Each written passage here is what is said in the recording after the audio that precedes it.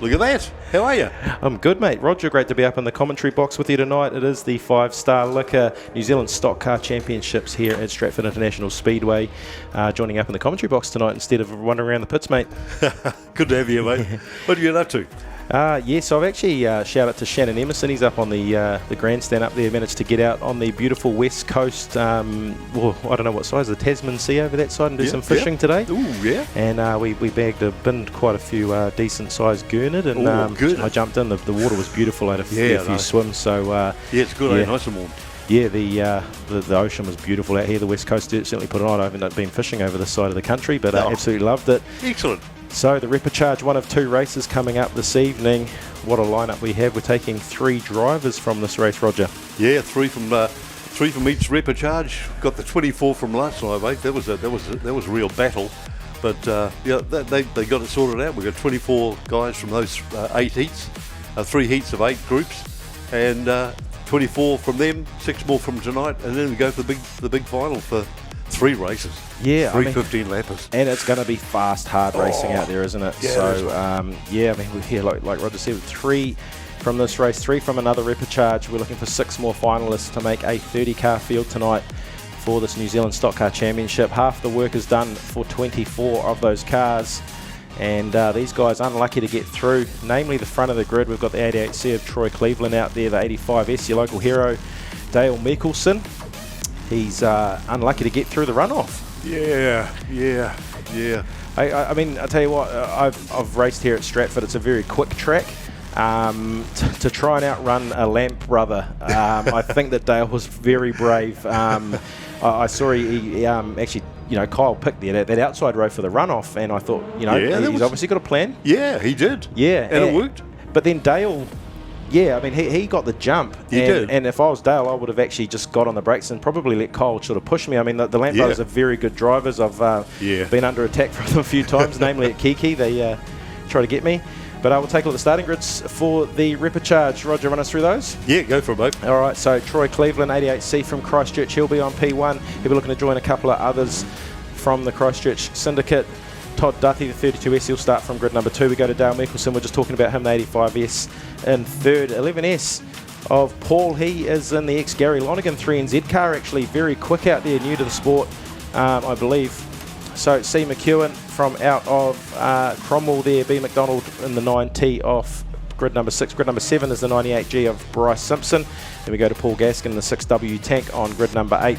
Grid number 9, we've got Verco from Palmerston North in the 16P. Mark Woods, the 617S, will start from grid number 10. Tony Coxhead from Rotorua in the Blue Canoe in the 91R will start from grid number 11. And we go to Jack Rarity in the 416N outside him. Scott Fredericks, another Rotorua car from inside road number 7 and grid number 13. Then we go to Zane McNabb out of Palmerston North in the 63P. Cullen Flavel will start from grid number 15 and Lawrence Barr in the 34S from grid number 16. Looking further back, Gemma Holloway, one of the first females in the field, alongside another female, Azaria Simpson in the 82A back on row number 9. Got Corey Sutton in the 98V and Dave Houston out of Greymouth in the 75 GM. Looking towards the back, Scott Tennant, very surprised to see him in the Repechage. Kaylin Mooney in the 26V, outside him right at the very back. We have Cameron Swift in the 41B, Tony McLaughlin out of Wellington in the 99W. Stephen Paddle here will be missing out there. I'm pretty sure I know that's happening in the 144R. We won't see him on grid number 25. Got Tony Farr there, the 98T on grid number 26. Bryce Carter out Wanganui, the only car from Bay Park here this weekend in grid number 27. And Parker from Wellington in grid number 28 will be off the very back of the grid. So looking at that out the window there, we've got, Jaden Dredden Manning, the 32H, and Brock Gommans in the 62BP. Yeah, so brand new car. So a couple of those names are actually missing. We've got Hayden Barker joining the list there, Roger. Yeah, good. Barks, local guy. Yeah, so running the G on his car this year. G, yep, he'll go well. And Caleb Gosney, the 10V, he's also at the back of the grid there. So a couple of late additions with the pullouts. Like I say, I definitely know that the 144R of Stephen Paddle is not out there. So those grid positions, as I read them, might not be exactly as they appear. That's them lined up on the grid, ready to go. It is Stratford International Speedway. For Repechage number 1, we're looking for the top 3 drivers to go through to the final. The green flags are up. We're ready to go racing. Roger, run us through turn number 1 and 2. So Cleveland off to a good start there, and a big push as they run wide. We've got a couple up and up high there, and there's one up very sideways. That was the 2NZ of Scott Tennant, so he's got a lot of work to do if he wants to defend that 2 on the side of his car. And we've gone red. There's a wheel over the back straight there, look, halfway down, up against the wall. So cameras are focusing down there. That's our top 3 as they sit, the 88C, the 85S and the 32S side by side on the front straight, just about to complete their first lap. There's the track crew picking up that loose tyre. Yeah, they got it. So I think that's come off the 217, is it, in the middle there? 417. Yeah. I think that's the Nelson car. 416N, there it is. There we go. Missing the right front. So back to racing we go. Dale Mickelson with a real good jump there between, splits the gap between Cleveland and Duffy. So early doors, Mickelson out to the lead there. Oh, Caleb Gosney hard into the concrete there. The helping hand from the 98T. There they are out in front. Mickelson ticks off another lap. Pushing hard, coming in behind there as well. Bouncing up off the wall is the 16T of Casey McEwen. Right, Caleb Mooney early, look at that, down on the pole line. Who is he waiting for? He's lost a right front shock by the looks of that, but all the air is in the tyres. And he's just sussing out who's gone past him as Mickelson comes down the bottom of the screen there and into turn number 1 and 2, Cleveland. And Duffy sitting in those transfer spots. So far, there is Todd Duffy, your local guy, 32S from Stratford. So Scott Tennant there, quickest lap time, 18.5 at the moment. So he's sitting all the way back at the moment, outside the top 15, that is. And Mickelson giving himself a little bit of a gap there in that Rees race car. He's got a couple of back markers to come up on very shortly. One of them being Caleb Mooney. Look at him, he's sitting there on the pole line. Now Mickelson, he's going to go around the outside of him. There we go. And Caleb Mooney letting the top 6 go there. So 7 to go. And look further back, Troy Cleveland now. So this is for the transfer spot. We're taking a look at the 88C and the 98G of Bryce Simpson. So Bryce Simpson there shoots straight up the inside of the Christchurch-based driver. Yeah, nice. That gets him into that transfer spot. That's exactly what they need to do. Mickelson now at the inside of the 25. No, doesn't quite. He's got the race lead, and back markers are certainly coming into play. So Mickelson needs to tread very carefully here and not get caught up. Oh, and as I say that, Todd Duffy threads the needle and takes the race lead. Yeah. So Duffy shoots out in front, going through turn number 3 and 4. We are 8 laps down this time by for the local cars, sitting 1 and 2 at the moment. 2 of your Stratford locals. Yeah. Todd Duffy and Dale Mickelson. And Bryce Simpson there now. He's got a comfortable few car lengths. He's just thrown a car between himself and, oh, that car's actually Dale Mickelson. So Mickelson's falling back. Something's gone wrong with that car. It's come off song a little bit late in the race, and he's going to become under pressure now. This is the top 4. A good battle out front for these transfer spots as they go side by side. Caleb Mooney still just circulating on the inside there. And Cleveland now falls behind. This is your top 4 on screen right now. So Bryce Simpson leading off a good, hard, fast race here. And I mean, if I was myself at the moment, I almost want to be in the position of Troy Cleveland in the 88C, chasing those top 3 down. So it'll be white flag this time by for Duffy. So keep your eyes on this pack of 4. This is where your 3 transfer spots are going to come from. It is there. White flag falls for the 32S. And Cleveland's almost just out of striking distance. Caleb Mooney, is he still just going to he's going to let them all go by? No, he's going to have a stab at the 88C of Cleveland. He does spin him. So that is safely going to get 2 of the Stratford cars home, and Bryce Simpson will be the other one.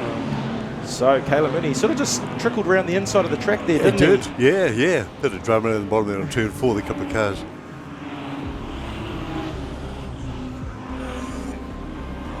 So Todd Duffy, look at that, hands out the window. Dale Mickelson as well, unlucky to get through. There's our top 10. Do you want to run through those for us, Roger?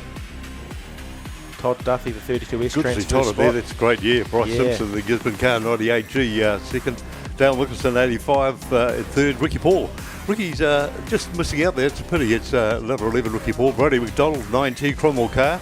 In sixth place, Mason Woods, another local car. Wayne Verco 16P Palmy car. Lawrence Barr 34 Stratford. Coming in eighth, Callum Flavel 513 Rotorua car in ninth. And from Cromwell again, Casey McEwen car 16T, making up the top 10.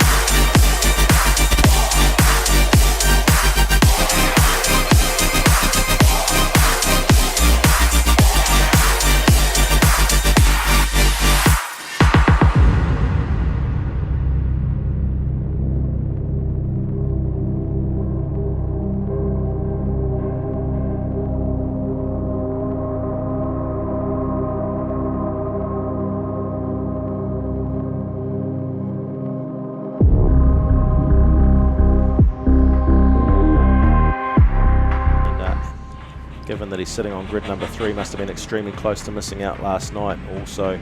So green flags are up, ready to go. The pace suit leaves to the infield and the green flag does drop. And Clinton Cheatham gets a good jump as well. Big cruncher there, and there's going to be cars all over the show. Geez, Miller Fairbold, she's almost vertical. Right up the fence. Look at that, way up. So I suggest we go red. Yes, the reds have come on. Wow, that's the first corner push. Oh, Gary Lonergan, the 3NZ is caught up on the wall there. So, pull up a chair.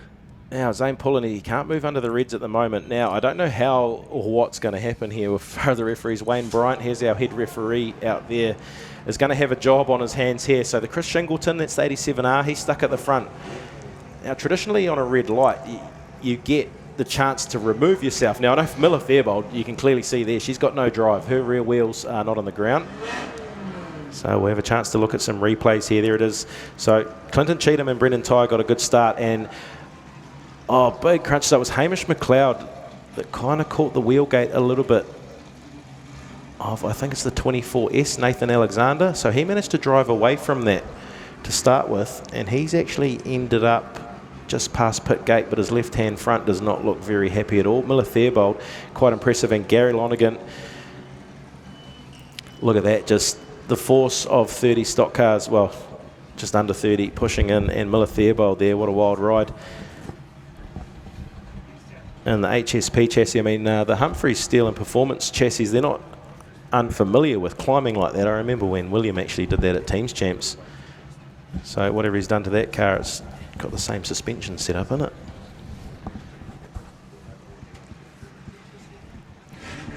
So interestingly enough, Roger, with that loss, obviously, first of all, shout out to Josh Walsh. He's in the current 1NZ. And after the incident last night, he is out and about, and he's great. Not great, but he's he's certainly fine. Remarkable it is too. Straight. Look at that, yeah. Overrider, not so. Oh, that front end certainly needs some work. yeah, front is a bit wonky there.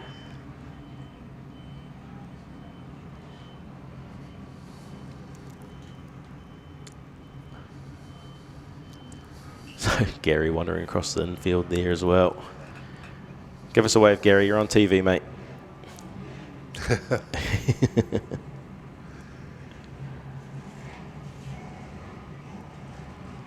So The last of the cars dragged to the infield. The recovery crew will head back to their stations. And a very second-hand looking 3NZ getting pulled across the infield there. So didn't even make one corner. There is the race leader, 361H of Clinton Cheatham, 669 of Brendan Tye sitting just in behind. As the red lights will come off. And we'll go, there'll be a pause of a few seconds. So if you're not familiar with Speedway around the viewing land, the red lights come off and there's a little delay of 3 to 4 seconds. They are all wearing one-way receivers, so they'll have a little note in their area saying reds are about to go out. You can see them flashing there between those two cars, the 361 and the 669, up on the wall.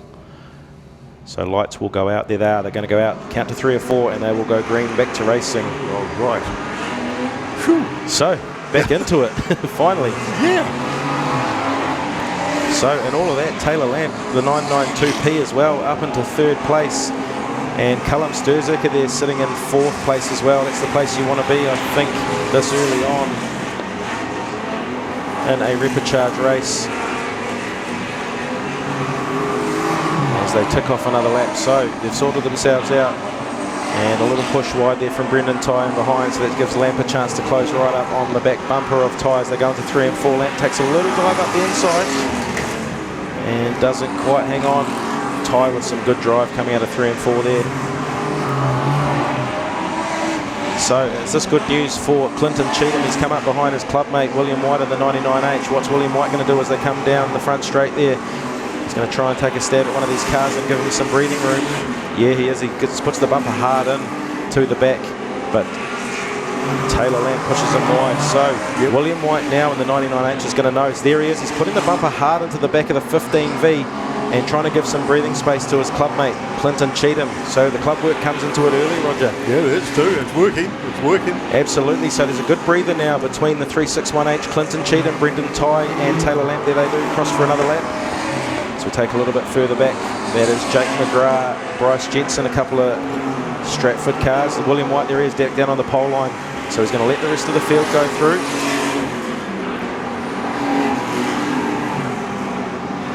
And there's your race leaders, so keep your eye on those 3 as they come up around. So someone else is on the also, how good for Clinton Cheatham now. He's got Humble on the pole line, and Humble has just given some great breathing space to his clubmate, the 361H. Sturzaker now is going to look up the inside of the 4H, and through comes one of your Stratford cars, the 48S, now into 3rd position. So hard into the concrete. Right, the concrete on turn 4. Yeah, the 992 of Taylor Lamp has been taken to the concrete by the 4H of Josh Humble. So, how good if you're Clinton Cheatham there? You're an H car, so he's been removed from the track. Couple of good breaks. I wonder, at the risk of sounding like a referee, if that had anything to do with maybe a wheel or two over the pole line. And Humble has been removed to the infield. Ah, yeah. I think out on Pits TV, yeah, Taylor Lamp, his hands up in the air. Yeah, yeah. So going back to green, reds are out, away they go. Clinton Cheatham, your race leader, having those Huntley cars down on the pole line, giving him some breathing space. Callum Sturzaker there in the 15V, he's in 2nd place. And one of your local cars, Jake McGrath in the McDonald's 48S, sitting in 3rd as they sit on the track. So some back markers to contend with for Cheatham. A little bit further back, Bryce Jensen now in the 9S is getting up on the action. He's looking to go up the inside of Brendan Tye in that last shot. William White back down on the pole line in the 99H. So Clinton Cheatham will love seeing this. Oh, something's gone wrong for the 361. Was that a right rear? It was. So we've lost the 361, your race leader. All that hard work by his teammates as well. William White still attacking those cars as they come down into turn 1 and 2. Sorry, it's 3 and 4 that they're heading around at the moment, and it is side by side the 48S of Jake McGrath and the 15V of Callum Sturzaker, 1st and 2nd. Bryce Jensen now the 9S up into 3rd place. 48 sideways down on turn 3.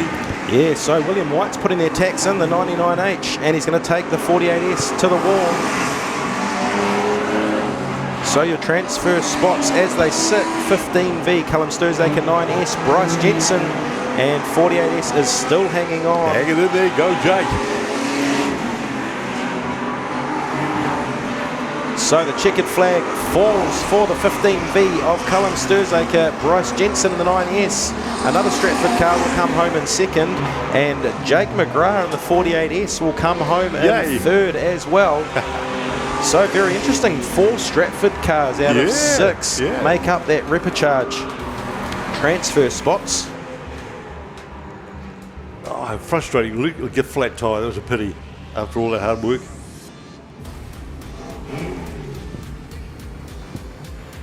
So we'll take a look at the top 10 very shortly on screen. The yellow flag, Brendan Ty there's finishing in 4th place. Very unlucky. There he is, the race winner, the 15V of Cullen Sturzaker. He's going to grab that checkered flag over at pit gate. And there it is, confirmed, unofficial at this stage, but Cullen Sturzaker, 15V, 9S, Bryce Jensen, and the 48S, Jake McGrath. Unlucky to miss out, Brendan Ty, all the way from Cromwell as well. Trazan Ryland comes home in 5th, Beau McLeod 86P 6th, Sam Hughes 77G in 7th, Blake Brooks comes home in 8th, the 992 Taylor Lamp after getting some attention from those other drivers, 9th, and Lexi Levine was Hendricks, and the 4W comes home in 10th.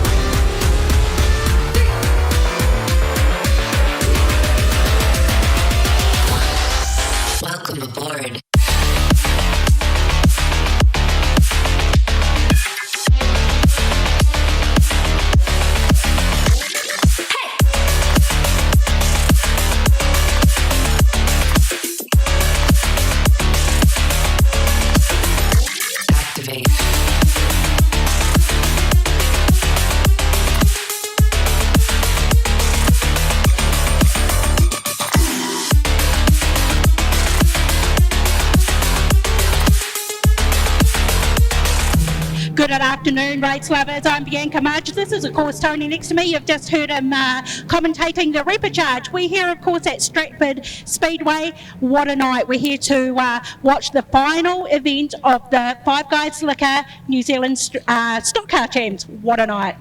Yeah, so, I mean, we've got 24 of them from last night. We've just found the other 6 from tonight. And amazingly enough, another 4 Stratford local cars getting through from those Repechages. Yeah, I mean, there's no surprise, really. Bryce Jensen, of course, making it right through to second place. Absolutely no surprises. He's made it through. This is his home track. He'll do everything he can to get up on that podium tonight. But, of course, these are also unconfirmed right now for that second race. So bear with us. We'll be able to confirm that later. Maybe you might be able to do that later while you're back upstairs. Yeah, absolutely. We'll keep you as updated as we can upstairs as well with the points throughout the night and other happenings as well around the pits. I'm sure will come from yourself, and we welcome Sparky to the team as well. Yeah, I'm not sure where he is, but he'll be down with me presenting in the pits at some stage this evening. Now, we've got a huge program on tonight. We do have tier 1, 2 and 3 racing, of course, for their podiums. Obviously, only tier 1 for their podiums, but we also have a helicopter arriving. We have the national anthem. We have it all happening very shortly.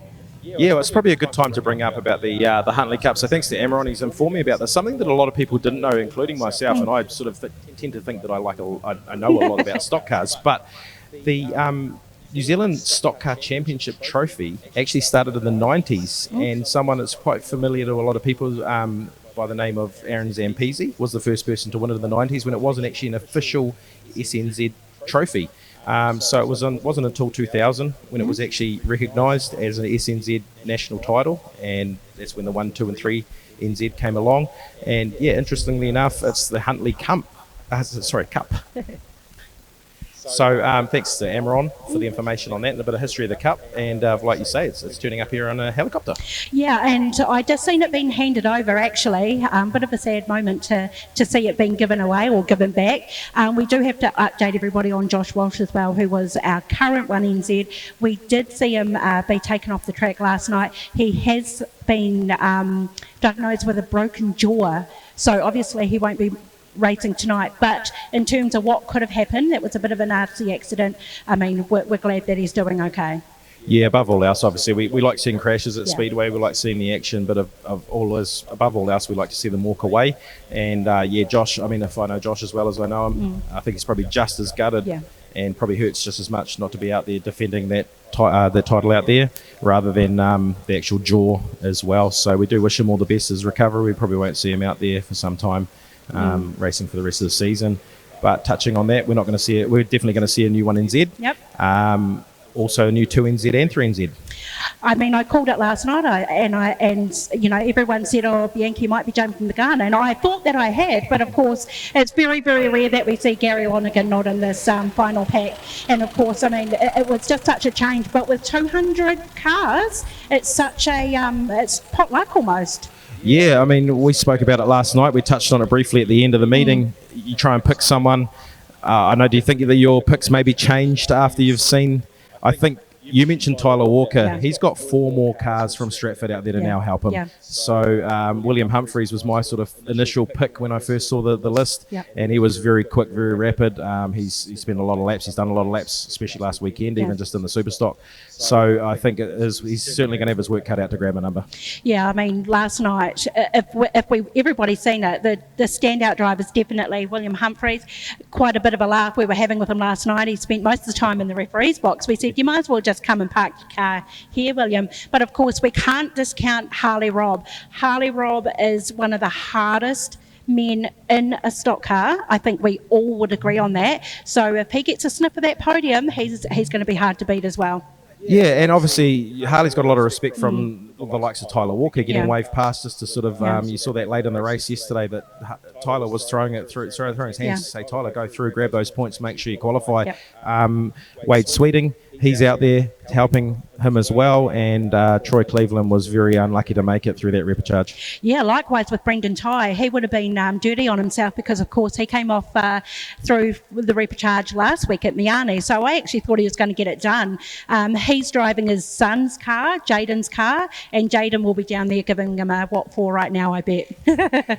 Yeah, so that Wellington contingent just missing out again on, and Brendan Tye. I mean, he was there at the finals field last week, and unlucky to be out there this weekend.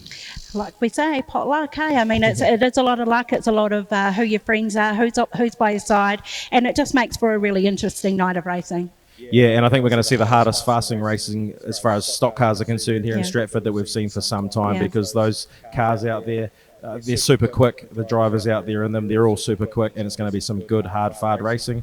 And maybe we'll see some action in heat number 3. I can tell you who is absolutely buzzing at the minute, and that is Carol Brzezinski. This is the first time she's ever qualified for a New Zealand title. The smile on her face says it all. I don't think she even cares really where she's going to get. She's qualified. That's the hard work done, and she's absolutely rapt to be there, and actually in the race with her brother also. Yeah, I mean, we spoke about the 4 extra Stratford drivers that have just joined the finals field. We need to talk about the ones that are already there. I think there's 6 of them from memory. Brad Pajewski, Carol Pajewski, both out there. Carol joining a pretty elusive females club of qualifying for a New Zealand title. You know, I mean, being a female herself, it's probably close to heart. So, yeah, it's great to see the girls out there doing it and certainly showing that they can drive just as well as guys. Absolutely. And if we're talking about the Pajewskis, we have to talk about Sheldon Adapeti as well. I mean, he's probably one of my favourite drivers of all time. He's just such a great guy, great family. So he did have a bit of engine trouble last night. I'm not going to touch on that because I don't want to jinx him. But I went over and he said, no interviews, Bianca. We totally respect that at that time because that's a huge disappointment for him. So we hope that he has got that mended and that he's in contention tonight. Yeah, I mean, the good thing we've seen him drive out behind us out into the infield, so the 9W is back out there, and hopefully, fingers crossed for Sheldon. He's been a previous 2NZ. He's in that new QTR power, QTR chassis stock car. It's super quick.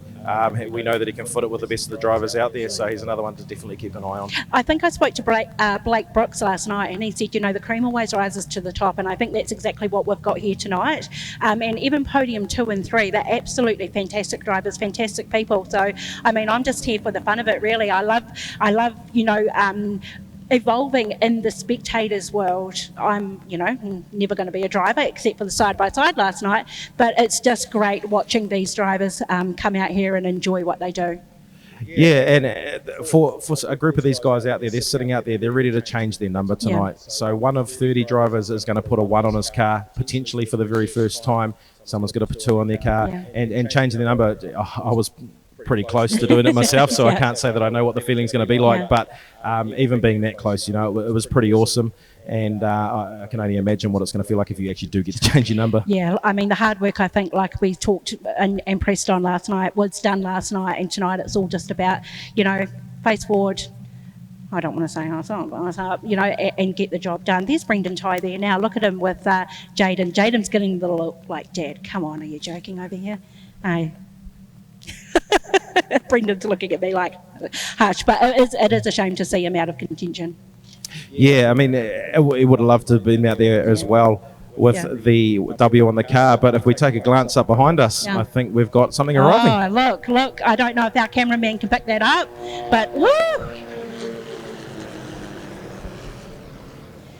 So we were meant to have Josh Walsh in there. I'm not sure if he's in there, of course, with his injury, but we'll soon see when he lands and see who actually gets out of there. Yeah, so doing a big loop around here, he's going to probably come through and land in the middle. So what we're going to do, guys, I think we'll cut back over to our main cameras, and when we come back, we've got a few goodies to bring to you. We'll bring you some interviews, but for now, I guess we'll let you enjoy watching this chopper come in.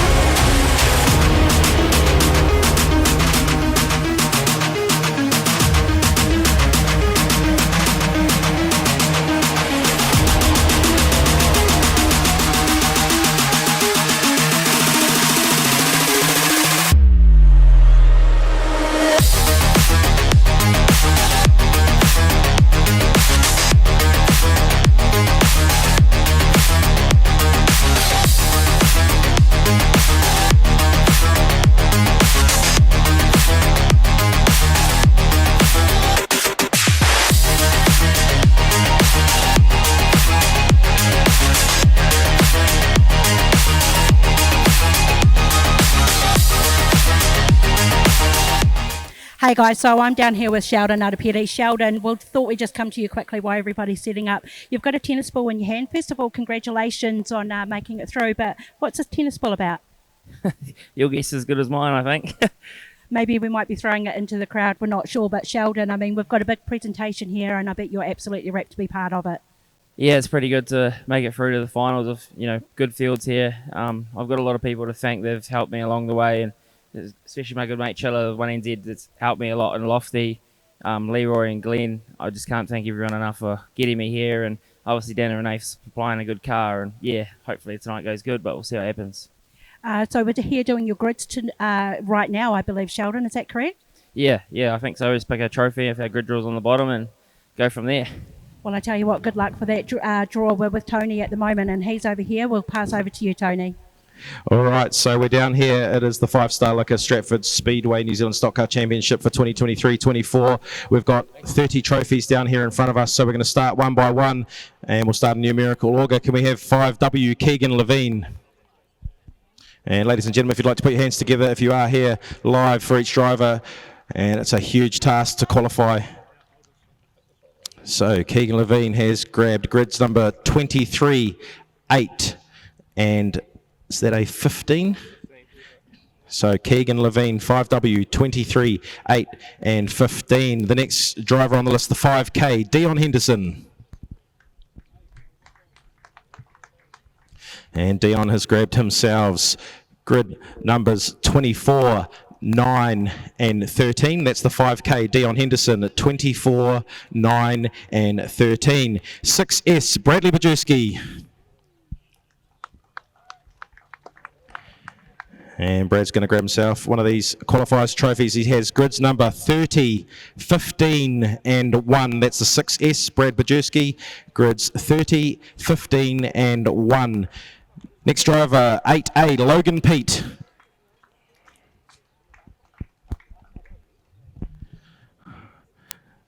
Logan has got himself grid number 2, 17 and 28. That's the 8A of Logan Pete. Grids 2, 17 and 28. 8H, Larry Henderson, first driver out of Huntley to qualify as the cowbells ring around the stadium. Larry has grids 19, 4 and 23. So the 8H of Larry Henderson, 19, 4 and 23. The 9W, Sheldon Arapiri.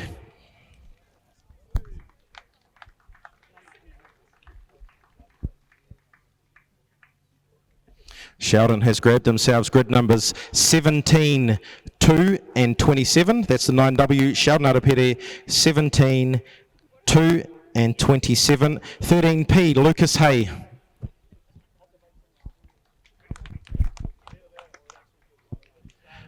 $13P of Lucas Hay. He's grabbed himself grids 13, 28 and 6. Could be some good luck for him. 15S, Taylor Partini. 15S, Taylor, he's going to grab himself grid numbers 11, 26 and 10. That's the 15S. 11, 26 and 10. Go to the next Stratford driver, the 33S, Tyler Walker.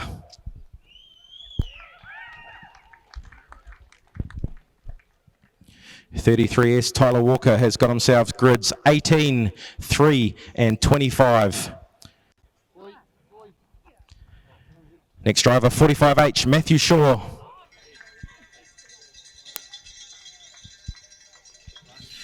So once again, it's 45H, Matthew Shaw. He has grabbed themselves grid numbers 25 and 21. That's 25, 21. 46W, Ethan Levine. Another one out of Hutt Park Racing, the 46W. He's grabbed himself grid numbers 14, 29 and 4. That's 14, 29 and 4. We then go to 69S, Carol Bajewski.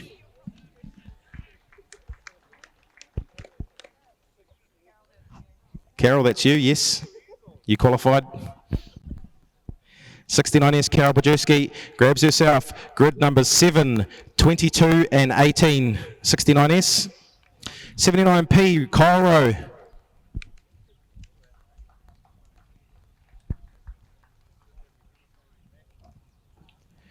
Cairo, 79P's grabbed himself grids number 22, 7 and 17. 91P, Wade McNabb.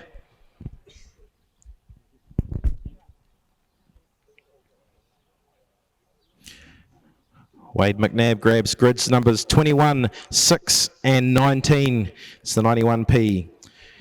Next driver on the list, 94A, Sam Wright.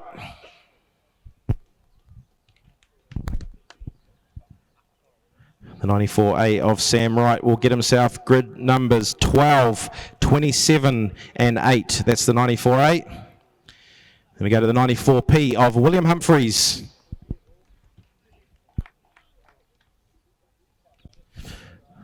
(94P) William Humphreys, he's got grid numbers 9, 24 and 14. 99V Cody Lockett.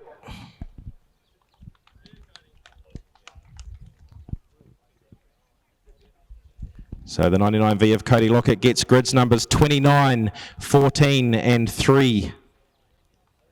151, the first of the Christchurch qualifiers, Wade Sweeting.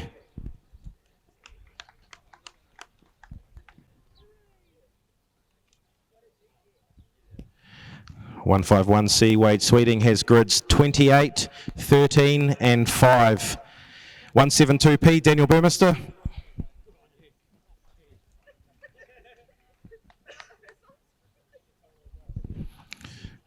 (172P) Daniel Burmester will grab grids number 4, 19 and 24.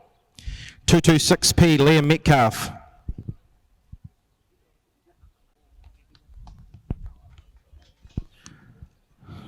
(226P) 3, 18 and 26. Another local driver, Kylie Symes in the 229S.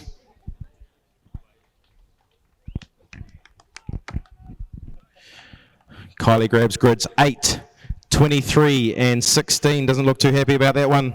517S, Mark Woods.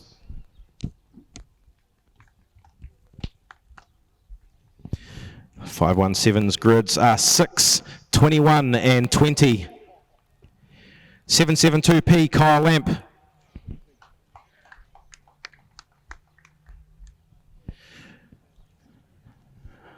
And Kyle in the 772P will start from grids 27, 12 and 7. And Harley Robbie's been waiting patiently. He knows he's normally last on the list. 991C, the first of the qualifiers through the groups last night, grabs himself grid number 1, 16 and 30. We now move through to the final 6 qualifiers from the Repechage. 32S, Todd Duthie. Todd Duthie, the 32S, he'll start from grids number 10, 25 and 12. Second of those Repechage qualifiers, 85S, Dale Mickelson. Very unlucky to get through after a runoff last night. The 85S will start from grids number 26, 11 and 9. And the 98G of Bryce Simpson.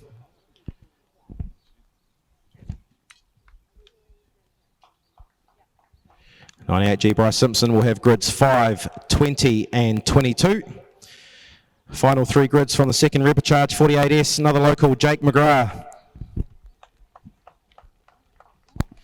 So Jake in the 48S will grab himself grids number 16, 1 and 29.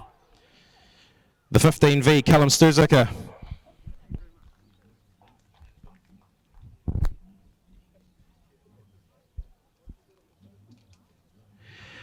Callum has got grids 25, 10 and 11. And your final qualifier, another driver out of Stratford, the 9S of Bryce Jensen. Doing it the hard way through the Repechage, Bryce grabs himself grids 15, 30 and 2. So, ladies and gentlemen, once again, put your hands together for your 30 qualifiers. That's how they'll start for the grids of the 5-Star Liquor New Zealand Stockcar Championship 2023-24, as I think we'll head across to Bianca very shortly for some more interviews. Dale, mate, unlucky to get through last night. You did it the hard way through a runoff. You've done more laps than anyone else this weekend around the track so far, and then the Repechage. Run us through how that went for you. Yeah, it's definitely fast out there, but track's done well. Happy to be here. First time qualifying New Zealand champs, so we're on now. Yeah, home track as well. You certainly know your way around here. You're feeling pretty confident? Just see what unfolds and see how we go. Yeah, and I mean, you've got a lot of Stratford cars around you, so that could play into any of your Stratford drivers' favours later on in the evening. Yeah, just hope all the boys, we stick together, and girls, sorry, and yeah, let's make it happen for Stratford. Yeah, so Stratford, how many supporters have we got here for Stratford? How many people out in this crowd tonight want to hear or see a Stratford winner? Yeah, there's plenty up there in the grandstand. Any other drivers? Matt Shaw. Haere mai. Mic check, mic check. So the 45.8, Matthew Shaw, second New Zealand champs. You've qualified in 2 years, mate. Showing some good form. Oh, yeah, no, it's definitely going good. Last night was a big push, and yeah, no, I just can't complain with the results. Anything after this is a bonus, so. And those of you who don't know, you're actually in a pretty relatively new car to you. Yeah, still getting the hang of it, but yeah, I think we've got it under control now, so yeah, looking forward. Yeah, pretty modest about that. You think you've got it under control, showing some good pace. Not many Huntley cars out there to help you. It's all good. We see what we can do. Is what it is. You got any other mates with any other track codes out there, you think? We're all in the same circles, so yeah. Good luck tonight, mate, and great to see you qualifying for the National Championship. Yeah, I'm over here, Tony. I'm actually killing two birds with one stone, and I've got the other two Wellington contenders for tonight. I've got Ethan and Keegan Levine. Congratulations, firstly, guys. It was really hard competition out there last night. Yeah, it definitely was a hard gig, but yeah, managed to sneak through as top 3 results. So yeah, we restart tonight and we go again. And how cool is it to have both of your partners racing, not side by side tonight, but both of them in the heats last night? That was pretty cool. Yeah. Krena and Lexi were definitely going real good. Krena even picked up a race win, so she's very unlucky to not even make the Repechage today, having a bit of a mechanical fault in the last one, which is a bit niggly for her because she's doing so well, but first New Zealand champs for her, so it is what it is, really. I mean, they can only get better, right? Lexi's an old hand at this now, so we'll be pushing for her to make it through next year with both of you, all of you. It'll be a family affair. But hey, remind us again of your grids really quickly, Keegan. So I've got grid 23, 8 and 15, so I'll probably be in the hot dog stand on grid 8, but we'll see how it plans out. And how about you, mate? I got 14, 29, 4, so I'll probably be in the hot dog stand race 1 as well. So. Well, let's hope not, eh? Wellington's my home track, of course. I do see maybe 1 or 2 supporters up there, so I won't ask you to cheer. Might be a bit embarrassing. Tony, mate, who have you got over there? William? Yeah, so we've got William Humphreys. He spent a lot more time almost up at the referee's box last night than you did out on the track. Yeah, we had a good run, but then we kept getting called up, a slap on the wrist and told we're a bit noisy, but we've hopefully sorted all that out today. So another finals field for you, not unfamiliar, obviously previous 1NZ Superstock champion. You've worn the 3NZ before in a stock car. The car itself as well, that people probably don't know, has worn 2NZ as well. Do you want to run us through what this car is, where it's been, where it's come from? So it's Bevan Humphrey's old Rees car. He defended 2NZ in as a Superstock, and it ran as a Superstock for a while, and we just converted it back to a stock car for Palmy Speedway, and yeah, it seems to go. Nice simple car, and it goes good. Yeah, I mean, taking a look down there, it's got a pretty Humphreys-looking front bumper on it now, so it's been Humphreys-proofed, and you got a Ford 6 in there. No, we got the Holden V6 in it. Yeah, big front bumper. Yeah, Holden V6 built by Eddie Branbury down in Foxton. Nice simple package. It performs. Awesome. All right, good luck tonight, mate. I hope I haven't put the commentator's curse on you because I've been calling that. I think you're the favourite-looking driver for me anyway over this weekend, but we'll cross across to Bianca. From one Palmy car to another, Daniel Burmeister, of course. I mean, you're sitting in your car trying to hide from us or maybe trying to catch some shade, but how good is it to actually be able to qualify for tonight's racing? Yeah, it's a pretty cool thing to do. Leading up to it with this many cars and only 3 from each group, you sort of not doubt it, but yeah, think shit, it's going to be quite a hard thing to do, but to get the job done was quite a relief. For once, not coming for a Repechage. Daniel, I mean, it's really, really hot up here. The car's doing well. How's the body doing? Last night was still quite tough racing. Yeah, not too bad. I've sort of getting used to these big meetings 2 days in a row the last few years. Been quite good, so you learn just to get a lot of water in you and make it happen. Is there anything you can do to make yourself better? I mean, feel better, sorry. We've got 3 heats, which are 15 laps. That is a huge ask for you drivers, all of you drivers, to cope with tonight. Yeah, it's definitely those extra 3 laps. You notice it feels like 10 more, so just keep going and just keep calm and push on. Well, I'll tell you what, I mean, I think all the drivers are in the same position. We wish you all the luck. We're really lucky to be able to get these interviews before you guys drive away again back into the pits. Tony, mate, where are you at?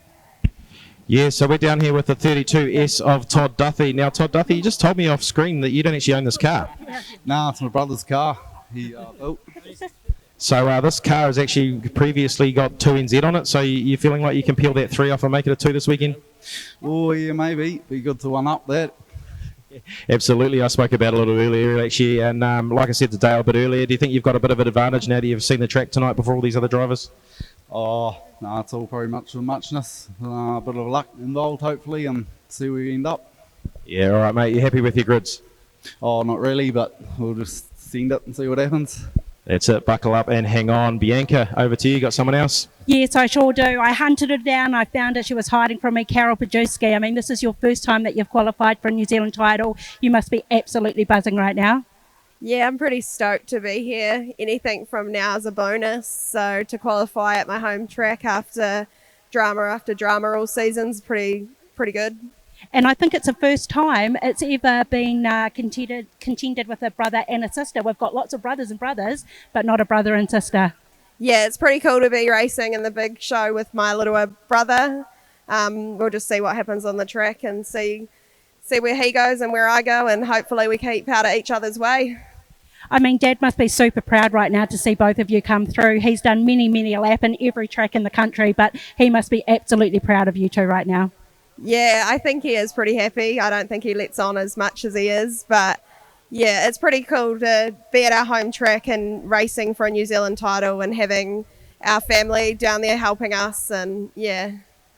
Carol, I did see him come out after he watched you race, and I know that you, paid the money to protest, and rightly so as well. But this smile was literally from ear to ear. I think everyone around him knew how proud he was. He might not tell you, but everyone knew. Yeah, I think he's pretty happy. So, like I said, anything's a bonus from here. Okay, awesome, Carol. Good luck with tonight, okay? Well done. All right, Bryce Jensen, I sort of somehow managed to keep grabbing all these Repechage qualifiers. You've done it the hard way, mate? Oh, yeah, mate. It's definitely hard. Yeah, so 3 heats last night. You ended up with a flat right front, but you're not unfamiliar for running in these finals fields when it comes to a national title or any other national title as well, as far as the North Islands and Grand Prix and that are concerned. Tell us, how many times have you actually qualified? For the New Zealand Stockcar Champs, this is my 5th now. Yeah, so and at your new home track, obviously Wellington in the past, and a relatively new car. You told me you qualified this in Auckland. You feeling good in that car? Oh, yeah, I'm coming to grips now. It's going really well. And you've got grid 15 in the first race. That's normally from an ex-driver's perspective as well. I think you're pretty comfortable with that.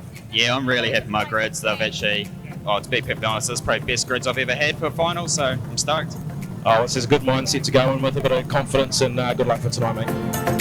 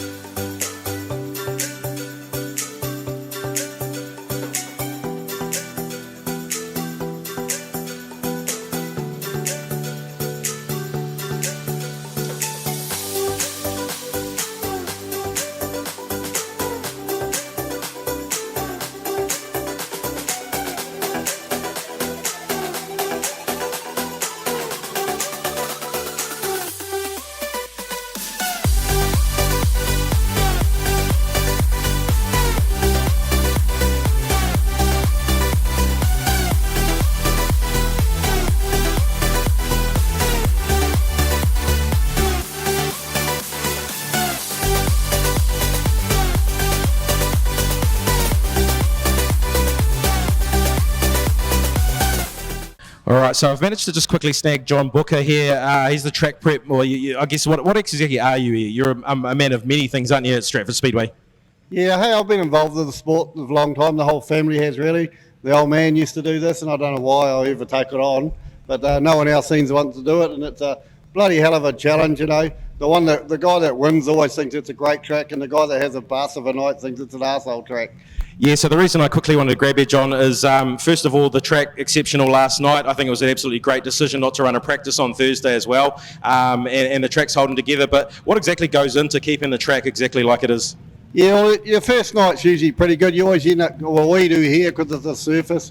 We seem to get a pretty good night the first night, but trying to get the water back into it, you know, and you've got to have it dry enough for those repechages, and then we've got to try and prepare it again, you know, for the main night. And I know it's got a bit chunky and rough down the bottom end, but hey, it's the same for everybody. But I always say if someone wants a job, they can take it. Yeah, absolutely. One of the hardest jobs, lots of many hours. I mean, it's still going on behind us right now, but we'll get out of the way because I think we're standing for some cars that are about to start racing. So we'll see you very shortly up in the box, Roger. Just about ready to rock and roll. Start-finish truck. Truck is still across the track.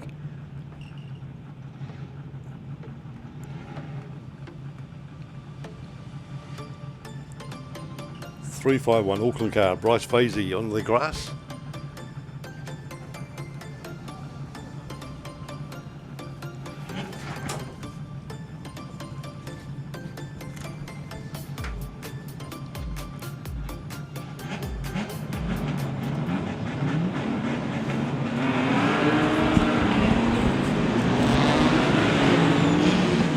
Right, underway. There they go. Stockcar Consolation Group 1. Rebecca hurtling into turn 3. 134 Rebecca. Oh, look at the battle between two cars behind her.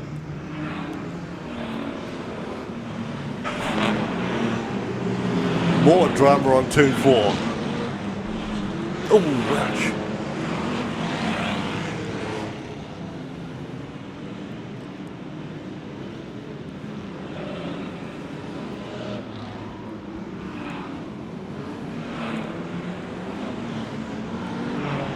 Car back to the wall of turn 3.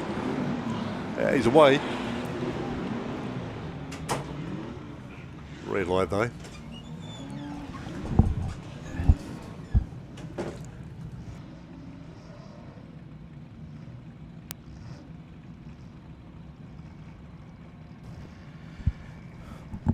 All right, nice to join you back up in the commentary box here, Roger. Oh, geez, mate, that was good down there. It worked well. Yeah, no, it was great. Good timing, actually, as well. Everything seemed to run pretty good. I managed to sneak in a quick interview, which I've actually been wanting to be doing all weekend with John Booker there, just on the track. That. I mean, he said that he was here till 3 a.m. this morning. They've put thousands and thousands of litres. And, yeah, I mean, looking forward to the sun going down, actually, here in Stratford, as much as I don't want to say that, especially after last weekend and the weather. Right. But, yeah, like once that sun goes down, the moisture's going to stay in the track, and hopefully it's really going to come back later on in the night. So, yeah, these guys are going to have some fun with setups as the night goes on, I'm sure, to get these stock cars on rails for the top 30 qualifiers.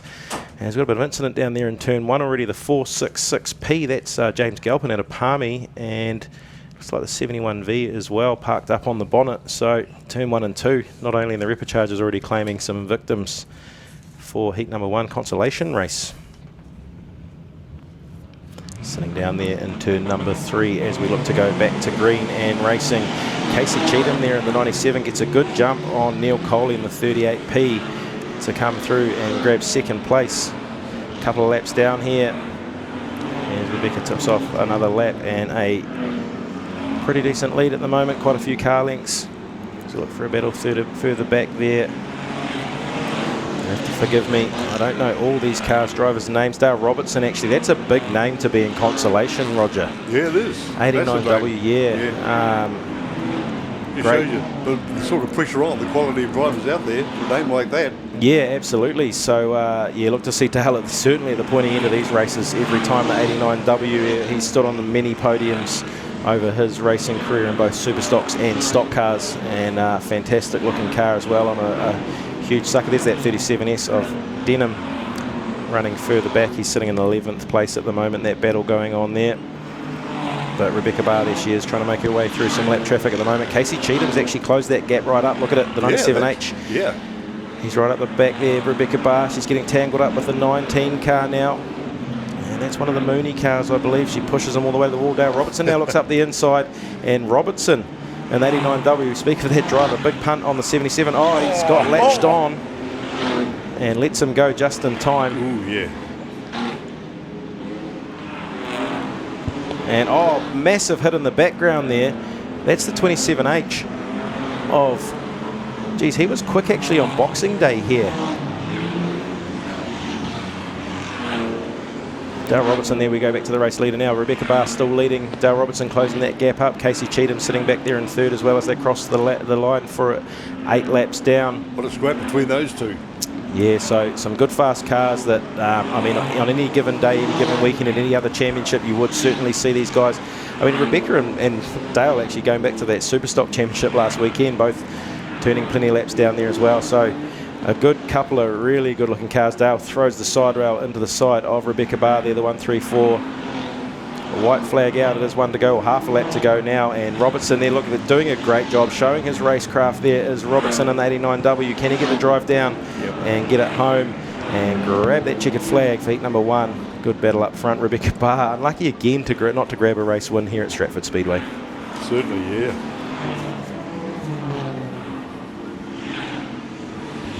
So they all come through to cross the line.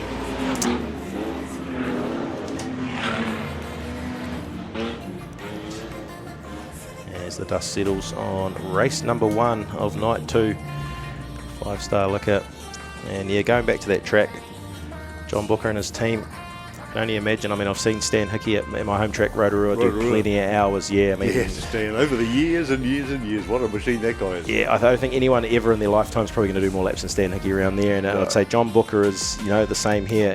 The hours and hours spent, the laps done around here. There they come out of pit gate. Now to put some more moisture down. Yeah, absolutely. And as John said, if anyone's out there that knows anything about a little bit of track work or prep work, then absolutely. As he goes down pit straight, Dale Robertson there with a checkered flag. If you are here, put your hands together, ladies and gentlemen. 89W, a very decorated driver in the New Zealand Speedway scene is Dale Robertson. And very familiar with carrying the broomstick around.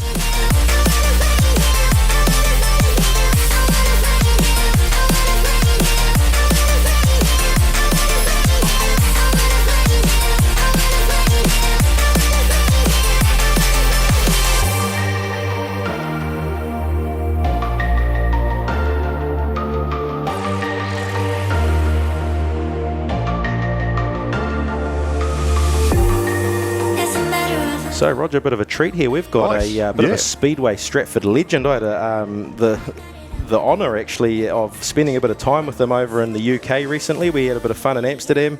The one and only Paul Ehrlich. He's going to talk us through the yesteryears of these cars as they go out. So we'll put you across to Paul now. Yeah, Paul, good to see you, mate. Welcome along. And boy, a bit of history with Paul Lewis. That's your old car there, Paul? Yep. I've got Dave Bartholomew driving it for us at the moment for the season. So, he's enjoying that. And better he is. I'm just kicking back, When I have a bit of a break. Good on you. When I told him what was going on and he needed to drive the car, he was very distraught that he had to drive for the season. But break his heart, mate. 16V Shane Hoffman.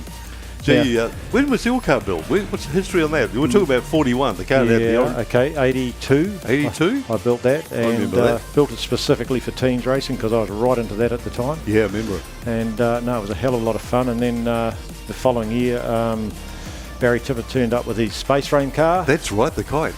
And set the bar a bit higher. But it's... these guys are restoring these cars and bringing them back, and we've got Eddie Hawkins' car there, and just Dave Evans was building cars like no tomorrow, so a lot of them are coming out of the woodwork. They were such good cars, and there's basically there's 36 going around there. That's that was Ricky Mitchell back in the day. Ricky's actually here. Oh, you're right. Watching it go around, and his son Greg was running with the stock cars, but. It's a big stock car family, and there's a lot of camaraderie amongst the guys, and it's a lot of fun. And we help each other out. And it's not about winning races or anything like that. It's about doing the laps and the customers around the track just watching the cars and enjoying the noises. But they're all flat chassis cars, and then suddenly this funny-looking thing turned up called the Kite. Yes. The one that's out in front of us right now. And it was so revolutionary, and everyone said, that first time that gets hit is going to fall to bits. A big pile of steel on the ground. Yeah, but that was far from the truth. It was a very, very tough car, but the first meeting he was winning my races, and so I had to bury him in the fence. And it was probably a season or two later than that. Russell Joblin said to me, because he got one of those, he says, "You've got to have one of these cars, Sunshine." And the way of the future, the rest is history. But no, these guys have found these cars, restored them, and putting them out. There's a couple of replicas amongst them as well. And but hey, it's all about having fun. And the sounds and everything are just awesome with these cars. Oh, it sounds great. You running a 289? At the moment, I've got my Donkey 289 in there, but I'm building a proper engine for it, like I had back in the day. Of course, then it'll rev a bit harder and make more sound, and that's I really enjoy that. Gee, that one makes a nice sound. But no, there's a lot of good gear out there now, and they're reliable. And we travel all around the country running, and just been over to Hawke's Bay last weekend. Yep. And we ran the Thursday night, and I think we've got 14 or 15 cars here or something. Right, that's not bad. And good numbers. There's a couple from up north, but when they have a meeting up there, and as long as there's no meeting down here, we go up there. So they get good numbers up there too. But the best we've had, I think, is about 19 cars at Hawke's Bay, and wow, that was bedlam a wee bit, but no, it was a lot of fun. Yep. And it's supposed to be non-contact, but occasionally there's a little bit of rubbing. Yeah, a bit of rubbing. Yeah. You get plenty of tyre marks on the cars, but and a bit of paintwork knocked off. But hey, it's all fun. It's all fun. So there we go. A bit of a play now. Yeah. Yeah, they've moved them apart a wee bit so they don't crash into each other at the start. That's a good idea. But they'll get going. Cameron Hurley in behind your car. Yeah. Doesn't seem that long ago since that was racing. 40 years is a long time, Roger, but man, where has all that time gone? But I know, it's crazy. We still enjoy it for what it is, and you've got kids and grandkids coming through the categories now, so it's good. It's a lot of fun. What's the rules? What's the restrictions, mate? What can you not do? Well, basically it's mini stock rules for racing, but the cars just have to be built to a good standard, safety wise and that sort of thing. We're still up to the same safety standards as everyone else because we're under SNZ, and we're very privileged to be able to run on SNZ tracks. Gotcha. And so we've got to have the seat belts every 2 years, proper roll cages, proper seats, and all that sort of stuff. Fair enough. But it took years for the guys to come into line. Back in the 80s we did this and we did that. Well, no, we're actually in the new millennium now. We have to do it properly. Yeah, fair enough. We did have a bit of grief earlier on with some guys wanting to drive them and crash them and burn them, and we had guys breaking ankles and breaking arms and things like that, and SNZ jumped on us, and well, it was more up the northern tracks. They had some aggressive guys, but hey, it drifted off with time, and now this is what they do. They rub, push, shove, and carry on, and well, they get around. It's a lot. They do scoot round. Which Richard Black in the 61 they bounced off the wall down on turn 4 there. This green car, he's getting into it. Yeah, and it's only an old Holden in there, but Richard loves what he does, and he's brought it up from Wanganui. Lovely. But it's virtually identical in every way to what it was back in the day. The colours and everything, and that's what the guys try and do. Try and make them as close to what they were as possible. But no, it's a lot of fun. Oh, I bet it is. But I don't know who's actually. I think it might be Andrew is pretty well up there. Wouldn't have a clue, mate. No idea. But too busy looking at the cars to work out who's leading. But a lot of the times we use the tracks as a fill-in, like it is here. Of course. The guy, we were supposed to be out in a couple of races. Said, we need to buy some time. So put these guys out, and they sort their bits and pieces out, and it's good for the cars as well. Gives the guys time to fix their cars properly for the meetings, but it's all good. So it's buzzing around the country. You say you move around and go to other tracks and put on a bit of a show and stuff like that. Yeah, Wellington, Palmerston. Are you still finding old cars around occasionally? Bit rare, but what you're finding now is people are sitting on them, and a collector will have them, and they don't want to ever let them go. Yeah, I get you. But Yeah. then when they pass away, they Yeah. don't care because whatever happens to their bits. But there's a guy down in Nelson got half a dozen cars. Wow. He won't sell them. But he's got a car on the track, and he said not selling, never selling. But one day, one day when I've gone, I don't care what happens. But but Nelson is really growing, and we did a tour down South Island 2 or 3 years ago with the old cars. There's only 3 of us went down, and there's South Island cars as well. But we went all the way to Invercargill with the Peter Rees tour. Oh, yes, right. And yeah. he's doing that again next year. So look at this. Oops. What's happening there? Good, I see you. Or can't be good. Oh, gosh. Abusive. That's not supposed to be doing that. That's all right. That's a bit of fun. Check your flag out. She's all over, really. Oh, maybe just giving him a helping hand. Yeah, I think so, mate. Yeah, But, Oh, it's good. All the fun of the fair. Oh, of course. But that tour in another year will be really good, and they've probably got 15 cars at Nelson, so they invite us down there as well. Strong, yeah. So it's really good, and we just have to make sure we're doing the right things when we're out on the track. Yeah. And see how it goes, but I'll better have a chat with my boy, I think. See what happens. Oh, well, be good catching up, Rog. Yeah, and you're back a bit later on. But no doubt we'll have the cars back on the track again tonight. Yes, thank you very much. Okay, cheers. Really. We'll keep in touch. Nice chatting, Paul Illich.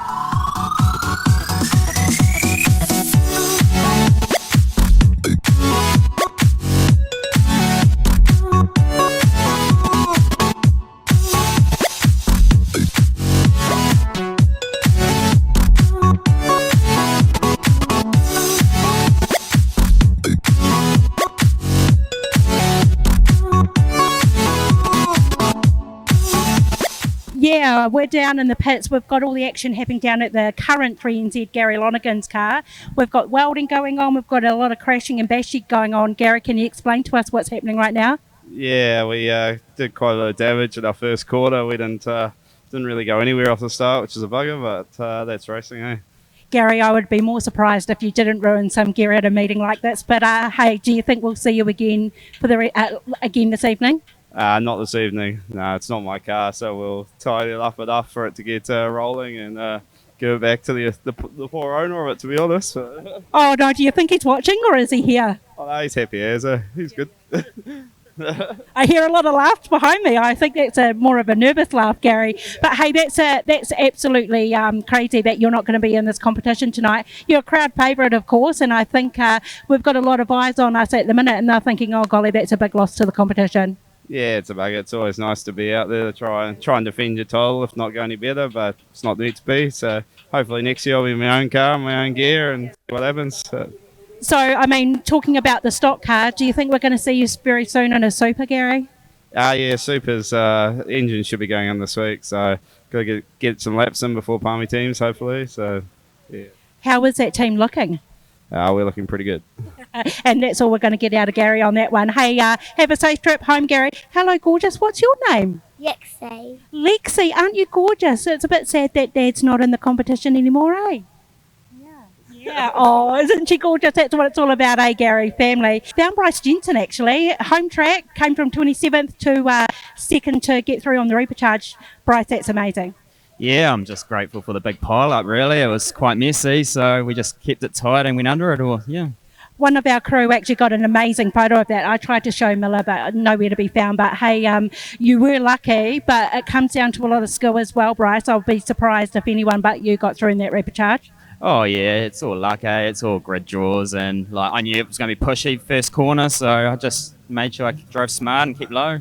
Now, you've got old Mr. Josh Prentice over here and your crew. I mean, he'll be pretty disappointed in you if you don't make it through tonight. Oh, yeah, it's good knowledge, eh? He talked me through that race before it even happened, really, so it's good. How cool is it? I mean, we've got a trailer here full of supporters for you, some of which are not even from Stratford. Obviously, you're from Wellington. But how good is it that they travel away and support? Oh, it's awesome, eh? You wouldn't be able to do it without the crew and supporters and stuff, and now I've got the young fella. It's awesome. And of course, you've got a whole lot of hometown support as well. Some of these people may not know that you're not actually from Stratford, but they gave you a big hand from the crowd when we introduced you. Oh yeah. It's quite cool having the supporters out there, and hey, I think everyone's just happy to get through, and yeah. Bryce, one last question while these cars are gridding up on the track. What are your grid positions? I'm off 15, 30 and 2, I think. Yeah, so pretty good. Awesome. Go hard, Bryce. Good luck. Thank you. Great driver. He's been around the world. Spent some time with him in the UK as well, driving at Brisker. But Les Hepworth there, the 22R as well. He backs into grid number 2. That's how they'll start on the front row for race number 1 of the Tier 3 Stockcar Championship. Across 12 laps, is it, Roger? Yes, 12, yeah, it is. So 12 laps and they get underway. The push into turn 1 and 2. Will that grab any victims in this heat? No, they sort of don't go too hard on the gas here. So come that championship heat, it's going to be interesting to see what happens. There'll be a massive push. Around goes Scott Fredericks in the 8R. Look at those rollovers. Oh, it doesn't quite go over the 48. Wild ride there. Oh, yeah.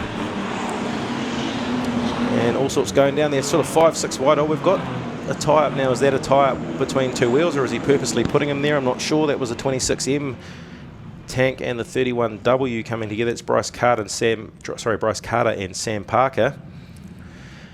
Brand new race car there, the 62P. Getting caught up a little bit further back in that incident. Bit of air on one of those cars. I thought he was going to go over.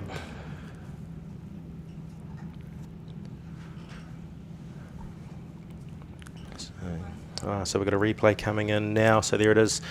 So they didn't get the turn 1 and 2 push, but Cleveland in the 88C got it all wrong. Kayla Mooney, big jump, and Mulcahy up and around, does a good 360 in the air with the front wheels off the ground. Wow. Karina Anand there in the 33W, very lucky to get away with that. And it was just a big, massive push, and yeah, Troy Cleveland, he got a whack in the front from Lexi Levine, which has sent him all off line. And all sorts happen here. You can see Scott Fredericks in there actually with a right front. He's off camera. He's sitting down in front of us here in the corporate box. The commentary box. Yeah. With a flat right, and he'll get waved off, I'm sure. So there it is. Yeah, flat right rear for Scott Fredrickson, long-time campaigner. So he hasn't actually raced at a New Zealand title for 5 years. Another little fun fact here, we talked about quickly off air the knowledge that I've got. That was one of the first ever injected Holdens. Oh, really? Through Brian Hartley. Yep. There's a name. Yeah. Wow. So back to the racing we go. And we're taking a look at the moment to the 29S. Leading that pack, that's Ben Wilson. He's sitting in 5th. Oh, shot there from Les Hepworth on the 22S. 22 on 22. Around goes Rees in the 10P. And Lexi Levine in the background there picks up a spot. Les Hepworth, the 22R, he's sitting in 6th place there in front of Gosney in the 10P. 10V, that is Caleb Gosney.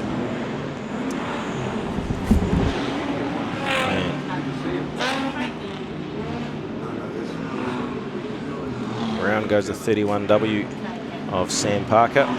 Loses some spots. So leading this pack at the moment, visiting driver from Nelson, the 416. And we've got troubles here down the front straight for the 24S. Moves wide. Quickest car on track, 62P. That's Gommans. That is the car that's on screen right now. Just shoots up the inside of Azaria Simpson and looks to make a pass on that lamp car. That's the 236 out of Wellington of Brian Windsor. Race leader out at front though, Chris Shingleton in the 87R. He's floating around there somewhere. Brand new car, that 62B just gets a big push and hits the concrete wall in turn 1. And he's sitting all the way back in 13th at the moment. And Parker in the 31W, he's a lot further back as well. So taking a look at these back markers as they are heading now to the front of the field. There's Chris Shingleton coming down to tick off another lap.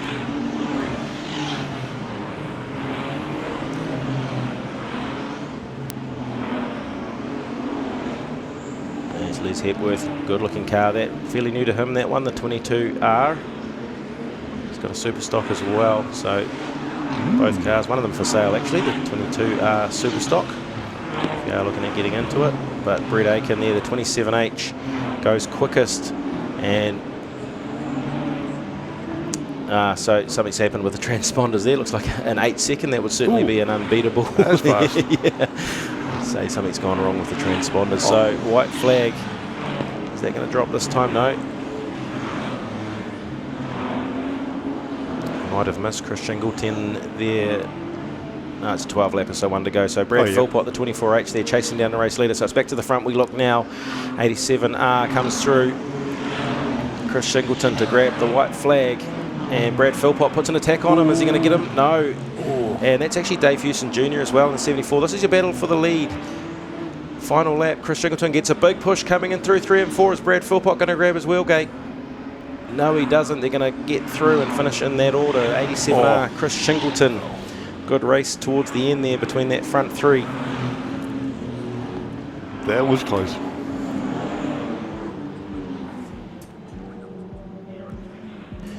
So, unofficial results for the Tier 3 Stock Car Championship. Chris Shingleton, 87R, he will finish in first place. 24H Brad Philpott comes home in second. And yellows are out. I'll take a look through there. Dave Hewson Jr. in third. Michael Rowe, the 67H, he makes his way up in to finish in fourth. 29S, Ben Wilson in fifth. Caleb Gosney, the 10V, he'll finish in sixth.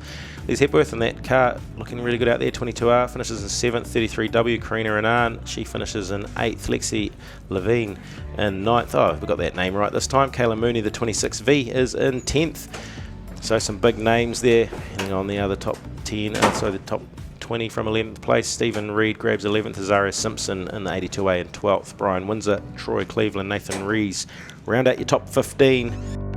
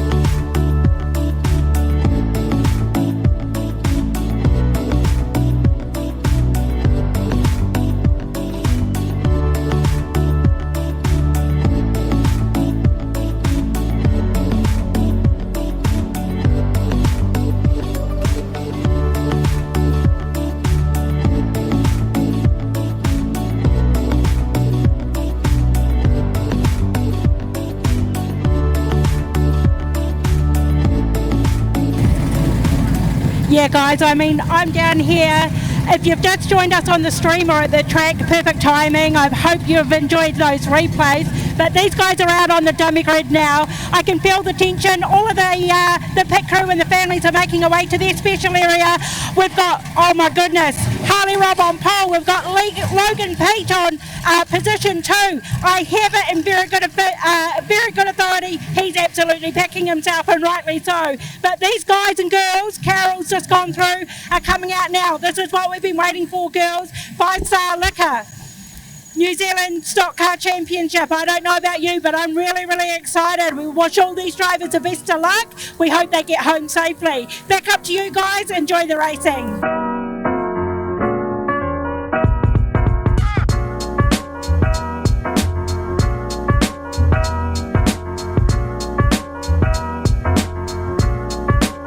But here we go, we'll take a look through these grids right now. Harley Rob, as I mentioned, off the front row. Mr. Consistent, I like to call him. He's been 5NZ a couple of times. Logan Pete in the 8A constantly just qualifies for national titles all around the country. Wow. 226P, Metcalf will start from grid number 3. Daniel Burmester, another Palmerston car, 172P will start from grid 4. We go back to row number 3. It'll be the 98G through the Repechage, Bryce Simpson and Mark Woods, local lad, in the 517S. We go back to the female in the field. That is Carol Pajerski, 69S. She will start from grid number 7.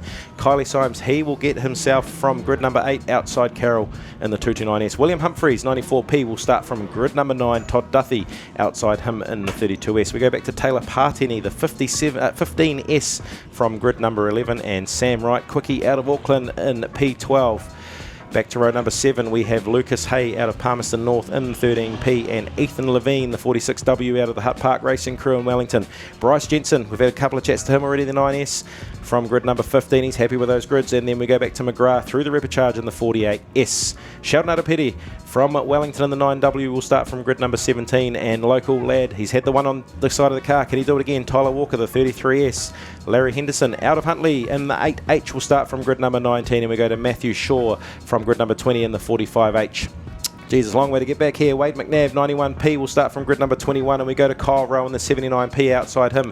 Next row is Keegan Levine in the 5W, and the 5s make up grid number 20. Row number 24 is Dion Henderson. Dale Mickelson, 85S, will start from grid number 25. Kyle Lamp outside on grid number 26. We go back to the 14th row, and that's Wade Sweeting from out of Christchurch, 151C.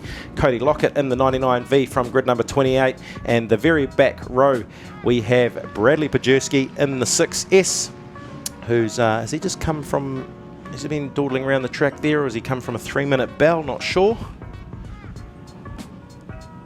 And grid number 30, I think actually that's Brad Pajerski on grid number 30 that's coming around there. And as the camera scrolls through, there's Bryce Simpson. He's already done 12 laps tonight. Carol Pajerski quick in that 69. William Humphreys, look at that, great looking 94P car. A great car that is. Yeah, it's got some history behind that one. Taylor Parteni, the 15S. We slowly scroll all the way back. We might be able to catch actually who's on grid number 19 as we scroll towards the very rear of the field. The 2 9s, Sheldon Adapeti and Bryce Jensen there. Larry Henderson in the 8H. He looks pretty relaxed. He's got the hand up on the side. So we have them lined up. Are the starters happy with how they sit?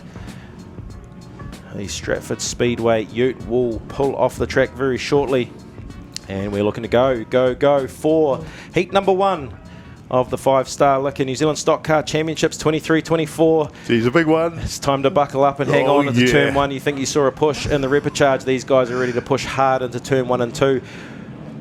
So the outside row, they'll be the ones that have got the belts. Screens up, here we go. Looking to go racing, and away they go. It's pretty even at the front, those first 2.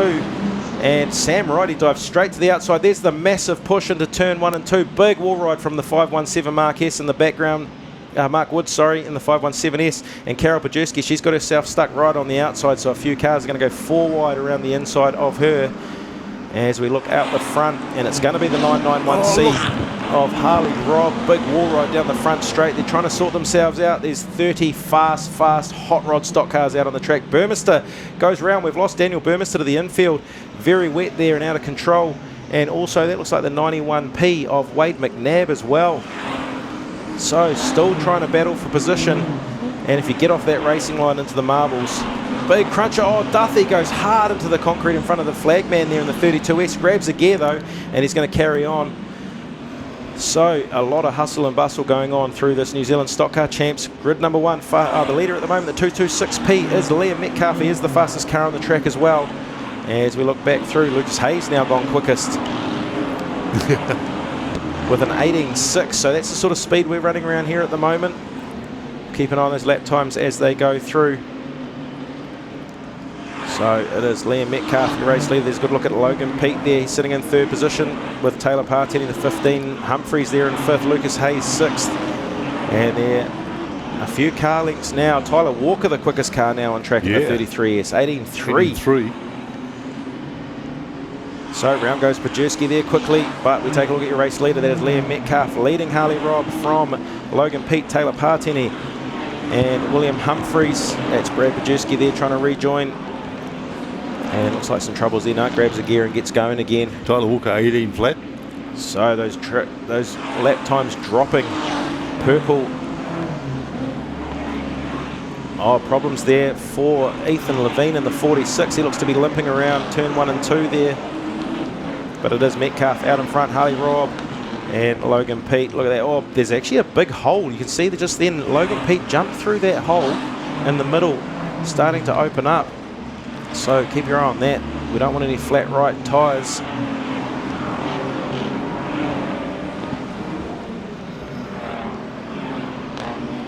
Taylor Partini there, there's that lump, so we'll hopefully try and get a good look at that at some stage. Sheldon Adapeti, there he is, the 9W.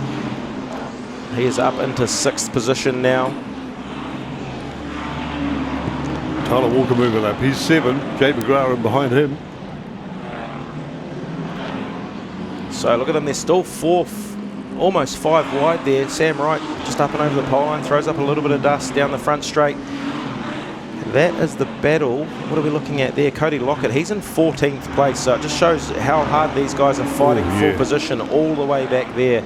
As we take a look now, a 3-wide battle. So Adapeti pushes his way past Taylor Partini just then, and he's going to now look to hunt down William Humphreys in the 94P.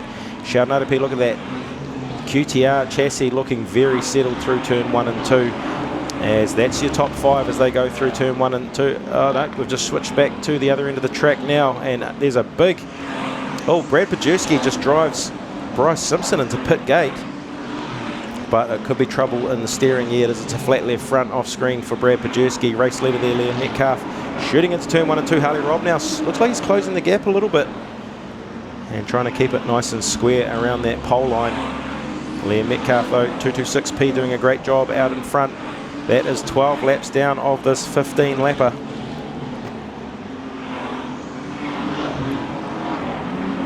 And Bradley Pajewski now going to become a back marker in the 6S. Is he going to do anything in heat 1 here? Flat left front tyre. He's going to move to the pole line and let these race leaders go around him. And Metcalf comes through. 13 laps down. He will collect the white flag this time by the 226P as he comes off turn number 4. Harley Robb now getting right up on the inside. This is 1 point. He's going to look straight up the inside here. Logan Pete's actually going to get a look up the inside as well of Metcalf. He does this. Oh, big problems here for Metcalf. He's going to have a flat right tyre. Oh no, that's heartbreak for the 226P. And Harley Robb, the 991C there, is going to come through and take the checkered flag. Can't even finish. For the first race. Wow, so that is absolute heartbreak for the 226P of Liam Metcalf. That will be taken down. You can see him right there and shot behind that checkered flag. He was 1 lap away from completing that race, and the right rear of that car, the wheel gate almost hanging on the ground. The 226P, he was after the perfect start. We'll take a look at the top 10. Harley Robb, the 991C from grid number 1, takes the win, and that's what you need to do at these championship meetings with your front grids. Logan Pete from grid 2, no moves there, the 8A. We go back to William Humphreys. He'll finish in 3rd in the 94P, and then Sheldon Adapeti. I'll check with the grids, but I think that's a big move for the 9W there. Massive moves for Sheldon Adapeti. Tyler Walker also on the 33S gets up into 5th place. We go to 6th place, 79P, Kyle Rowe. And then Keegan Levine in the 5W finish in 7th. 99V, Cody Lockett finishes in 8th. 9th place was Mark Woods, the 517S. And we go back to 10th place, that's Sam Wright. That's as they finish.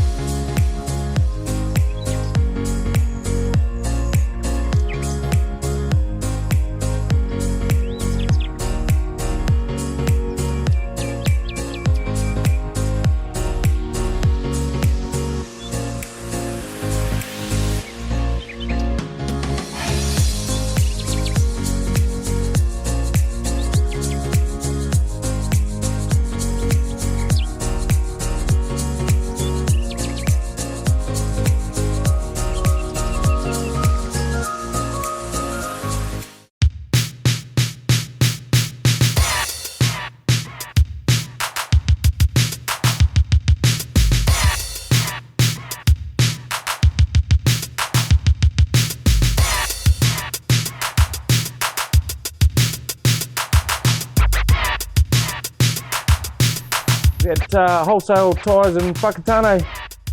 Need truck tyres? Wholesale Tyres. Good tyres, better prices, great people.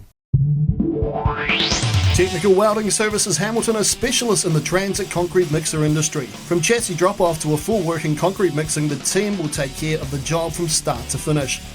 Full engineering services and general sheet metal work can also be undertaken.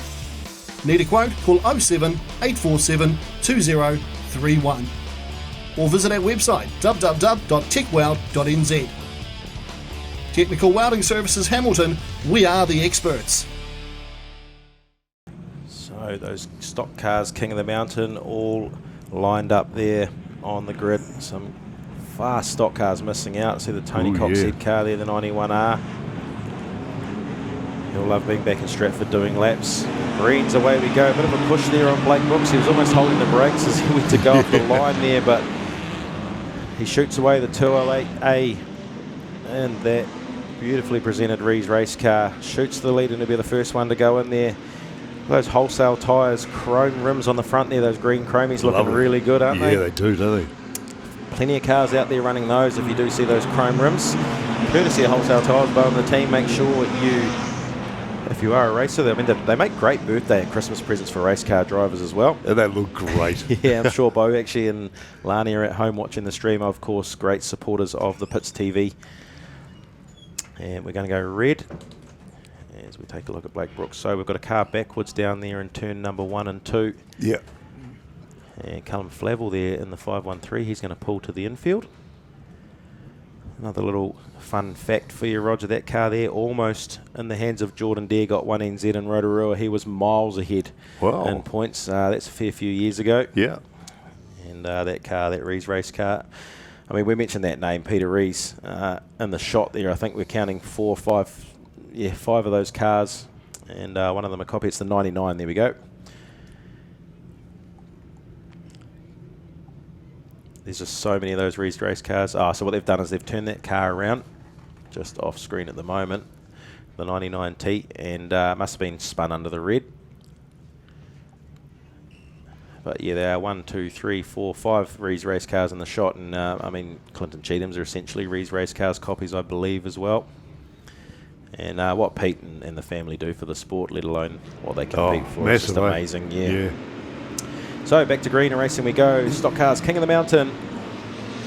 Jack Honeybone there, the 934T, visiting driver from Cromwell. Spends a lot of time travelling around the countryside. He's sitting there in 10th and looks to go up the inside of the 86. Bo McLeod out of Palmerston North there. Nice looking car with the fluoro pink on the side. Out in front, Ricky Paul, 11S. He's got a bit of a race lead there. A few car lengths as he shoots into turn 1 and 2. There's Brendan Ty, the 669 follows him in there. And go further back, they're sorting themselves out now. Tony McLaughlin, he's getting good run off turn 1 and 2 into 3 and 4. He's going to dive up the inside the 99W as the 21 of Parker gets upset as he goes through 3 and 4. It's going to be a drag race into 1 and 2. Cheatham, he's had problems in the 361, got himself going again amongst the race leaders. Lamp now takes a look up the inside of the 71 through 3 and 4.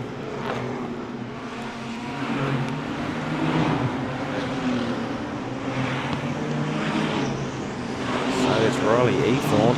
Scott Tennant now has a little dig at the 41B of Swifty. Sorry, that's Cameron Swift out of Hawke's Bay. There's 5 laps down of this 12 lapper. Quickest car on the track at the moment is Blake Brooks, your race leader. He's out in front of the 208A.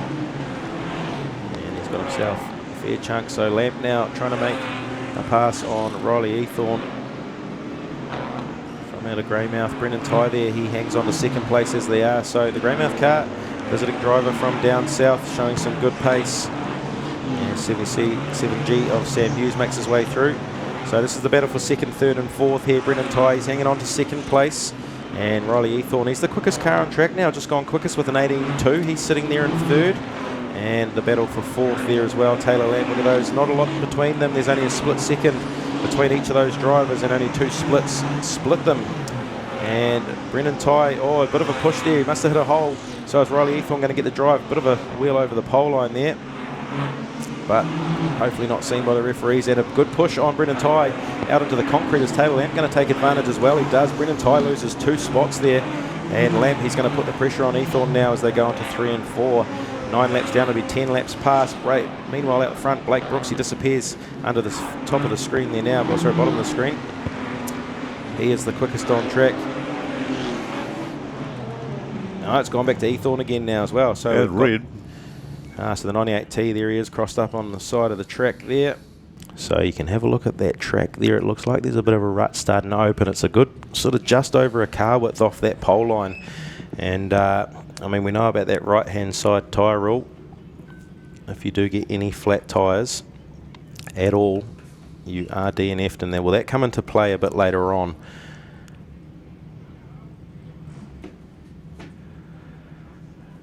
And of course, a massive shout out to everyone watching around the countryside and international.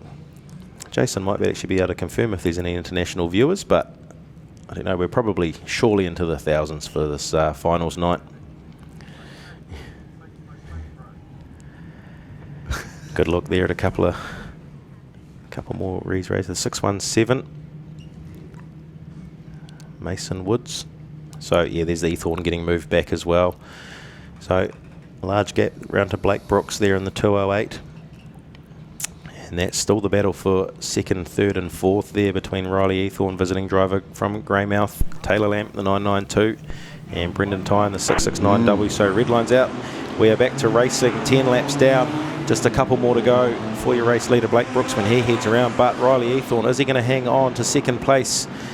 There he is, the race leader. Just a quick snippet of him as we go back to a pack further on. It's Clinton Cheatham, so he's had issues. He's actually running at the back. He's a back marker, which isn't something we say often about the 361H. Tim Parker in 5th place, so that's where we are, back to 5th, 6th and 7th, the 86, and McLaughlin there as well. So a handful of Rees race cars. The 77G there, Sam Hughes shoots to the front of that pack to grab himself 5th place. And it will be... Oh, so we're going to do 15 laps, is it? Sorry, Roger. Yeah, 15, mate. Yeah, my apologies. No I was worries. calling it a 12-lapper. Oh, so problems with the 77G there. You saw him, and the 71 as well. So Riley Ethorn. Oh, that's a pity. I do hope I'm saying that right. It's the first time I've actually commentated on the 71 GM. I'm sure someone can correct me on my cell phone. Thank you, Jace. So Ethorn, he was having a great battle up front. So white flag out this time, and the checkered flag drops for Blake Brooks. He's a long way ahead of the 992 of Taylor Lamp. And further back they sort themselves out, come through for the checkered flag. And Cameron Swift there, the 41B.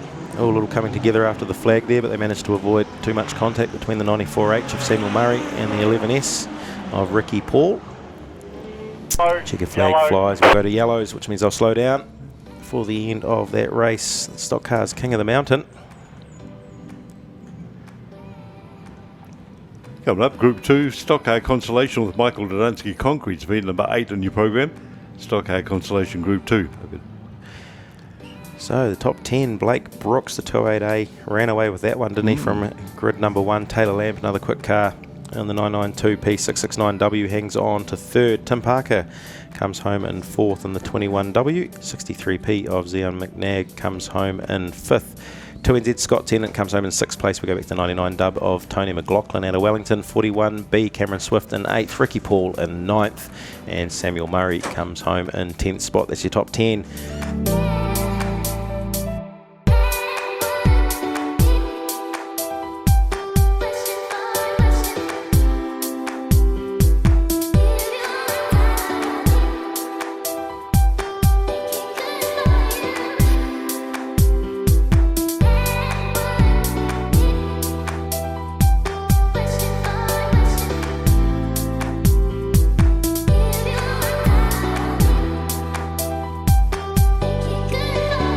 So in the meantime, we'll go down and catch up with Harley Robb, your race number 1 winner. Harley Robb, you've managed to catch your breath. That was an awesome 15 laps, but you didn't win. You weren't leading for the most part of it. Unfortunately, a punch with old mate down the way, but that's got to be good to pick up your points. Yeah, no, starting on the front, you've got to sort of stay there. Yeah, we dropped back a little bit. We're struggling. We've got a misfire off the car. It's dropping down to 5 cylinders. So the boys are just working hard on it now, trying to find what the issue is. And yeah, after losing that frost plug, it might have done something. I'm not too sure. So they're working hard on it now, trying to see what the issue is. And hopefully we'll be on all 6 cylinders for this next one.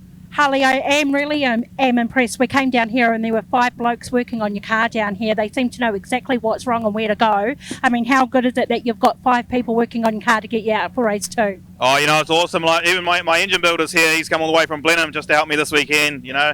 My brother and myself build these cars and he's over here helping, you know. So if we can find the issue, it'll be us 3 boys that'll find it. So it's good. Harley, we did see a lot of punches in that race. Actually, a lot of the races tonight. How are you going to combat making sure you don't get a puncher? Yeah, it's just all about driving safe, I think, out there. You know, 11 DNFs and that's nearly half the field. So it's just a matter of missing those big holes and keeping your car nice and straight and just avoiding them. Well, Tony did say there was a rush just starting to form now, so make sure you look out for that in race 2. But congratulations again, Harley. Yeah, no, awesome. Cheers. Cheers. So just waiting for the officials to sort themselves out towards the back of the grid there. You can see those high visors walking around at the very back, just making sure those grids are all gridded up. Yeah, all clean, yeah. Race number 10 on the menu tonight. It's Group 2 of the Consolation. So, yeah, we've probably obviously got a fair chunk of stock cars still out there, Roger. We've still got Tier 2, Tier 3 and a couple of groups of the Consolation. So, got a wheel spin from Stratford Speedway. Pace Ute, Shane Denham in the 37S. Gets the jump. And a lot of traction issues, and we've got James Marshall there in the 16H having problems with traction around the inside. Round goes Casey Cheatham. So what you'll find, one thing to mention, I guess, while watching, you know, you can see it's an evidently slower start to these guys. What's happened here is that the track prep crew, they would have gone out and put extra water on the surface. So being a consolation race, they're here having some fun. You know, there's not too much to race for as such as we go red. So chances of Karen talking about that. So what they've done is they've dumped a fair chunk of water onto that race surface. Right. And dare I say, I mean, I don't know a lot about track prep, but it's quite evident, I'm sure, that they're probably just trying to keep that surface in great condition for later on, you know. Later on. So unfortunately for these guys, they don't get the greatest surface, but that's what you get when you don't actually qualify for the top game. Yeah, that's how it works, yeah. Yep. So nonetheless, out there having some fun. And that's why it'll appear to be such a slower start and why these guys don't look as quick. If you're not familiar with lights are out. So lights are out, ready to go back to green. And away they go as the shadows slowly cast their way across Stratford Speedway. You can see that only the far side of the track has remaining sun on it. And round goes Casey Cheatham again. He's not having a good night in the 97H, is he? Spins to the infield.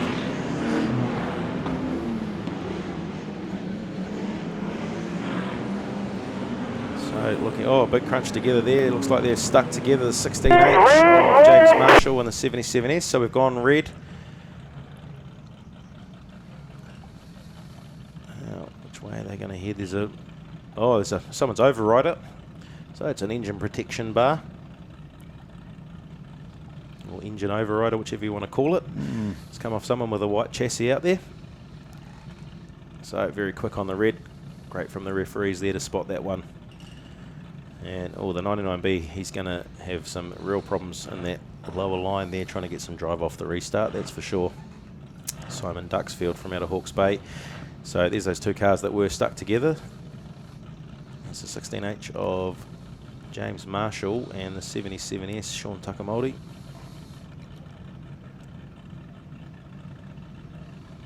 Another visiting driver there in the foreground, the 417 GM, making his way up from Greymouth.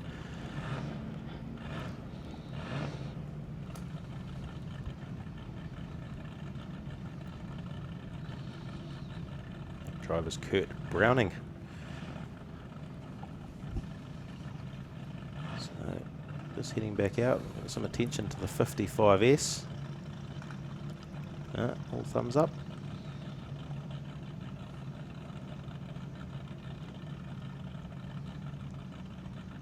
Thumbs up from the 99B as well. So one of these Munchies Motorsport cars out there, the 55S. Brilliantly presented cars, aren't they, Roger? They certainly are. Yep. Very, very nice. All three of them. So that's Caleb in the 55. Of course, if you are here at Hang the on, track, guys, lights are out, lights are out. want to grab a bite to eat, make sure you see the Munchies team. As the lights go up, we go back to green and we're racing away again. 27S there. Ryan Nolly from out of Stratford. Oh, big cruncher down here in front of us. We felt that one. Sure, that earthquake. But we take a look further forward. Casey Cheatham now trying to get some laps in. And the 888H, sorry, A of Johnny Short puts the bumper and grabs a wheelgate. Someone missed that car. There is Casey Cheatham in the brand new race car for him this season. Chester's built by his brother Clinton. And the 97H, they stand out. And that's another look at one of those warehouse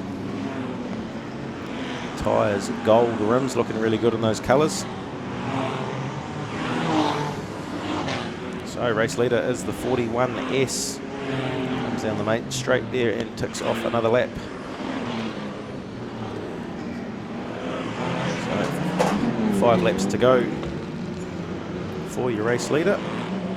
And Caleb Coxon in 55 doing some damage out there. He's blocking and hitting, and he thinks it's a team race almost. Having some fun there. He picks up Brady Dever on the 691 and spins him around as they come off. Brady manages to grab the throttle and stay on the pace though. Quickest car in on trap is the 97H of Casey Cheatham. You see it pop up there in the left hand, bottom right hand corner, sorry. Haley James just goes quicker in the 18V. Caleb's at it again. So he's having some fun out there in the 55. He's loving it. Yeah, throws the bumper into the side of, is that the 98? Yeah. So a big bunch of cars in behind the 55 of Caleb Coxhead. Makes you wonder if there's any steerers money up for that group actually. I think there might be actually. A rumour. That's what we want to hear. So there's that denim car, the 37S, looking nice and settled through turn 1 and 2. Yeah, Caleb Coxhead, look at him in there again. He's picked up someone. He's got the 888 of Johnny Short out of Auckland on his bumper. And the race leader as well, the 41S. Just need to catch the, white flag's gonna drop there. Caleb Coxhead's caused all sorts of problems. Haley James goes hard into the side of Denham there as well. Denham runs it right around the wall. He's going to shoot off to the side of the screen there in the 37 and gets away with that one. Wow.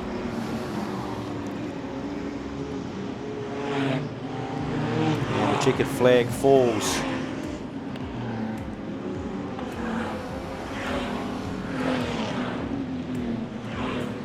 So that's Stockcar Consolation's heat number 2. The 41S takes the checkered flag. Just trying to catch the name of that. I don't have that on the live laps in front of me and I do apologise.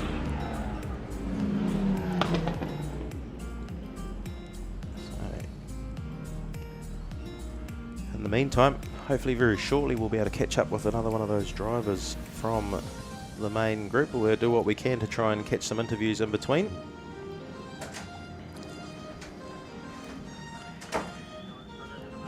So yeah, but apologies once again to the 41S, unfamiliar with the local drivers. Brad McGee there in the 96W, he'll come home in second. Third place will be Anton Schrerer in the 987S. Ada McPherson, after some engine problems last night, will come home in fourth in the 449K. Justin White, 94B, in fifth.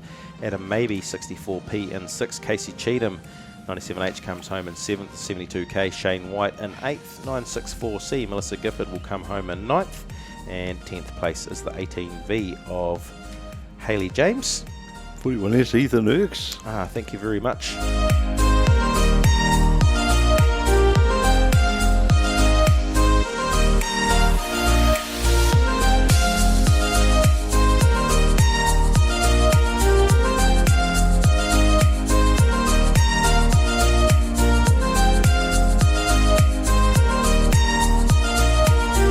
There it is, the upside down car. So here, quick shot at that while I'm talking about something that's not on the screen, but we'll shoot to the pits with Sparky. He's got someone down there for a chat. So it's the 226 of Metcalf. He had some heartbreak. Yeah, Sparky down here in the pits. One of the qualifiers, 22S, Liam Metcalf, mate. Pretty guttering. Yeah, pretty gutted. Yeah, it was a good race. They managed to hold off Harley for a few laps, and yeah, just got the rut and blew the right rear. Yeah, 2 laps from home, mate. The DT Superstock tyre didn't want to hold on for much longer, mate. You're back out for the next one, bro? Yep, got the boys changing the tube over, so we'll chuck it back on the car and we'll be back out. Yeah, mate, I was impressed with that. It was one of the fastest tyre changes I've ever seen down here in the pits, boy. Yeah, lucky I got a good crew. Yeah, I got to thank the old man, Zach, and all the other boys that are there. And All right, good luck for the rest of the night, bro. I'll pan over here to the 46W Ethan Levine. What's happened, buddy? So basically, this is a tri-rail bottom arm right here. This connects the front wheel, the chassis, and the shock together, and we've done a mischief and we've snapped her in the first turn. So yeah, definitely not how we wanted to start our New Zealand champs, but that's what it is. Yeah, mate, you'll be out there for the next heat, mate? Yeah, I will definitely be out there for the next heat. Maybe cause a bit of mischief myself. That's what we like to hear. Good luck for the rest of the night, mate. Sweet, cheers, bro.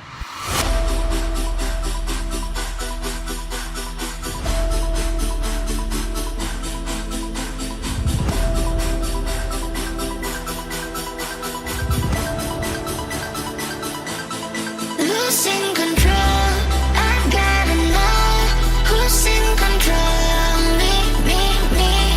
Losing control, I'm gonna explode. Can you bring it back to me? Give it back to me, oh please. It's the only thing I need. I can deal with this, oh please. It's making me feel so weak.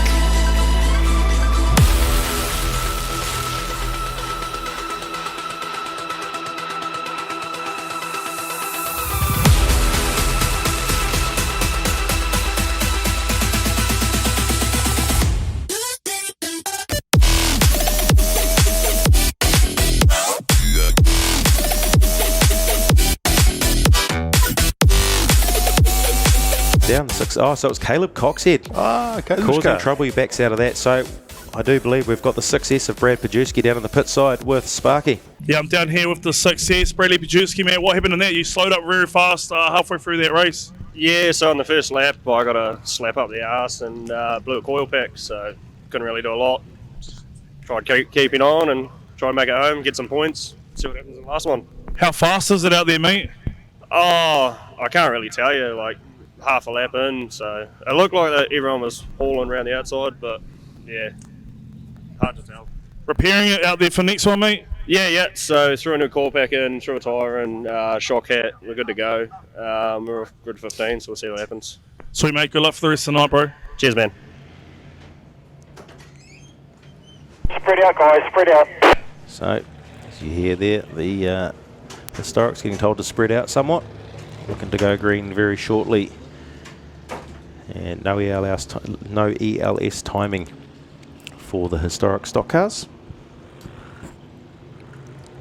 We're green, guys, we're green. And with my lack of knowledge and of drivers and bits and pieces about this class, I'm actually really hoping that Paul Ehrlich is going to call through that door very shortly, but it's not looking likely. We go green, and Eddie Hawkins is that 6W car flying into turn 1 and 2, very greasy. Up the wall goes the 6P, and we get to take in the sights and sounds of these beautiful historic stock cars. And I mean, a lot of time and effort goes into the restoration of these cars, I'm sure. But going back even further, when tracks used to have drums around them, years and years ago, drums around, and they used old Ford V8 bodies and stuff like that, and they used to bounce all over the drums and things. It was amazing. Yeah, well, I mean, that's the advancement. There's probably a good shot there. The 36A car has what appears to be a fiberglass body versus the one next to it's a steel body, isn't it? Because, I mean, they used to chop the bodies up and just slot them onto chassis, yeah. And then you talk about those drums, Roger, is that I remember some early, I certainly wasn't there at TW's Paradise Valley Speedway, but early in the day there was drums, see photos of them lining the inside. I mean, that's probably a good way to stop people cutting the pole line these days, but they probably call it a health and safety issue.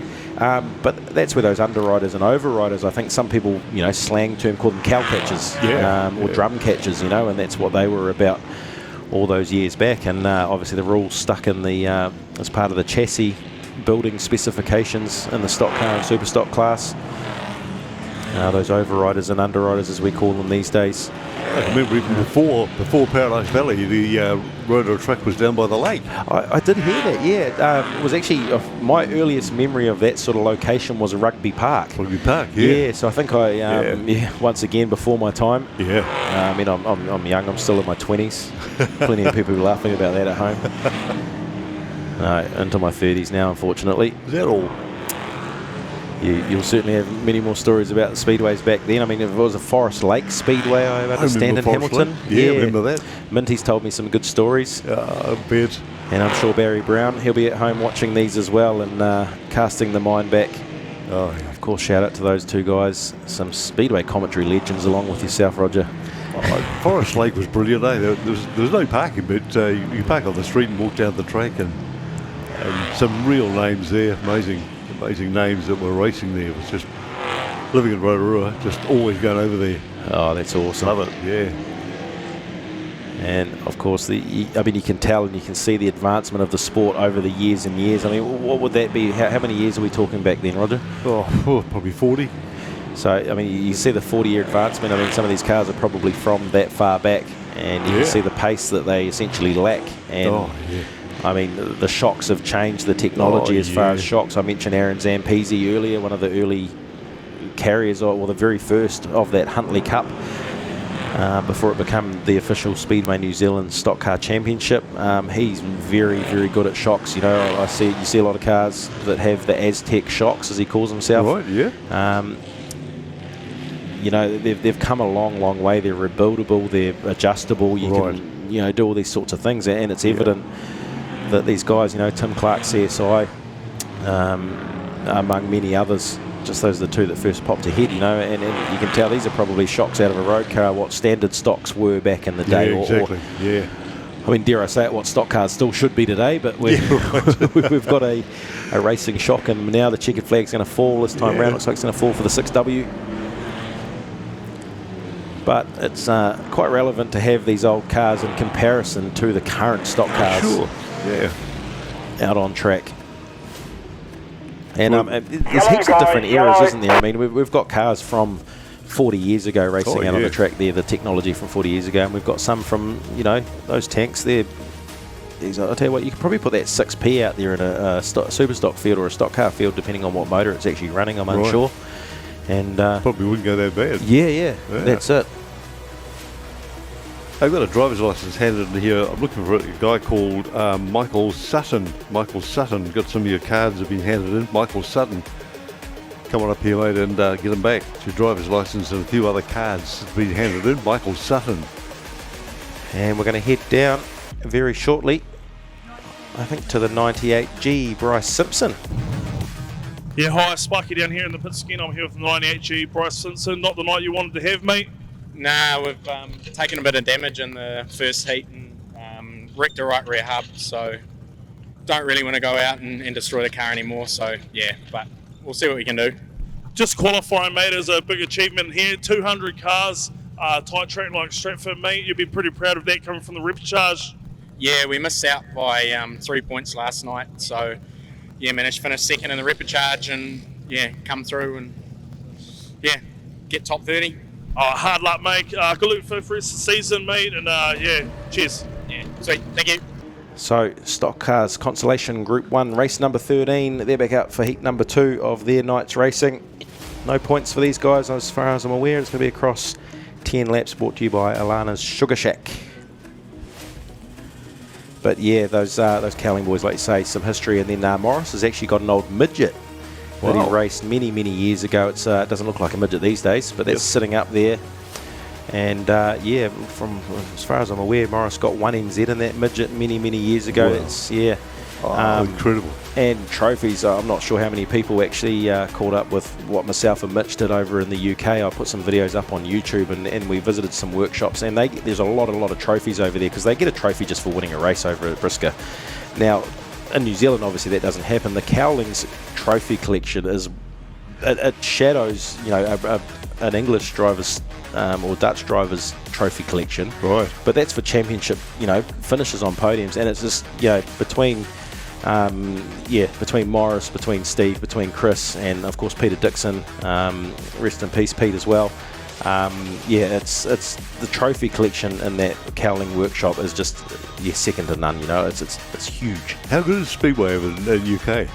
Well, it's very different. I mean, that's a whole nother conversation, Roger. It was great to go over. I experienced a lot over there. Absolutely fantastic trip. I'm looking forward to going back. I don't know when. I'd love to. Definitely maybe next year, potentially the year after. We had a great time. So if you do want to catch up on that, there's a YouTube channel out there. Search some UK stock car stuff, Mitch Vickery, you'll find that. But it is stock cars out on track, back to the action. And the 39P tank of Graham Munn from Palmerston North will shoot to the race lead, and around goes. That is the 12S tank of Zach Reed, and he's done a 360. He's going to grab a gear, away they go. Casey Cheatham, he was out there only a couple of races ago, so he's managed to get himself into another Consolation race. What do I think you'll find there? He's probably heard Consolation to the dummy grid now. Oh, Dale Robertson, he's got a lot of shape on this greasy track, and up, big wall ride there. It looks like the Whitaker car further back. It is the 66P. And Rebecca Barr there. Take a look. So all sorts of cars all over the place. And we've got a car, that's all out of shape. We will see it come into shot in front of the grandstand there very shortly. There it is, as we go red. Flat tire. Yeah. So the 888 of Johnny Shaw out of Auckland. He's got a flat right front. And looking at the damage there. So 888 to the infield. At the window, he's getting told to get to the infield, but he's got more damage than just flat tyres, I believe, looking at that. Oh no, it's just the tyre all out of shape, and he managed to get there. So race leader is the 225P of Brandon Taylor on the live laps, but looking at that shot there as they come through the checkered flag, the flag count box, it's the 19V. Green. And Bex Bar there gets good drive off the restart. Look at that there. So Michael Mooney here's in the lead at the moment in the 19V, and Rebecca Barr is going to get big push for Mooney as well, coming off turn number 1 and 2. So Bex Barr in the 134, she's got that car hooked up. Will throw it into turn 3 and 4 in the race lead. And you can see the cars getting unsettled as they enter turn 3 and 4 there as well.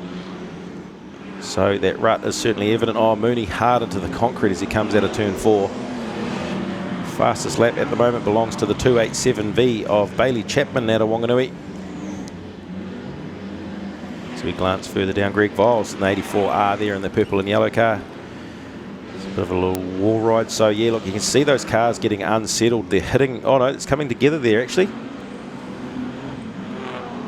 But as they go into that turn 3, they're hitting that rut, and they're certainly bouncing up. So back to the race leaders. No, that's a little further back. That's a battle for, we've got Greg Viles in the 84R, the 225 as well of Braden Taylor. So Greg's sitting in second, and we've got Brent Rowe in the 76H in third, but he's dropped back to fourth now as Taylor sits in second. So the track's slowly drying out. Greg Viles there, bit of a push. He's trying to get that car turned into turn 3 and 4. Looking much better through that corner as the 225. Round goes the 77 and the 466. So 466 is James Galpin, and Grant Jury is the 77H. Back to your race leader though, Rebecca Barr there, the 134, looking pretty good. Dale Robertson, problems there, coming back off the infield, and he'll rejoin as a back marker, running an ineffective third place behind Greg Viles. So Greg Viles, the 84R, showing some good pace in the old Westbury chassis out of Rotorua. Can he hold off Dale Robertson? Even though he's a back marker, it won't be full position. And that Linton Hartley powered stock car.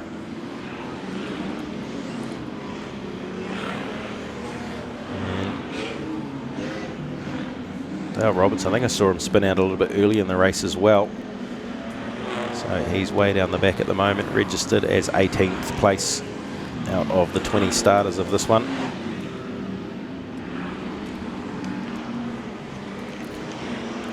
Race leader once again, Rebecca Barr, the 134, looking pretty settled as she goes round turn 1 and 2 for the final time. The white flag is out. This is her last lap. Chapman hard into the side of a yellow car down there. Can't catch the number on that one. It's the 60-something. Rebecca Barr, there she is, comes through to pick up the checkered flag in the 134P car. And Casey Cheatham is going to hook reverse and try and get across that ELS. Casey trying to get some laps together. Yeah, dare I say the Cheatham car. He's just heard Consolation to the dummy grid, thinking, "Hang on a minute, I wasn't out there too long ago," and then just gone out there. Yellow. There's actually 2 Consolation groups. So running through the top 10 there, they're up on screen now. 134P. Rebecca Barr picks up the race win. Greg Viles hangs on to second in 84R. We go back to the 76H of Brent Rowe. 225P. Braden Taylor picks up 4th. We go to Michael Mooney in 5th in the 19B. 39P. Graham Munn picks up 6th place. Chloe Ingram in the tank comes home in 7th in 31S. 71B. Jason Poynton in 8th. 9th place belongs to the 49S of Ben Bennett. And 10th place is the 54S of Tony Millam. That's how they finish top 10. Rebecca Barr there with the fastest lap time of the race, 19.2. So, I mean, Tyler Walker, someone else was running 18 flats in that heat. So it just goes to show, going back to that track prep, they're just trying to keep the moisture in the track for that main game, mostly. A couple of missing names there as we look through the other top 20. The other half of the top 20.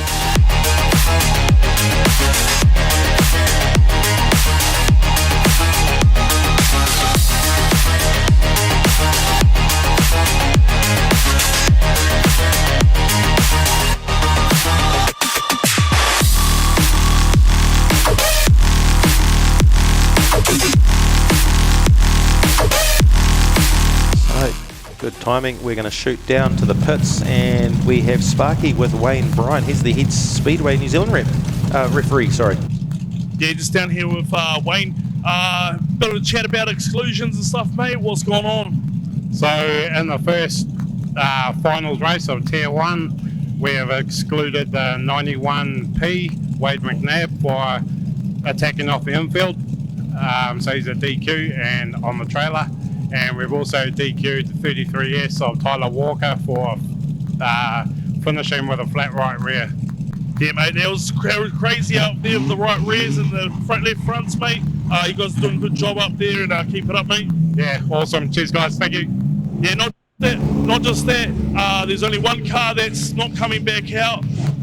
There's a lot of right flat front tyres, a lot of right rear flat tyres. So this next heat is going to be pinnacle. Pump those tyres up, get across the line. Track surface down there certainly had some water poured on it for this group. It is the Tier 3 champs. Tyler Walker, there he is, lined up on the dummy grid. A great shot. Look at that camera shot there, and the concentration in the eyes. I was going to say barely blinking, but just as I was about to say it, he actually blinked. So a few missing spots on the grid. Yeah, there is. For this Tier 3 champs. Brad Philpott, the 24H, they've got a bit of work to do if they want to be at the pointy end of this race further down. So the Stratford Speedway pace car wheel spins its way off the track, the green flag comes up, and away we go for the 5-star liquor. Heat number 2 of Tier 3. And Kayla Mooney there in the 26 throws it sideways around the high line to try and get his way out. Big bumper work going in from a few of these cars further back. And Kayla Mooney is going to squeeze up the inside of his clubmate Gosney. Being quick all weekend, picked up, well, what I would call 2 race wins last night in qualifying, but unluckily one of those stripped off him for that flat right tyre rule that we just talked about. And a big coming together there. It's Azaria Simpson getting pushed to the infield by Brad Philpott as well, getting caught up in that. So, red light's called. And a bit of a traffic jam there. Lexi Levine in the middle of that in the 4W. Les Hepworth, the 22R.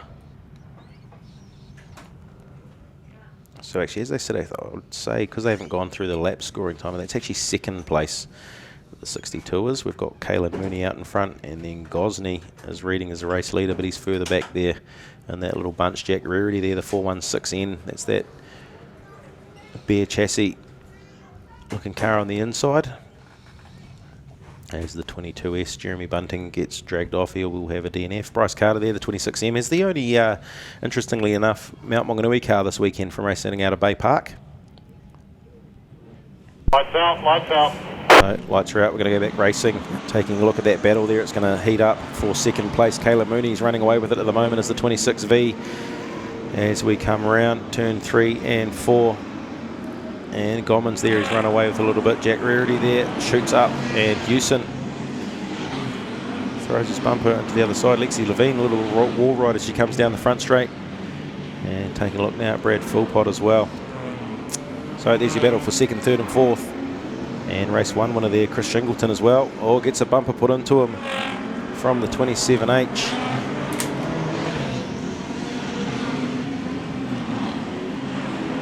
So that's a long way back in the battlefield at the moment. Brett Aiken showing some good pace. He was here Boxing Day and took a race 1. And Caelan Mooney, there's your fastest car on track. So your battle now heating up further back. Chris Shingleton, he's poked himself up into 6th place now and trying to put the pressure on the 74 GM of Dave Hewson, 29, now looking up the inside as well of Shingleton. So some good battles throughout the field. The 29, that's a local car, Stratford car, Ben Wilson, and gets a big push going into turn 1 and 2. He's going to find himself in the marbles, and what's going to happen there is Shingleton's going to shoot up the inside, and great drive off turn 1 and 2 as well. Is that the 23S car? He's race leader Caelan Mooney in the 26V as we go red. So that's Scott Fredrickson stalled up down there in the 8R. So Scott, we go back to what we were saying a little bit earlier, Roger. That was one of the very first injected stock cars in the country. Oh yeah, I mentioned that. So a long way back, they started a trial. Geez, I want to throw a year at that. It was, Trent Stewart might be able to help me here. 2022 maybe. Sorry, 2002, around that time. So that was a Holden powered injected stock car. Now, this is a long time before the current rule that's just come in only a couple of seasons ago. And Terry O'Connor evidently built the first Falcon variant of the injected, and that was for Mark Costello.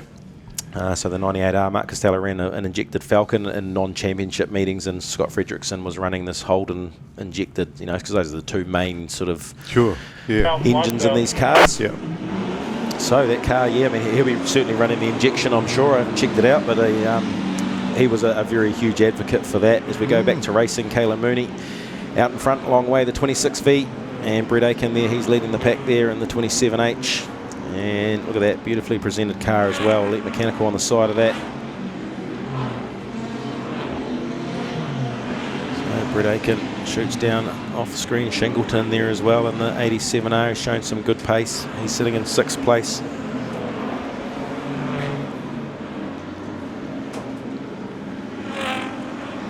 So there's the 29S of Ben Wilson there as well. He's throwing his nose up in the mix.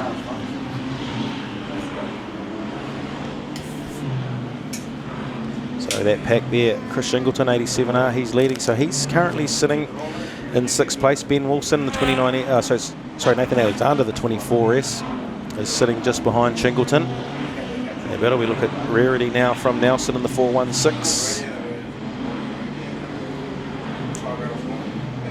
And Shingleton there, getting some good screen time, the 87R. We go back to our race leader now, making Lexi Levine a back marker. And big driving hit from Bryce Carter there on Lexi Levine in the 4W, so not sure what's going on there. Brock Gommans then puts the bumper into the back of the 26M, and he attacks her again, so throws her hard into the concrete. She's going to go up and wall ride along the front straight, puts the foot down, see the spray of dirt go up, and comes off the wall as the white flag has dropped for your race leader, Caelan Mooney, meantime in the background there. And now Azaria Simpson puts the bumper hard into Shingleton to make the pass on him. So the 82A, Azaria Simpson, showing she can foot it out there with the boys as the checkered flag does drop. Caelan Mooney in the 26V car picks up the race win for heat number 2 of the Tier 3 Championships. And Bryce Carter and Lexi Levine still going at it there, the 26M and the 4W. As they come through to the checkered flag, they want to keep eyes up and make sure there's no contact after the flag. Yellow. And that's how they'll wind up. So a bit of smoke coming off the row car there, 67H.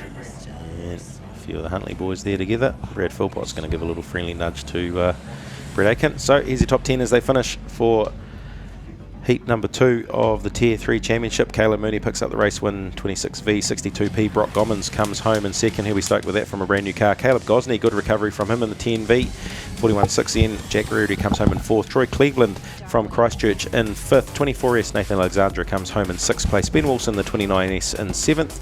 Brad Philpott, 24H, comes home in 8th. And 9th place goes to 74GM of Dave Hewson Jr. Rounding out your top 6 is the 67H of Michael Rowe. Dark Wave.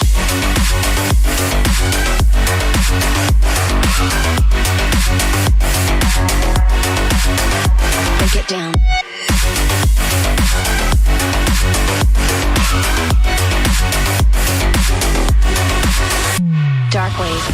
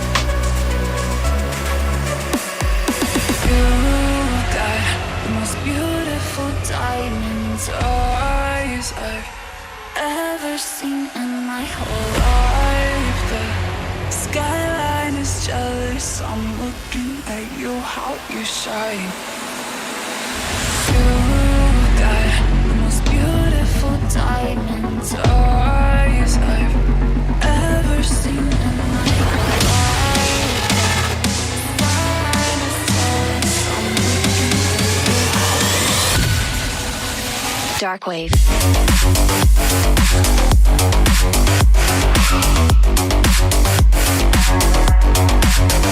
Break it down.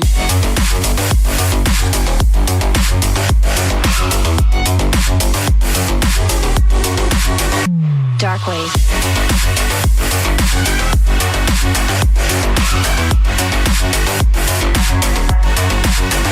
Break it down.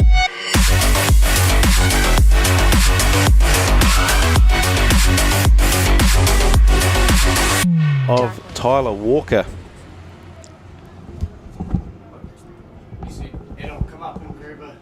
Now, I'm not too sure. Hang on a minute. We've got, yeah, there we go. It's up on the screen. Thank you very much, Dee.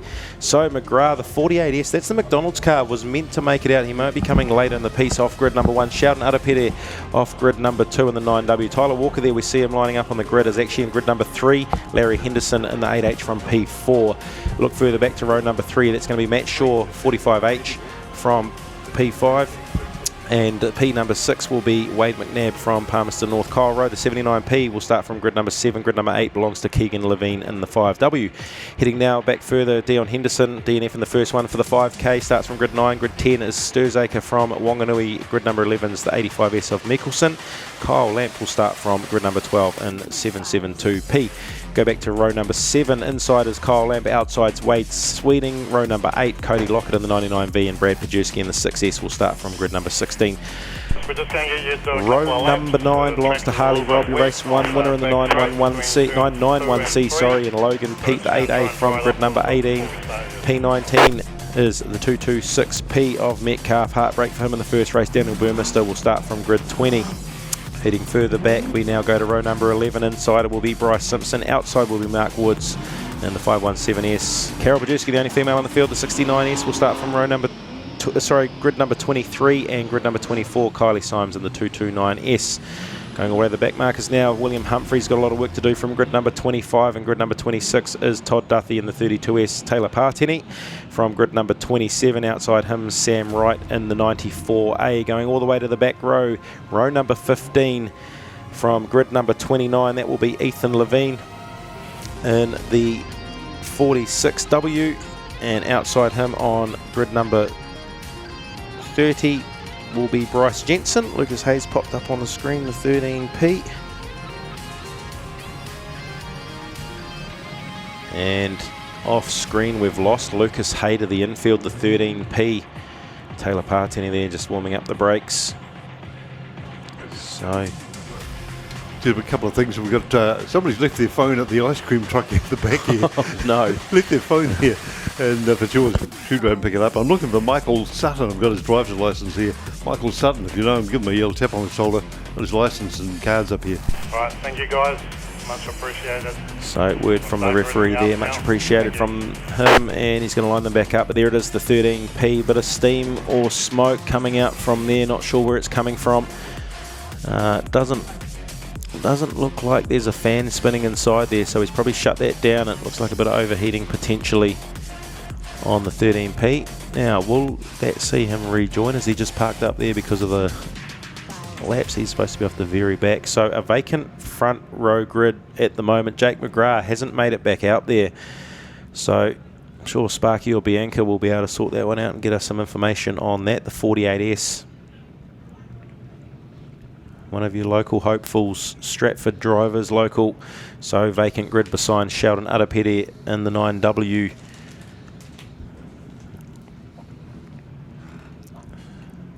Tyler Walker, he'll be a man on a mission this race. Will he what? Gee. It's cruel blow for him. Yeah, that's it.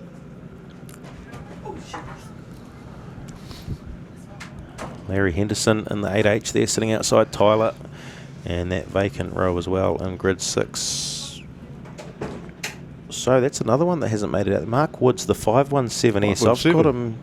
Sorry, no, grid 6. Oh, that's the Wade McNabb car. Sorry, I was looking at the Heat 1 grids. Oh, yeah. So, yeah, Wade McNabb, the 91P, of course, excluded from the meeting on the trailer. That's that vacant grid outside Matthew Shaw in the 45. So, the grid staff are happy they've pulled off. That's Stratford Speedway pace ute about to pull off the track as well. Not so much wheel spin on the track, so it shows that the surface is ready to go for them, nice and sticky. That's what they want. Sheldon Adapede, the green flag drops, and Tyler Walker. Look at the drive from that Rees race car up the inside from grid number 3 into the first corner. A bit of a push further back. Harley Robb, that's his fluoro number out by the wall. He's very lucky to not get squeezed up there. Your Heat 1 winner further back in the field. Are they going to sort themselves out? As Logan Pete just ever so tentatively staying behind. A little bit of a water ride, a couple of cars there. Larry Henderson and Daniel Burmester throwing their right fronts up of the wall. Henderson now a bit of a push up there. Levine, they're stuck together. He's throwing them up, and Henderson pulls down in front and gets hard hit by, it looks like Ethan further back down now. Oh, we've got 3 cars round on the front straight there. That was Sam Wright, as well as Wade Sweeting's got big trouble in the background, but out front we're taking a look at these guys sorting themselves out. So they're going to go red. So Sam Wright parked in a pretty precarious position there on the track. Can't get that thing restarted, and it looks like a flat outside front for the 94A off screen as well. Big disappointment. Oh, Harley Robb, your race 1 winner. Look at that, ladies and gentlemen. A flat right rear to the infield goes the 991C. Wow. And as I was about to say, one of my favourites leading into this finals field as well, Wade Sweeting. He is also off screen, made his way to the infield, so he's got big front end damage. So your race leader as they sit, Tyler Walker down there, sitting on the entry while he's halfway through turn number 3. And Sheldon Adapede. Lights out. Lights go out. We're looking to go back green, and that was a nice quick change there as well. So that rut you can see there, Tyler Walker's cars get a little unset on the restart. Dion Henderson there trying to push his way forward as well. DNF for him in the first race.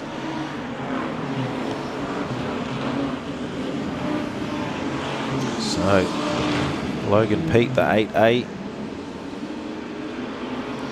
shoots up the inside of Henderson there a little further back. That is in a battle about 7th or 8th position there. Logan Pete sitting in 9th.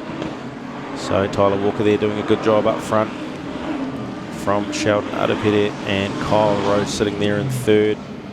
4th at the top of the screen, Matthew Shaw showing good pace. Sturzaka 15B sits there as well. We go to Cody Lockett. That was your big race mover in heat number 1. So Lockett. Oh, there's a roll over at turn 3, coming out of turn 3 right over. Oh, well, so there it is. We caught the very end of that. Pajerski, that's Carol Pajerski, the 69S upside down at the moment. We'll shoot and have a look at the leaders for the time being, make sure Carol is all okay in that incident. But as they sit, Tyler Walker there sitting in just the right centre of the screen at the entry to pit gate. That's a lap car in front of him, and there's the 226P on the screen there. You can see tied up with Pajerski. So the officials, you can see some movement in the cockpit. That's good news. So removing all her safety gear and bits and pieces, and here we go, we've caught it here, the pits TV.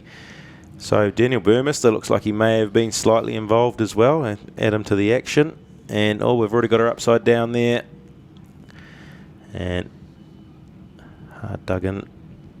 So that's Bryce Simpson sitting there in the, sorry, not Bryce Simpson, Bryce Jensen, the 9S, and this 172P of Daniel Burmester. Now they're sitting in 14th and 15th on the track currently. Couple of hot rods there for sure. thumbs up as the pace ute goes round and checks on all of them. But of course, what that means for Cody Lockett is that he still hasn't had his front grid start. He's going to have a grid 3 restart about to go underway. And Tyler Walker gets the drive, and you can see there Cody Lockett he is going to shoot up the inside of his teammate or clubmate, the 15V. So big mover, Cody Lockett, 99V. Keep your eyes on him, ladies and gentlemen, as he, geez, don't want to say it, almost puts one hand on the trophy at this stage. But also, speaking of that, you've got Sheldon Udderpetty at the front of that pack as they exit and chase down Tyler Walker from turn number 2. And Lockett now looks to make another move, this time up the inside of the 45H of Matt Shaw. So Lockett, he's ticking off these passes. He's gaining points as this race goes through. 99V, speaking of him, he's still got his grid 3 start in the final heat as well. He's chasing down Sheldon Udderpetty in the 9W, setting themselves up for a great championship final as well. Tyler Walker ticks off another lap in the 33S. Sheldon Udderpetty now goes quickest on track, 18.39 for Sheldon Udderpetty. As I say that, Ethan Levine with an angry drive in the 46W further back goes quickest. So Sturzaker now puts the side rail to the side of Matthew Shaw. Matthew Shaw getting stuck out in the marbles there through 3 and 4. And he's looking to lose a place to the 85S of Mikkelsen as well. So good, hard, fast racing here. Matt Shaw in the 45. He needs to try and get back down to that low line. He's losing spots, running that high line through these turns. As he does that, shoots it up the inside and car gets very unsettled. Logan Pete's now going to put the attack on the 45H. So all sorts of pressure on the back of Matt Shaw on the 45 as Logan Pete. Here comes William Humphreys now in the 94 into the action. He's up into 9th place. Now William Humphreys started from grid number 24. Big moves for him in the 94P. We take a look back at the race leaders now. He puts a lap on Duthie, does the 33S, and Sheldon Udderpetty now the car in between those two. And the 9W running a really good race from grid number 2 is Sheldon after a really good first heat as well, the 9 dub. And we're looking at Taylor Partini now getting caught up as the race leader looks to make him a back marker. They come through. It is 12 laps down of this 15 lapper, slowly ticking off the laps. Further back now, Daniel Burmeister, he's sitting back in 17th place, so problems for Burmeister, saying he's a lap down, and it must be some tangle there. Larry Henderson as well. So Tyler Walker, he's at the back of this 4-car pack here at the front, looking to put a lap on these guys. Taylor Partini, I mean, he's part of the Munchies crew as well. We'll probably let him pass. The white flag is going to fall this time for Tyler Walker, the 33S. One more lap to go for your local X1NZ, X2NZ driver. He's in that Rees race car now. And Burmeister, ooh, he's having all sorts of problems. He's lost a right rear shock by the looks of that, actually. That car's having all sorts of right-hand rear handling problems as Tyler Walker, he'll come through to grab that checkered flag in the Dairy Master Racing 33S machine. Munchies Motorsport as well on the side of that one.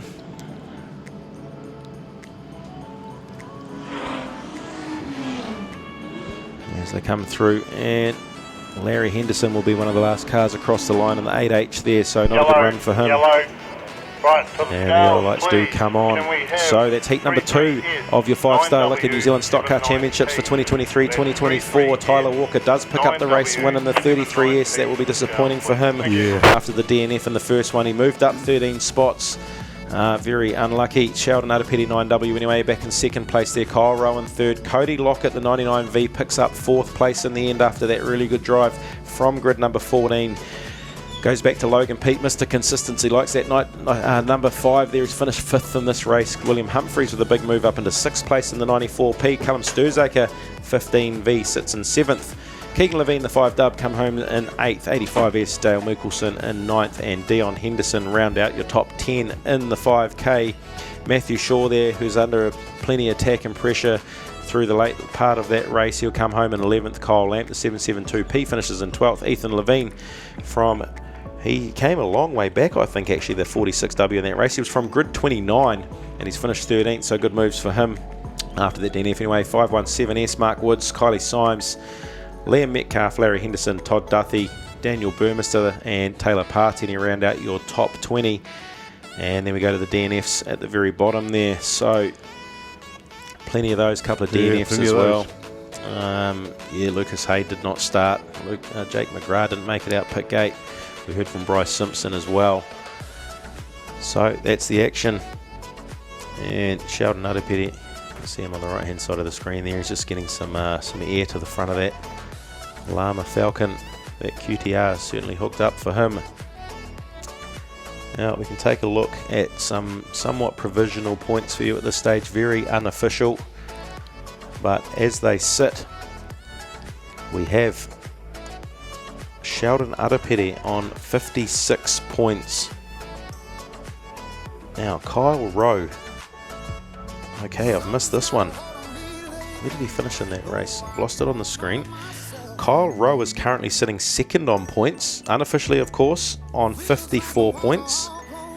And then Logan Pete on third with 52 points. Then we go to a two-way tie between William Humphreys, the 94P, and the 99V. So William Humphreys and Cody Lockett both on 49 points. And then we go back to Keegan Levine and Callum Sturzacre, the 5W and the 15V, both tied on 45 points. They are 11 points back currently on Sheldon Udapeti, the 9W.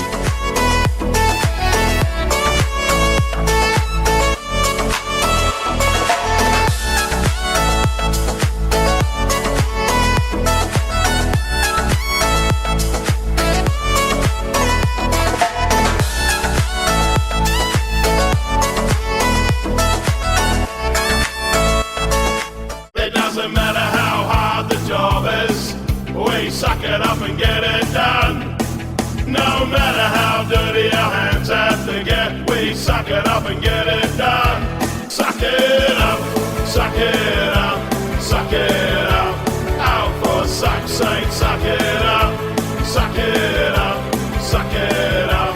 Out for suck's sake, suck it up. Suck it up and get it done with suckitup.co.nz.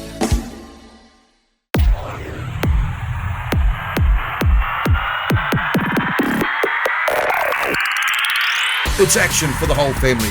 With 23 tracks around New Zealand, there is no better way to spend your weekends than at a Speedway New Zealand track. Here they come to the start-finish line again.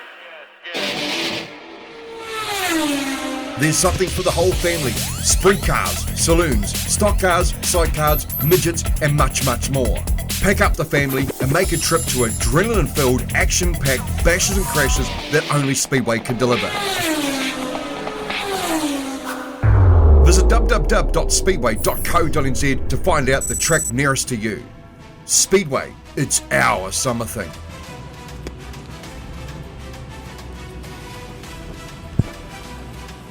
So some good hard fast racing coming up for tier number 2. Stockcar's King of the Mountain. And the sun is slowly setting here. Certainly shade throwing over the lights starting to slowly come into effect here at Stratford Speedway. We've lost the mountain in the background, or is that a little to the left? I can't remember. So plenty of gaps it is. Revs come up, the green flag also comes up, and away they go. You can see that little flag man down there. Look at that green flag waving. That's awesome to see. Sam Murray, he will take the lead into heat number 1. Turn number 1. And a bit of a wall ride there for Cheatham. Comes out of it though and flies down the back straight and throws it hard. And that's Zane Pullen by the look in the 91B, throwing it into the side as well. And they'll sort themselves out 3 wide through turn number 1. We've got a car around backwards and up the wall goes. Is that the 77G of Sam Hughes? Red. At first glance it is. The 77G taken to the wall by the 99T. So very sideways that car. There he is, Sam Hughes, walking across the infield. Look at that safety gear. So as you can see, the Hans device hanging off the bottom of the helmet. Now, a neck brace of some form is compulsory in the sport now. And, I mean, it's great to see crashes and the action is what we want to see. The drivers not so much when it causes damage and costs money, but the safety gear doing its job. And that's what we like to see, is someone jump out of a car like that after an incident like that and walk away from it all. This is, of course, race number 2 of the Stock Cars King of the Mountain, tier number 2.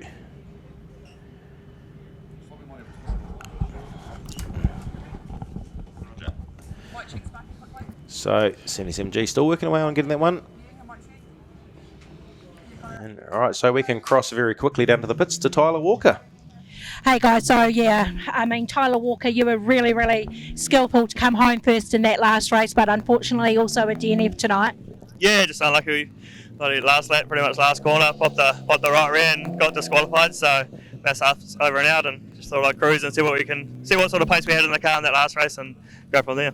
You definitely had the pace, but now I guess you have a mind shift from chasing the podium to maybe helping a couple of friends out. Yeah, well, it's the whole reason why you want to make a final is either you want to try and win it or you want to try and make a difference in the final. So we'll be out there trying to help some friends.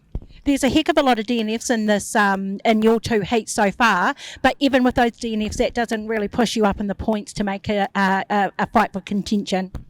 Yeah, well, yeah, it's sort of probably thanks to Speedway New Zealand for bringing in the tyre rule and instant disqualification. There's probably, I don't even know, there'd probably be a good 50, 60 cars that are not being able to or allowed to finish a race really, even just cruise the pole. So it's sort of, I don't know, to me it sort of spoils the championship a lot, but it is what it is, so yeah. Hey Tyler, look, I mean, have fun in the last race, that's all I've got to say. We're all gutted for you. Yeah, I definitely will. Awesome.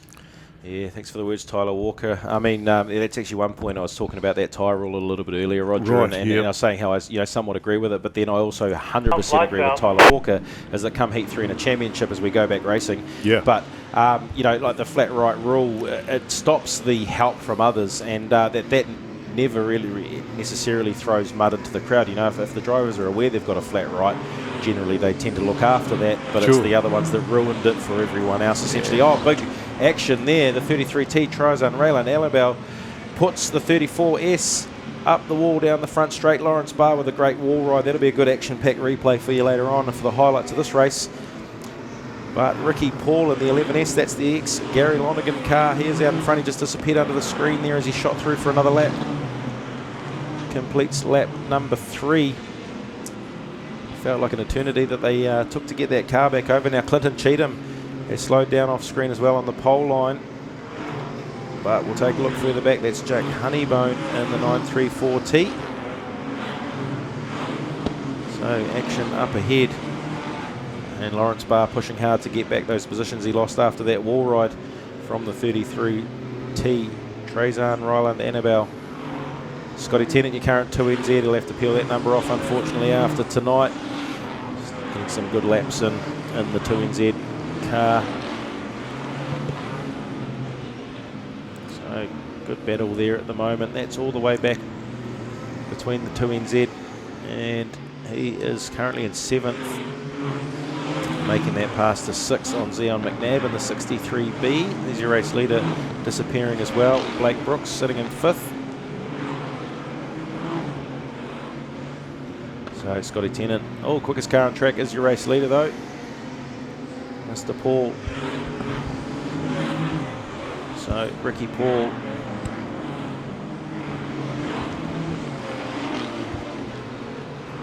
And another new Rees race car there as well, the 86. Round goes, it's at the 63P of McNabb. So Zane's got it all wrong. Might be a flat right rear actually for him. Honeybone there in the 934T having some fun up here in the North Island again. And another visiting car, Brodie McDonald from out of Cromwell as well. So spoke about the teams making appearances up in the North Island. It's great to see all these guys. I mean, it's a huge journey. It's a great, massive outlay as well. Long road trip. And a heck of time and money goes into these guys racing to come all the way up. So massive respect. And absolutely great to see the numbers boosted by those Cromwell drivers. So push now from the 32 of Dredden. Little battle going on further back in the field, that is, led by 16 of Verco from out of Palmerston North. He's sitting in 10th. Drayden Junior Manning is in the 11th place. They're switching and changing between themselves. Honeybone, Verco and Drayden Manning. 9 laps down, 4 to go for your race leader.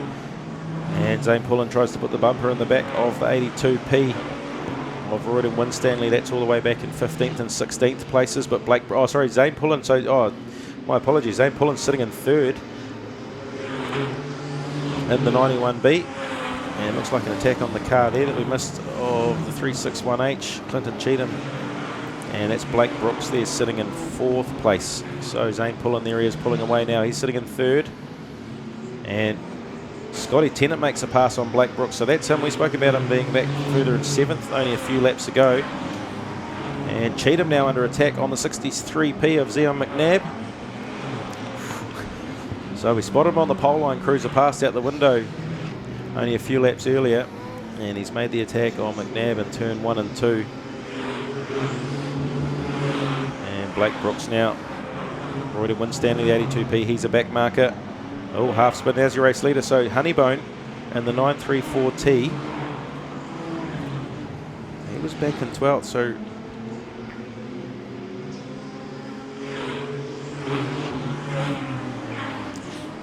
checkered flag falls. And my laps, oh, not too sure what we got wrong there. Might have been a lap scoring problem for the 11S potentially, or he spun up somewhere along the line. Oh, he has, he's lost, got into trouble somewhere along the line, and Samuel Murray in the 94H has come through to snatch the win. So action aplenty for heat number 2 of the King of the Mountain. All over the show, Clinton Cheatham getting on that pole line and having a little bit of fun. Yellow. And there they are in the running order. So troubles late in the race, we've missed that. The 11S of Ricky Pauli's fallen off, and Samuel Murray's come through to snatch the win from Huntley in the 94H. The 992P of Taylor Lamp picks up second. Zane Pullen, we saw him there late in the race. 91B, big moves for 2NZ of Scott Tennant, showing some good pace that we know he has got. The 208A of Blake Brooks, first race winner, comes home in 5th. The 9T Brody McDonald showing good pace in 6th as well. Bo McLeod, the 86P, comes home in 7th. Wayne Verco in 8th. Lawrence Barr in 9th. And the 32H of Jaden Dren Manning comes home in 10th.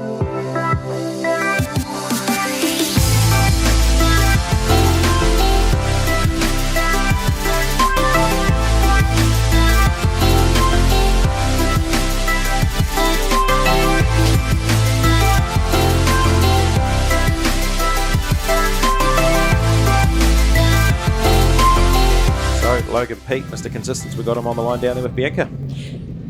Yeah, guys, so I'm down here with Logan Pete. Apparently you're Mr. Consistent. I mean, you're coming into this maybe second, unconfirmed on points. Sheldon Arapiri ahead of you. I mean, this is going to be a tough last race for you, Logan. Yeah, it's going to be very tough last race. Yeah, it'll be all go, but it is what it is. This is why we love stock car racing, right? Because there's always a surprise at the end. There's always a surprise. You never know what's coming. I mean, a lot of luck goes a long way, but end of the day, we'll just see what happens. Tell us about the track. I mean, it seems to be holding up okay. How would you explain the track to everyone who's watching? The track it's not too bad. It's got good drive, but there's definitely some decent ruts that keep you very honest. So is it getting quicker, or is it pretty much unchanged? Because it looks like a story of two halves. Last night it was great, started off a little bit dusty today, and it's a totally different track right now. Just looking at the lap times, like on Speed Hive, it's actually a little bit slower than Heat 1, but like not much in it, sort of 0.1 of a second. Yeah. If you could have your way, would you like the track a little bit wetter, or you want it to slick off a little bit more? Nah, like it's perfect how it is. Yep. Perfect minus the ruts. I tell you what, we never hear the word perfect a lot from you drivers when we're talking about the track. But listen, it's been a very successful trip down from Auckland for you, Logan. And I think that everyone here wishes you the world of luck. Yeah, thank you. Awesome, cheers.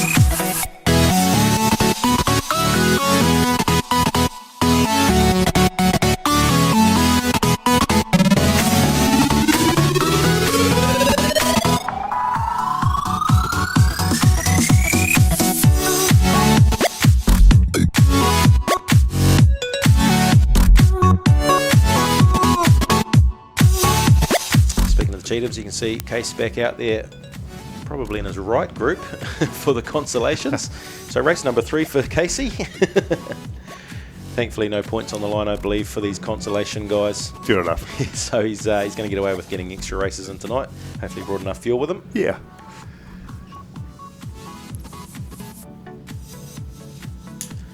So back here in a couple of weeks' time as well, Roger, for the West Coast Stockcar Teams Champs. Yeah, that'll be good.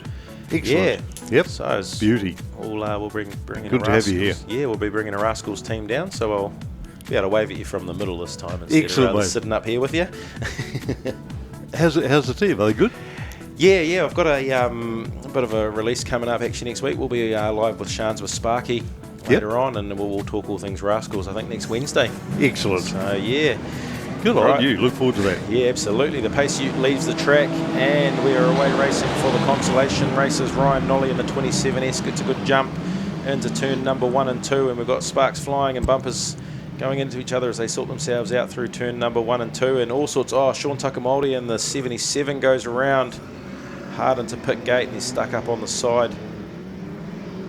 Can't catch which car that is there. McPherson goes up and over the pole line with a bit of trouble. Nice and greasy out there at the moment. And these guys and girls out there having some fun. I mean, making the trip down here for the New Zealand Stock Car title, not having the best of luck on qualifying night. And Bailey Chapman now, so plenty of bumper action going in. This is Stock Cars. That's good to see the action, isn't it, Roger? Certainly is. Yeah. Well, they're going on out there. They're right into it. After big damage, good to see the 888 of Johnny Short back out there as well, circulating in 7th place there. So I do apologise to these drivers not familiar with a lot of the ones racing in the Consolations. Casey Cheatham there in the 97H in the bright yellow car. Around goes the 307 out of Auckland. So I was having a good run. There's that denim car, good looking car, the 37S. I won't stop saying that all night. Casey Cheatham there is the yellow car, fastest car out on track with the quickest 19.6. So we are just about 2 whole seconds slower with this greasy track, and he's your race leader. Big shot there. Having some fun between them. Is that Bailey Chapman, I think, getting into the work? And the 287V having a go at the tank. That is the 349. He's going to squeeze him up the wall. He's going to get stuck there. We're probably going to go red for an exposed roll cage here. The 287V.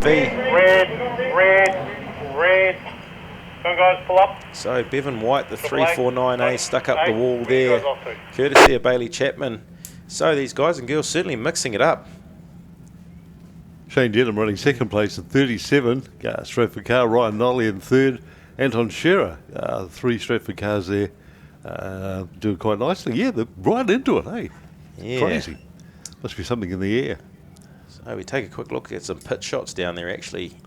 Rebecca Barr, that's her working hard on the Carol Bajewski car, the 69S. A little quick shy smile and a wave. Some great shots from down in the pits. Of course, the Pits TV, shout out to everyone out there live around the place, watching from home. Hope you're enjoying the stream tonight. And there's a good replay. Good shot from Bailey Chapman. And just the squeeze of the wall there. Concrete dust flying. A few claps up in the crowd. Nice and soft on the way up. Everything should be all A-OK. Fingers crossed for those drivers. And of course, the Pits TV not missing much when it comes to those cameras. There we go, ladies and gentlemen. Put your hands together for him as he gets out of the tank. And loves that. So we'll quickly shoot down to the pits and we can grab Carol Pajewski 69S for an interview while we have the break. Carol, that was a hell of a ride out there. I just held on. I actually closed my eyes and just thought this is a bit of a roller coaster. Yeah, your team's working full noise on your car. What damage have you done? So we did an axle. We've done 3 wheels and rims. Obviously a bit of body damage, but hopefully we'll be out for heat 3 and we'll see what we can do. Yeah, going to go out there and help the Stratford cars, try to get a Stratford car home. We'll just see what happens out there. I mean, we'll buckle our belts an extra click and we'll be away. Cheers for that, Carol. Good luck for the final heat. Thanks, mate. a look further back in the race history there. Lights out, lights out. So, lights out from the referee. We're going to go back racing. Bailey Chapman there, he's out on the wall. Hopefully no right fronts, flats for him with the amount of action. And he's back hard on the brakes. And it was your race 1 winner, the 41S, that he put the attack on. And now who's lining up next? He's going to pick up the 99B. Oh, massive shot there. Bailey Chapman on the 99B. And he's stuck up the wall. We're probably going to see another red here for another exposed roll cage, and we do. So great camera shooting there from the Pits TV crew, capturing 100% of that one. The 287V Bailey Chapman out there putting it on. 72K to the infield, please. 72K to the infield. As the 72K gets summons to the infield by the referee, and this time that's a flat right front tyre. So we go back to what Tyler said, is that if there's a flat right-hand side tyre, that there's no chance to stay out there and maybe do some blocking or helping out of other teams. As here's the replay, good shot there. First of all, pushes him wide and then bang straight into the left-hand front tyre. Pretty clinical shot that one from Chapman. Some great shots there from the pits once again, working hard and fast. It looks like the Wade Sweeting car, I think, 151C. If I'm not. If I stand corrected potentially. So right front damage on that car, and the boys working hard. They'll be out there. I mean, hey, I know that if I'm not mistaken, that potentially he's out there probably to help Shouty in the 9W. Sheldon Utterpetty, that is. Yeah. The 99B car there getting dragged off. Simon Duxfield, hard time, courtesy of Chapman, out there having a bit of fun using those stock car bumpers for what we all love to see. Bit of a shame we see Chapman to the infield with that flat right front, not being able to have some fun out there. And lights out, ready to go racing again. Casey Cheatham 97H will lead them round for another lap. Only 4 laps down to this race so far. Sorry, 7 laps that is. 4 to go this time around. Cheatham 97H. Bright yellow car. Just teetering ever so slightly. Around goes the 687 car. And some more action and bumpers going in between these drivers. They're having some fun out there in the Consolation races. The 19H now, Ashley Morden, holding up a few cars there, getting on the blocks a little bit.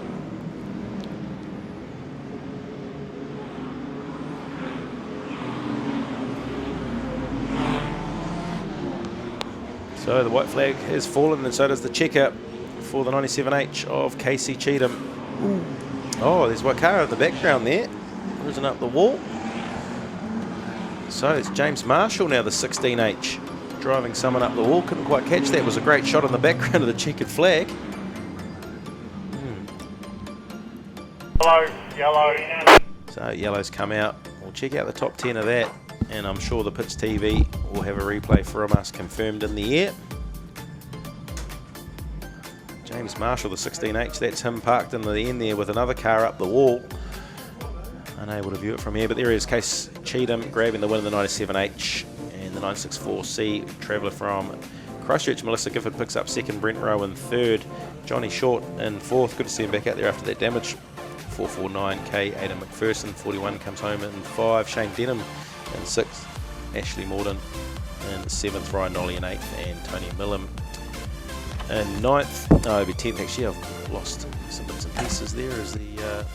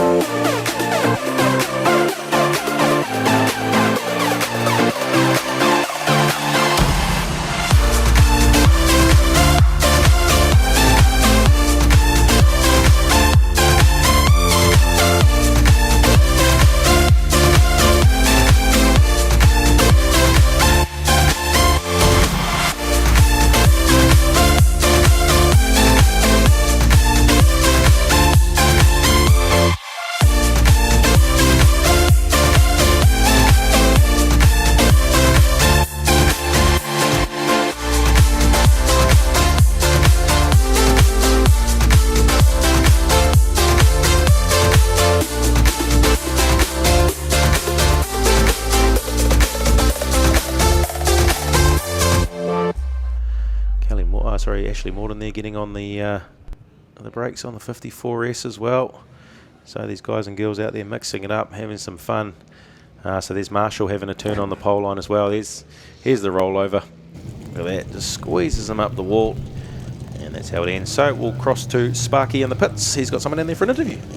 Yeah, hi guys, down here in the pits, it is a hive of activity. Over at the Pajuski's car, we talked to Carol before about her axles and stuff like that. Bradley Pajuska has done a diff. He's changing that to get out there to go to bat for all the straight fitting cars. The 94A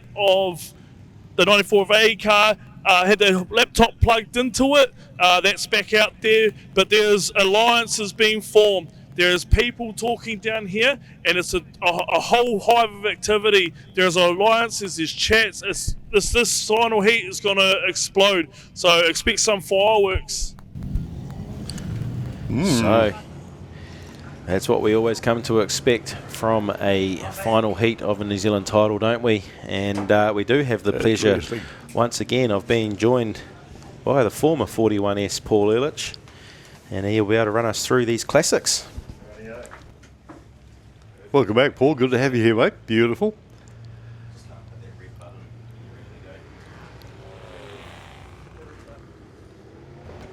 Right, where we go. Excellent, excellent. So we have a new driver in 41, Brian England. Well, did you kick the last one out after his run out, did you? No. Just Dave did 2 races, and it's pretty tough out there for this older fellas. So, Yeah, fair enough. Yeah, betcha. So I said to Brian, "You want to go for a skid?" And he couldn't get in there quick enough. But good on him. Don't blame him. Be great. But Andrew had a problem with a fan belt on his, but on the 26.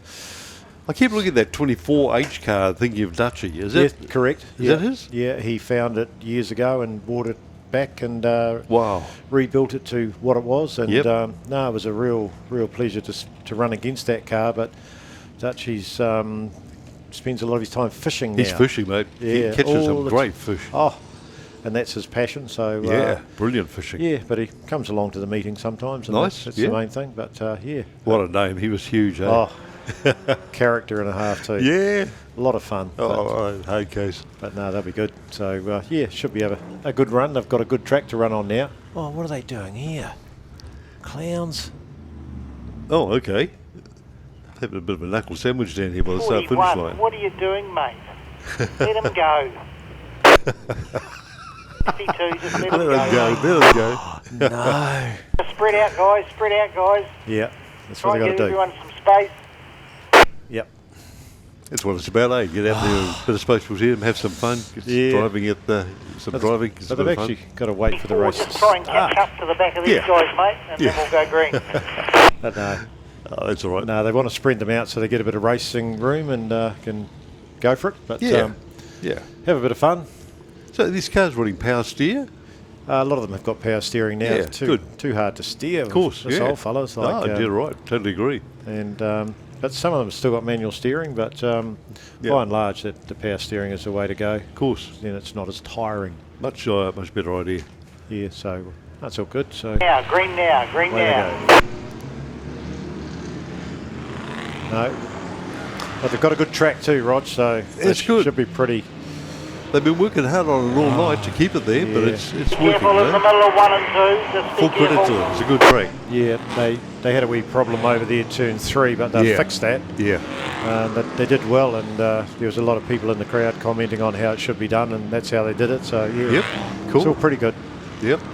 But That's good. But the guys are enjoying it. That's the main thing. So it's brilliant to see Yeah. these cars out here. Just really special, mate. Yeah. Really special. But yeah, no, it's. So we'll give it a good clean up after this, no doubt, and get it ready for the next meeting. And Do you run all everybody run together, or is it any separate classes, or everybody? There's 3 categories in the historic, the old big-bodied V8 Fords, which those sorts of things and sheds. We don't run with them, but we run category 2 and 3. Yeah.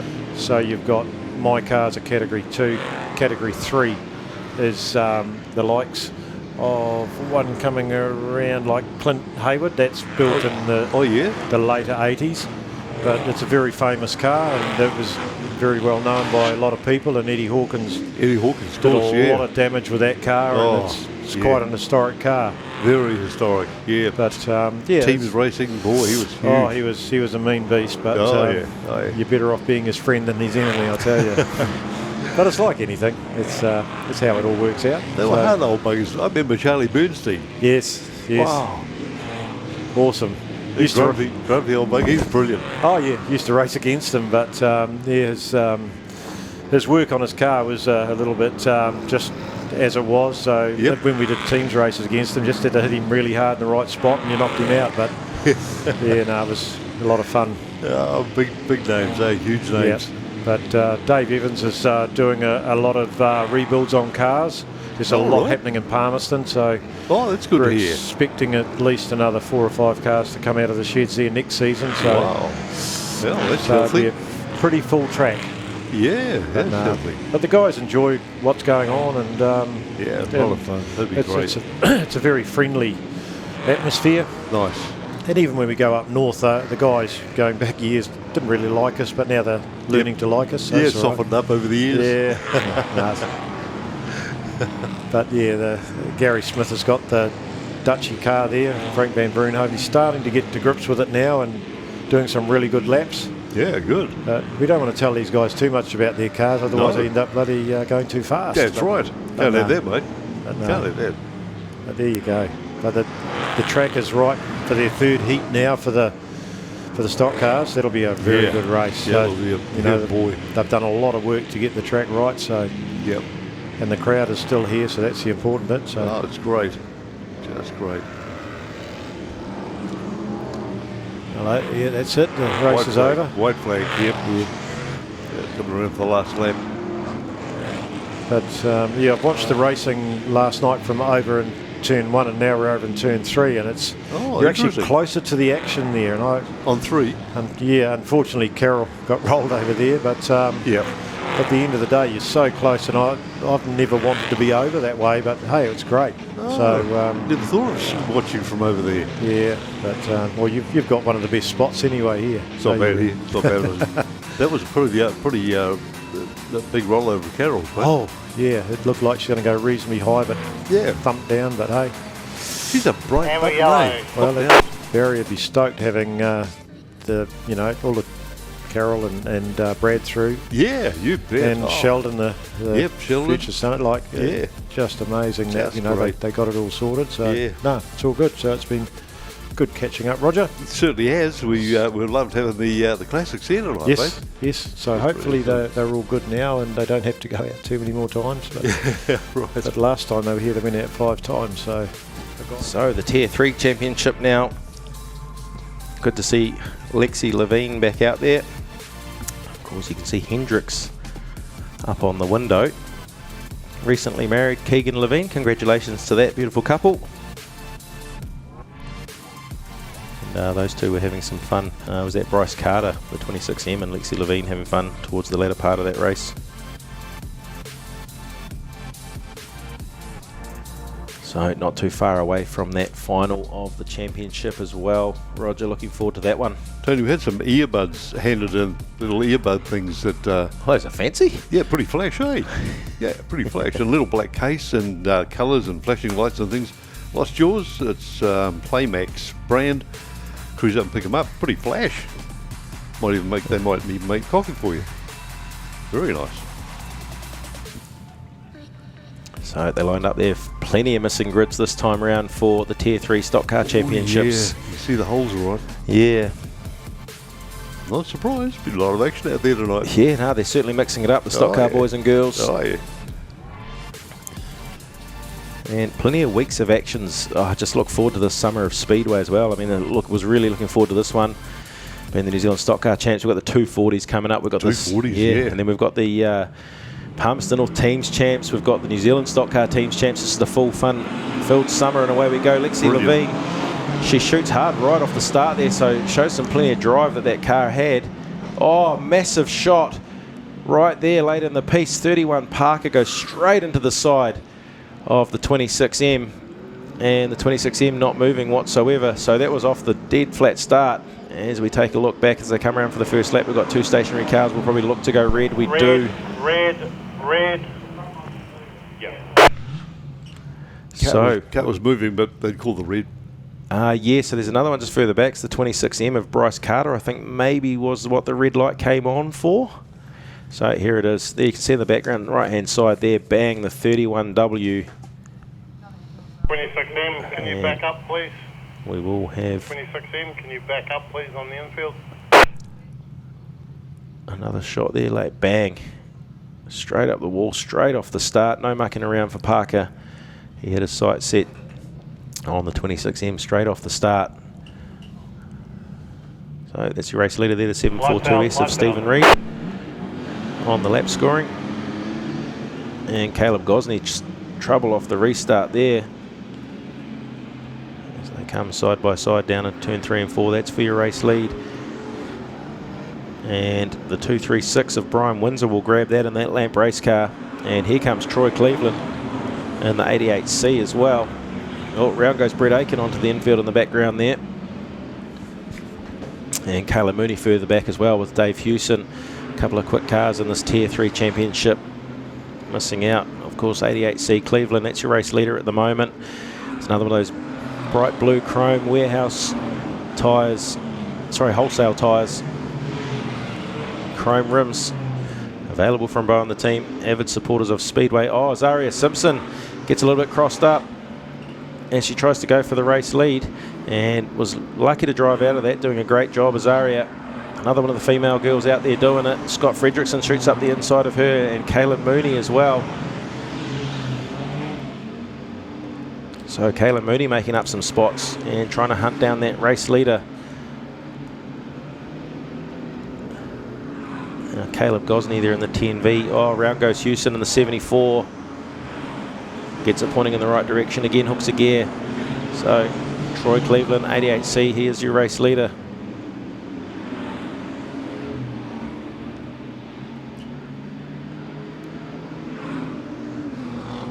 And Lexi Levine back there further in the 4W. She's sitting in 9th at the moment. And Karina Renard, another one of the girls out there doing it. So plenty of females out there driving in these stock cars. And of course, in a week's time, you'll see all these ladies. Good practice for them, actually. We've got the Aotearoa Ladies Crown, where you'll see a big bunch of these ladies out there doing it as well. Wow. All going head to head for the New Zealand, well, this is the New Zealand title for ladies, isn't it? The Aotearoa Ladies Championship. Wow. Nice. And includes a couple of overseas drivers. So we'll have a couple of visitors from the UK. One of them being Cami Durrell. Oh, right. All the way from the UK. Yeah. And Hannah was the other one. I forget her last name actually off the top of my head. But a couple of very good drivers. Oh, more action. 742 now. Taking the 236 to the wall. That is Stephen Reed.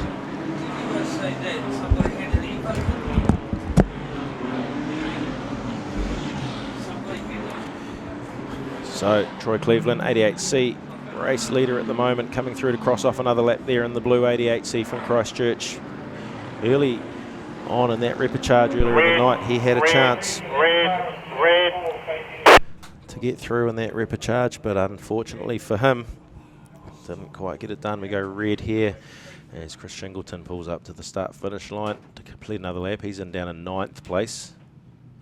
Brett Aiken, he's a lap down. We've got Hepworth there. So we've got that car facing backwards. That's the 10V of Caleb Gosney. Just going to check on him. Stationary on the front straight.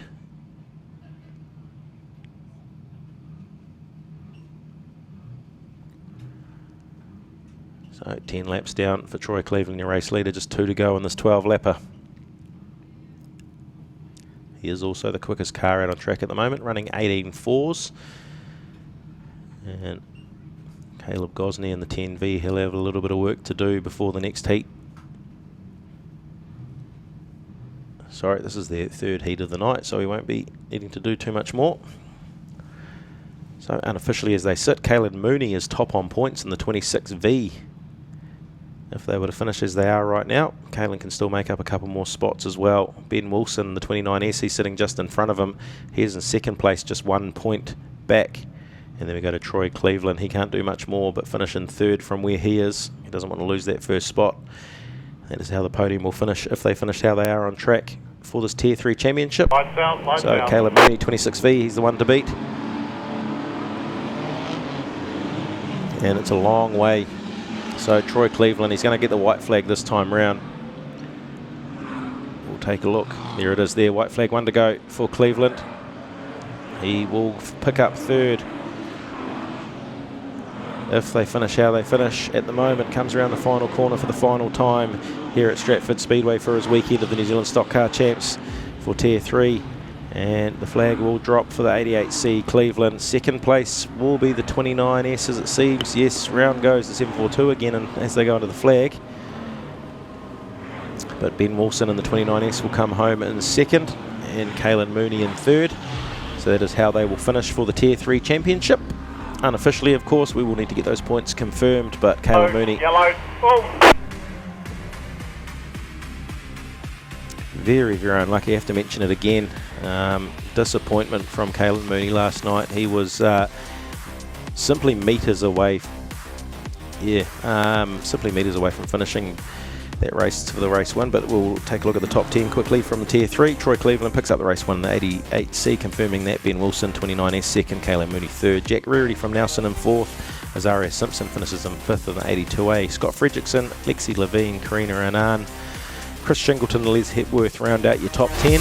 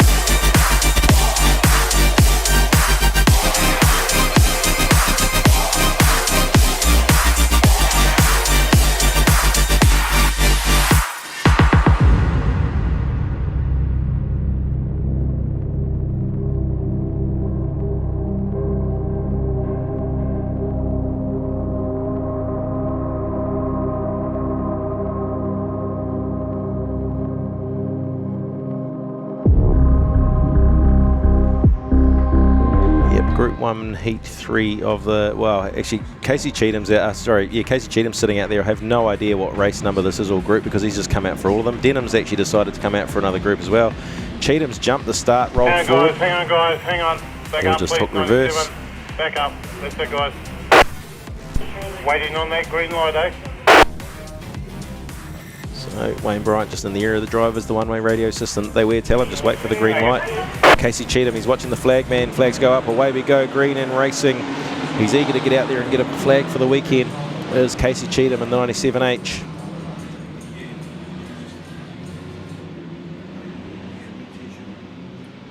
And they go flying down into turn 3 and 4. Cheatham hits the high line, looking for some drive out wide on this greasy racetrack, and he's going to slide out.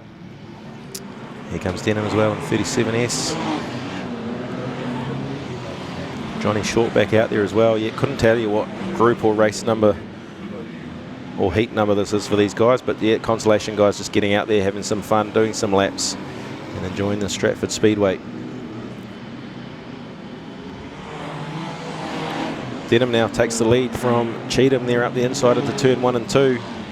So the 37S car finding some pace late in the meeting. And look at that, he's pulled a few car lengths from him as well. A little bit of a berm there, somewhat of a sort of cushion going into turn 3 and 4.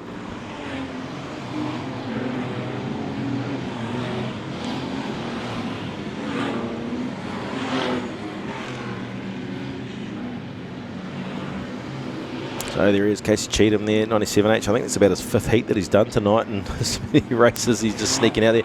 Oh, coming together there between the 39p tank of Graham Munn having a go at Denham, is he? Or just by accident? There's the Whittaker car, the 66p retires to the infield. So Cheatham now back to the lead. It's going to be a good fight up front here between a couple of quickies. That's the 37S. Oh, James Marshall now in the thick of the action. He's got the 71V tied up here, coming down the pit straight. Very flat left front. And Jason Poynton in the 71V is under attack from the 15H of Marshall.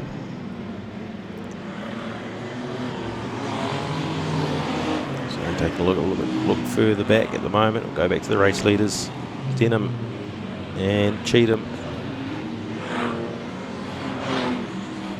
Finding a lap car there. Denham puts the bumper into the back of the 77H of Grant Jury. Oh, Cheatham with a bit of bump up the wall.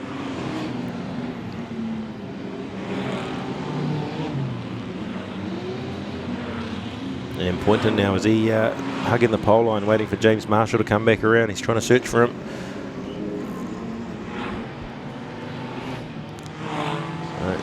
Oh, bumper work going into the back now. Graham Munn, he's having fun in that pink tank.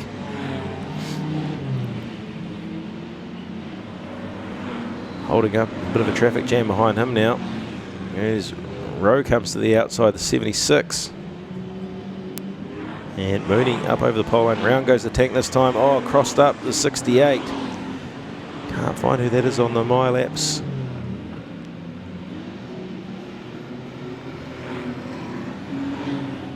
Oh, round goes Denham. Cheatham with a good attack on him for the race lead, 97H. Casey Cheatham puts it on. Oh, then up and over goes Cheatham down the front straight. We're going to go red. Red. As the checkered falls as well. So, Casey Cheatham put the attack on Denham. This will be a good little replay to come from that when the team find their way around that. We'll make sure Casey's okay, of course. So we're checkered flag red. Now, it's going to be an interesting one here. So we look back at a little bit further. There's a couple of visiting cars from around the countryside. Johnny Short back out there, the 888. Got the 964C, Melissa Gifford.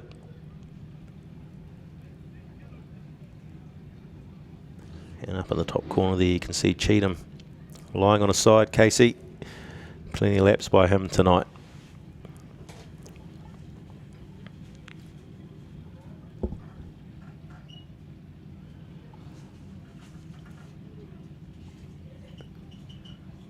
It'll be interesting to see how this one finishes.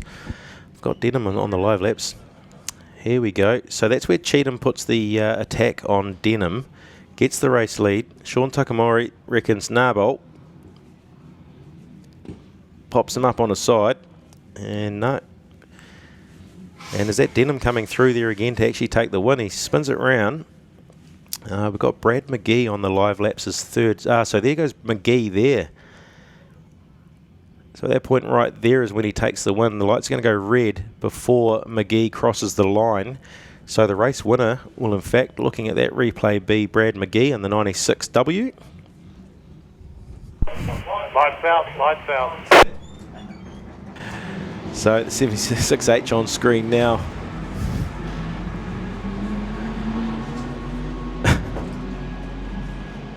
Yep, not showing up on the live lap, so apologies for not knowing all the drivers' names for this heat. And around come the rest of the field. So it is here, Brad McGee. Whoa. Yellow. He's showing a lap down now, so unsure what will happen. I'm pretty sure McGee's come through to take that checkered flag in the 96W.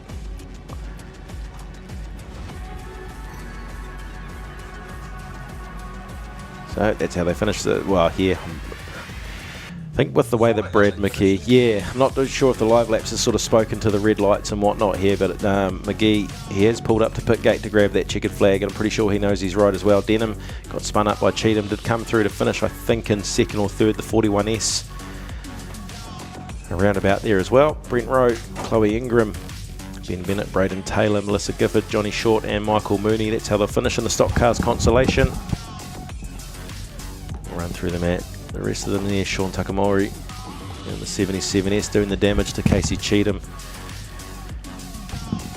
Won't repeat what I said the first time around. Shout out to the Stockcar History chat boys out there watching as well. It's the Leverage Watkin lads down in Christchurch. I know you'd love to be up here. So, very shortly we'll be able to head down to the pits for an update. Yeah, guys, we're down here. If our cameraman looks down here, we've got all of the cars lined up for this third and final heat, Daniel. I don't know about you, but the pressure is definitely mounting. They're raring to go. Listen to that. Yeah, it's crazy down here. It's, like I said before, it's a hive of activity. There's been chats on chats on chats. Me witnessed it, I witnessed it. This is going to be fireworks. It absolutely is. We were privy to some information that we're not going to share with you guys. It's all going to be a surprise and it's going to fold out on the track. But there's going to be action. We've got drivers that are out of contention, but they will sure as hell be making the new 1, 2 and 3 NZ tonight. We've also got guys that are DNF that could possibly still get a low number. There are only 9 cars that have finished 2 races. So Harley Rob, Tyler Walker, they might push through. Listen to this behind us. Listen, we're on their way. We're going to get out of the way. Here we go, guys. Heat 3. Good luck to all these drivers.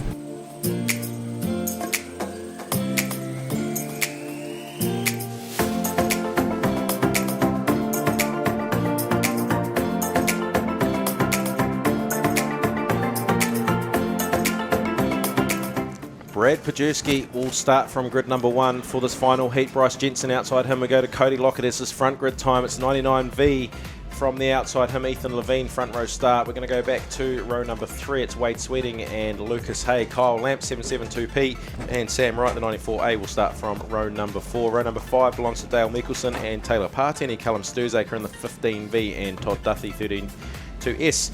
Go back to P13's Dion Henderson, William Humphreys outside him, Keegan Levine with a chance, he's at grid 15, Kylie Symes P16. We're going to go back to Kyle Rowe 79P, Carol Bajewski 69S, Wade McNabb 91P and Mark Woods 51S will start from grid 20.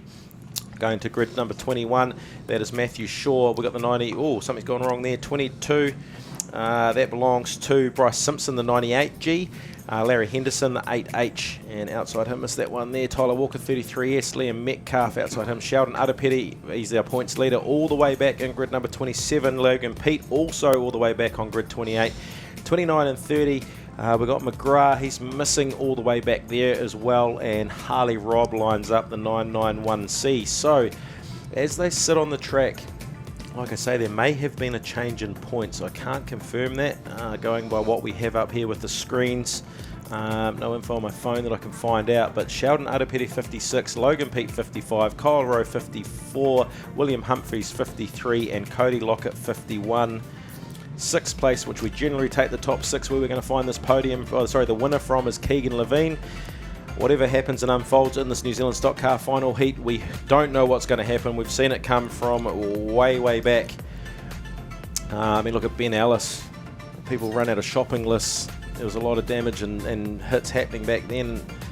Don't even need to mention Bay Park and what happened there. All sorts of things happening all over the place with points, so we will try and keep you up to date. It is time to go. It is the 5-star liquor New Zealand Stock Car Championship final heat. Away we go, green racing, and Pajerski shoots straight to the infield in the 6S. Now, he's going to rejoin at the back of the field, interestingly enough, just off the camera, and Harley Robb also is just sort of making his way generally around there, and they all throw it down into. So Cody Lockett was your race leader. He's just been passed by Bryce Simpson, and then Cody Lockett back up the inside. So a good battle up front between the 9S and the 99V. And there you go back to Matt Shaw and Humphreys there in the 94P as well. So not so much action. Oh, Bryce Jensen, he's run out wide to the wall. He's just going to float around the outside there. So we've got one on the brakes already. Who's that? It's Burmester. Burmester holding up Pajerski. That's Carol Pajerski, it is in the 69. And Tyler Walker there. He's got the wing off, interestingly enough, there of the 33S. Maybe he's out there looking to do something. Yeah. And bang hard into the concrete. We missed that off the side of the screen at the other end of the track. Carol Pajerski, she's also, well, she lost her wing in that rollover. Dale Mickelson, we take a quick look at him. We've got one round, that's the 226P. So Cody Lockett, he's out in front of the pack at the moment in the 99V. And he was sitting right up there on points. Not too much happening just yet. William Humphries, will take a look at him. He's chasing up behind Dion Henderson in the 5K at the minute. Burmester now, oh, it looks like he took a little bit of a lunge towards Mikkelsen. And round goes Metcalf again. He's tangled up with someone down the front straight. Burmester putting attack now on the 517S. Oh, he puts him hard into the concrete. That's coming off turn number 4. And Burmester's put him up on his side. It's going to be exposed roll cage surely. Red. It is for Mark Woods, the 517S. So the first of the Stratford cars put up the wall by the 172P of Daniel Burmester. And look at that berm of dirt that's sort of moved its way out to the concrete wall. It's working to these guys' advantage that are doing a bit of blocking here. Now, the only thing we can hope for is that that right front tyre is not damaged on Burmester's car. To the infield, please.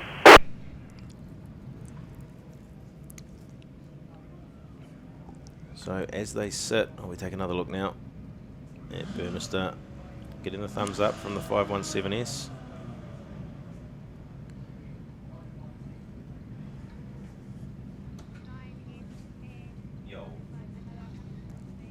Yeah, good. Yeah. Yeah.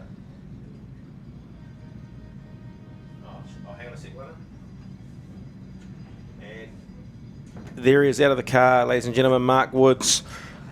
Put your hands together for him. He's nice and safe. They're going to give Daniel Burmester a chance to get off that for sure, the 172P. Okay. So he'll get a few seconds. 172, 30 seconds. So 30 seconds it is confirmed. I can hear that from the referee. Also, oh, it looks like a flat right. I'm sure I saw that. Right front. Yeah. So that is an absolute shame from as far as action goes. And Daniel Burmester trying to do some work. I'm suggesting that's probably for Kyle Rowe and William Humphries. Yep. And yeah, 100% agree with what Tyler Walker said on the stream earlier, is that it's where it does come. I mean, I know Daniel would be aware of the flat right front, but he'll be out there doing some blocking for some club mates, and that's what we want to see in these finals. And unfortunately for him, retires to the infield due to that rule of the right front. So there's the hit once again, clinical hit from Burmester on Woods. And squeezes him up the wall there. Exposed roll cage. And Tyler Walker there sitting on the... Who was he going after? So he went to take chase on Dale Mikkelsen. Lights out, guys. Lights out.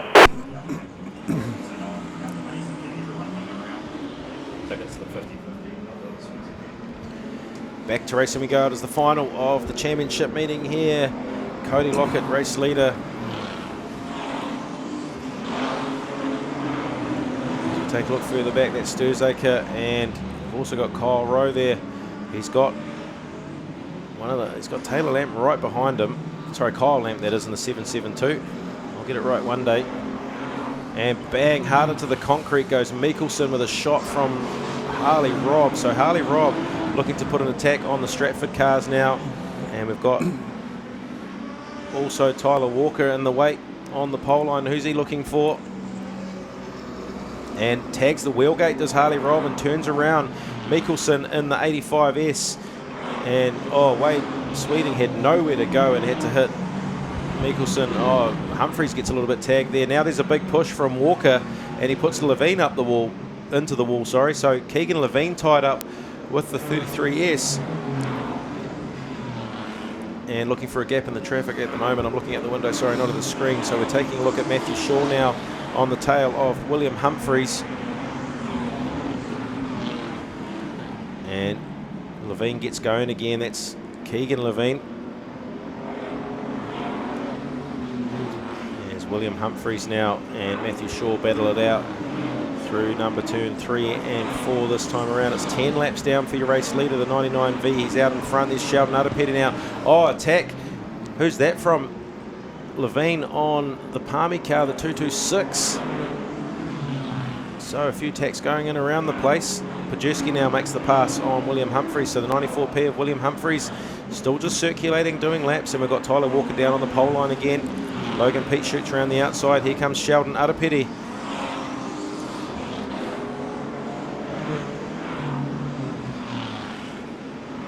So quickest car in the track is your race leader, Cody Lockett.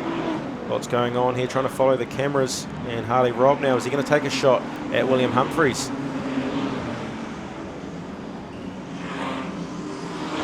No, he's going to look after him at this stage by the looks. He's got Wade Sweeting behind him, does William Humphries as well. So he's in between two South Island cars. They're being allowed to do laps here. And as they sit, Kyle Rowe currently would be your 1NZ. Just 1 point ahead. A couple of cars slowing down for the corners now. That's Keegan Levine in the 5W. Humphries now gets the pass done on Harley Robb, who is a lap down. So the white flag is out. 1 to go for your race leader, Cody Lockett, 99V. He's going to come through and take the checkered flag. There it falls for the 99V. Second place is going to belong to Callum Sturzaker in the 15V, and third place is Kyle Rowe. And Logan Pete makes a pass on the final corner on Kyle Lamp. As the dust settles, so we'll get the results up on the screen and run through that top 10 for you. But Cody Lockett, 99V, takes out the race win. He needed to do all that and more. Callum Sturzaker comes home in second. Kyle Rowe gets himself up into third place in the 79P. The 8A of Logan Pete. Now, keep this in mind. He made a really late pass for a point there. Kyle Lamp comes home in fifth. Todd Duthie, 32S in sixth. 7 is the 9W of Sheldon Arapeti. 45H Matthew Shaw comes home in 8th. 46W Ethan Levine in 9th. And 94P William Humphries in 10th. Now, what that does is that puts Logan Pete and Kyle Rowe unofficially tied on points at the top with 82 points. So a very, very late pass from Logan Pete. And Cody Lockett unofficially 3NZ right now. Sheldon Arapeti 1 point back on 80 points in the 9W to finish in 4th, and William Humphries 74 points to finish in 5th. So unofficially we have a runoff here at Stratford Speedway for the 1NZ and 2NZ. Wow. So that's all hoping that what we see here on our screens, Roger, is correct. Yeah. And Cody Lockett couldn't do much more. He'd made the big moves early. He was out in front. He had his front grid. He couldn't make any more passes and gain any more.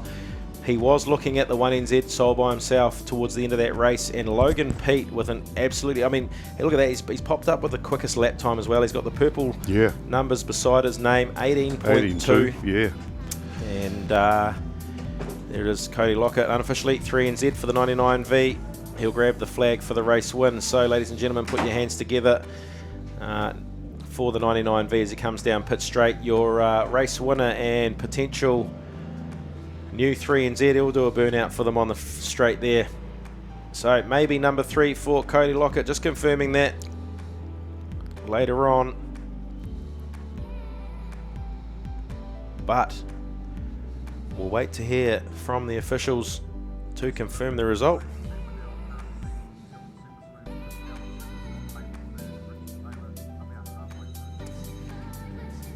So Logan Pete, I called him Mr. Consistent earlier in the week. Kyle Rowe, spoke to him as well. He was pretty calm and collected before qualifying, and one of the oldest, fastest Rees race cars that we've got out there at the moment. And that shows you that Rees, we spoke about the Rees race cars and the way they build these chassis and how fast. I mean, we've got one carrying around a checkered flag right now. It's one of the latest cars out there, newest cars. And we've also got one of the oldest cars out there on the track as well in the form of Kyle Rowe, and both of them on the podium unofficially at this stage for the New Zealand title, and Logan Pete, the 8A.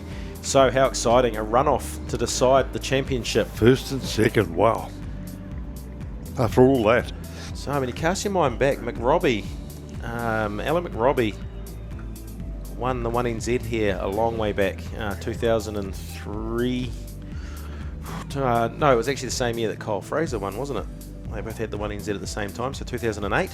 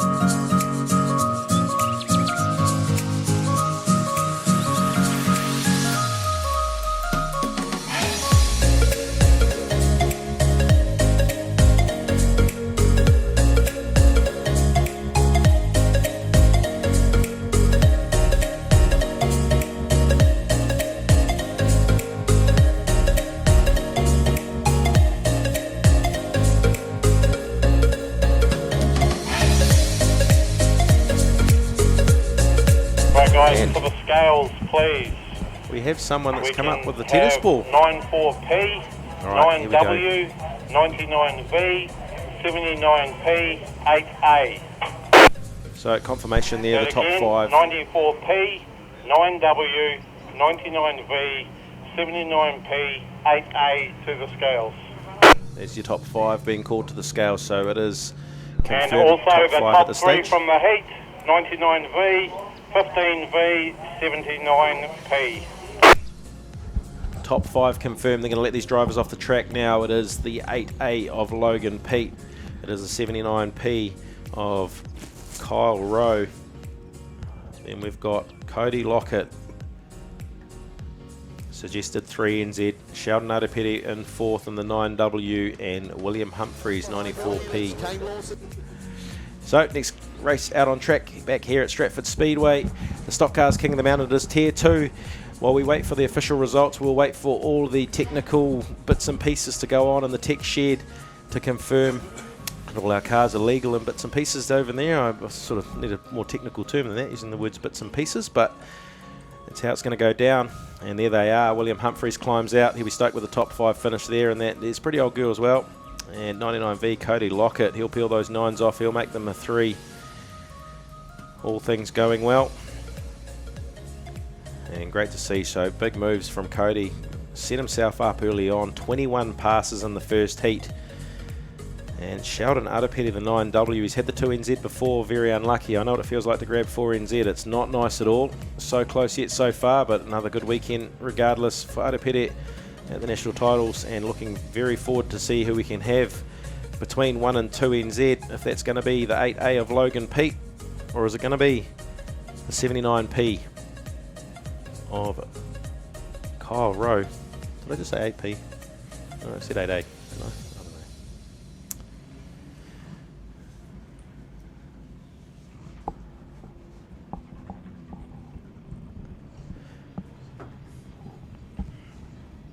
So back on track. Points leader for Tier 2, the King of the Mountain, Taylor Lamp, sitting on 58 points. Blake Brooks, the 208A, sitting on 56 points. Scott Tennant sitting on 52 points. Samuel Murray, the 94H, sitting on 51 points. Then we go 6 points further back to the 9T of Brodie McDonald. So this Tier 2 King of the Mountain stock car group. And there's another glance down. That William Humphreys and Cody Lockett there having a great chat down in the tech shed. Hoping all goes well for their tech inspections. And so they'll be checking things like, generally they pull the carburetors off. I'll check the restrictor plates in them. Obviously the stock car's having to run a restrictor plate. Quite often I had some fuel impounded just to check the ethanol content in the fuel. Make sure there's no additives and bits and pieces in that. Other bits and pieces, you know, check, well, bumper heights. They couldn't check my bumper heights. Blown to bits. So while they grid up, lots of empty spaces. We have a visitor up to the comms box, someone from the Stratford Stormers 50-50 raffle. So if you do have a 50-50 raffle ticket, do we have an official amount for that? $839. So $839 to the winner of this 50-50 raffle. No. Oh, sorry, the total was 859. So half of that, 429-ish. I can't figure that out very fast.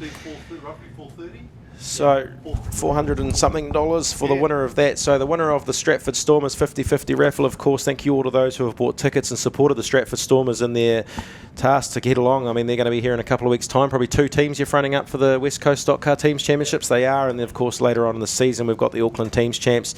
So if you are holding a blue ticket, blue spade, it's a blue spade, and your phone number starts with 027, and your name is Dennis, and you're holding ticket number 82A, you have won the 50-50 raffle. So congratulations, Dennis. Make sure you head down and see the Stratford Stormers stock car team, and once again, you can see them down by Pit Gate, the entry where the food court, sort of outdoor food court it is, down by the club rooms where you bought some tickets from. So congratulations on the 50-50 raffle win there, Dennis. And hugely grateful for the support. We'll see you in a couple of weeks anyway. You bet. And we go green racing, and Zane Pullen Oh, one's up and over there in the background. That looks like the yellow car of Cheatham, I think. Put on the brake. Put on the brake. No, Scott Tennant having trouble trying to pull that car up, the 2NZ. Don't need brakes to go fast, do you, Scott? So we'll check that driver's all A-OK. So here's the replay. It is, the 361. Pushes, is that Lawrence Barr? 34 into the wall and up and over.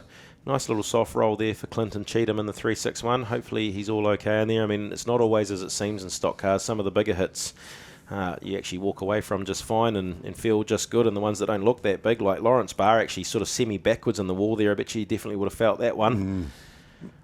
But what appears to be a nice soft rollover for Clinton Cheatham in the 361 there. Jack Honeybone just caught up in that and towards the end of it in the 934T. So as they sit on track, Taylor Lamp is your points leader for the group. Blake Brooks in second, Scott Tennant in third, as we mentioned. Looking to take out the King of the Mountain. I mean, sometimes you might not necessarily qualify, but you get into the second tier, it's still good to take a trophy home. They always look good for stories up on that mantelpiece. Lights are out, lights are out. So lights are out, ready to go, green again, and away we go. So not even a lap completed here. They'll come through to complete a lap this time round. It's the 91B. Zane Pullen there crosses the line in first.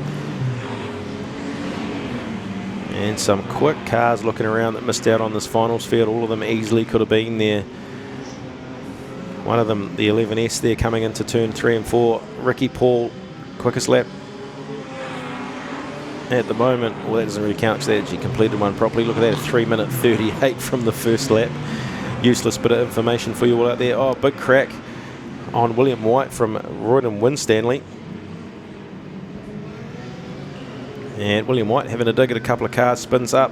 Swifty, and Royden Winstanley goes up on two wheels. He had another go at William White in the 99H. Now we've got the 63P. McNabb holding up the 32H. We've got a car on the outside of Jaden 3. Drenning Manning. Outside of 3. We have a stationary at 3. Hearing from the referees, the stationary car outside of 3. There he is, the 99H of William White, trying to get fired up again.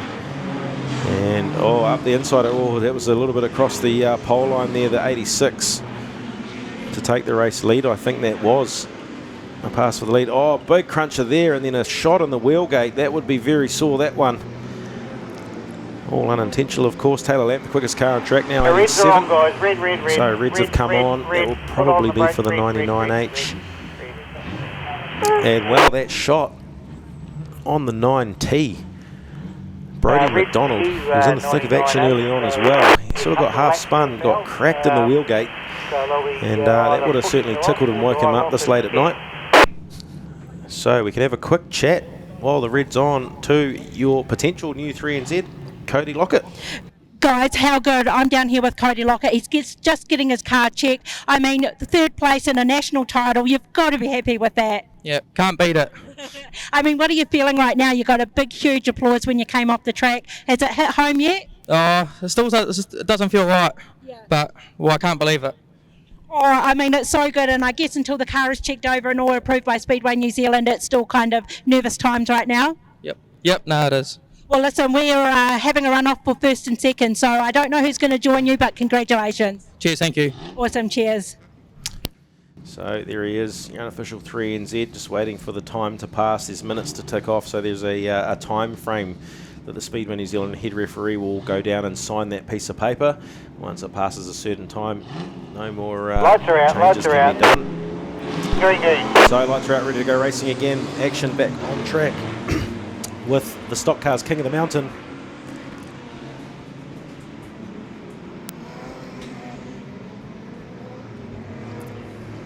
Scott 10. Oh, another hard hit there. Jaden Drennan Manning there taking the 86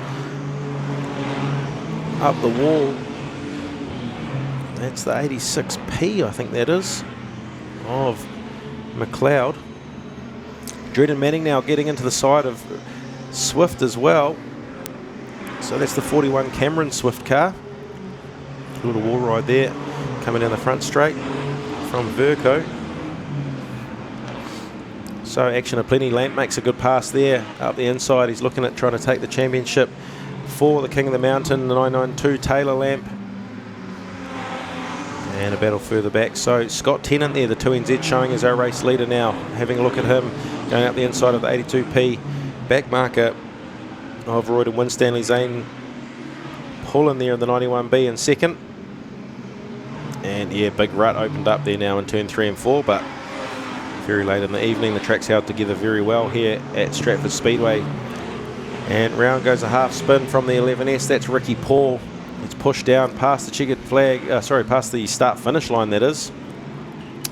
And Lamp now all out on his own. He's got a 4-point buffer for this Tier 2 championship as they sit on track. Scott Tennant can't do much more from first in the 2NZ. The best he can do is finish in second. Up and over goes Honeybone. Geez, these guys are getting into it tonight. Wayne Verco. Yeah, 16p. That was such a good roll. Look at that perched up there on that overrider. Jack Honeybone. So we'll have a quick look at what happened here. Verco in the 16p just looks over at Honeybone, squeezes him out to the wall off turn 4, and as we've seen many times tonight in that same position, up he goes. Perfect little rollover and onto the lid. That wing is history, consigned to the shed wall. Yeah, Verco there just squeezed him on out, and the roundness.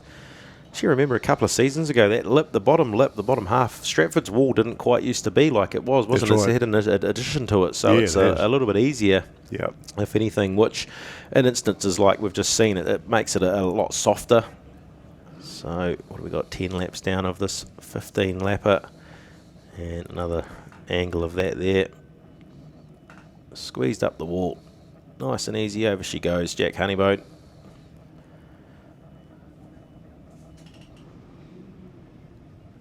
Lights out, lights out. Hadn't heard a lot about Ricky actually before this meeting, and popped down here on Boxing Day for a nosy. And that ex-Gary Lonergan 3NZ car, 2x3NZ car that is, going very good in that car, Ricky Paul. So keep your eye on that name. Yeah. Is he relatively fresh out of mini stocks, Roger? Oh, he's been midgets. Done midgets, yeah. Yeah, not a very familiar name to myself. So Ricky Paul, hope he's out there enjoying the contact class anyway, certainly enjoying that race car and showing some really good pace from time to time. So we take a look again, and Jaden Drew Manning now, he's going to have a go at Verco. So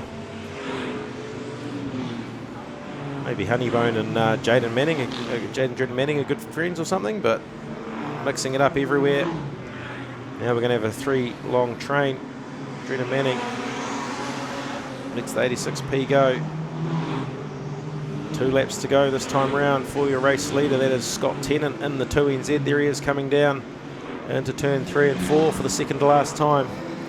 He will grab the white flag this time round. Oh, Manning again taking a shot this time. That's the 41B of Cameron Swift. So getting in the thick of the action is the 32H. White flag is out though. That is for Scott Tennant in the 2NZ.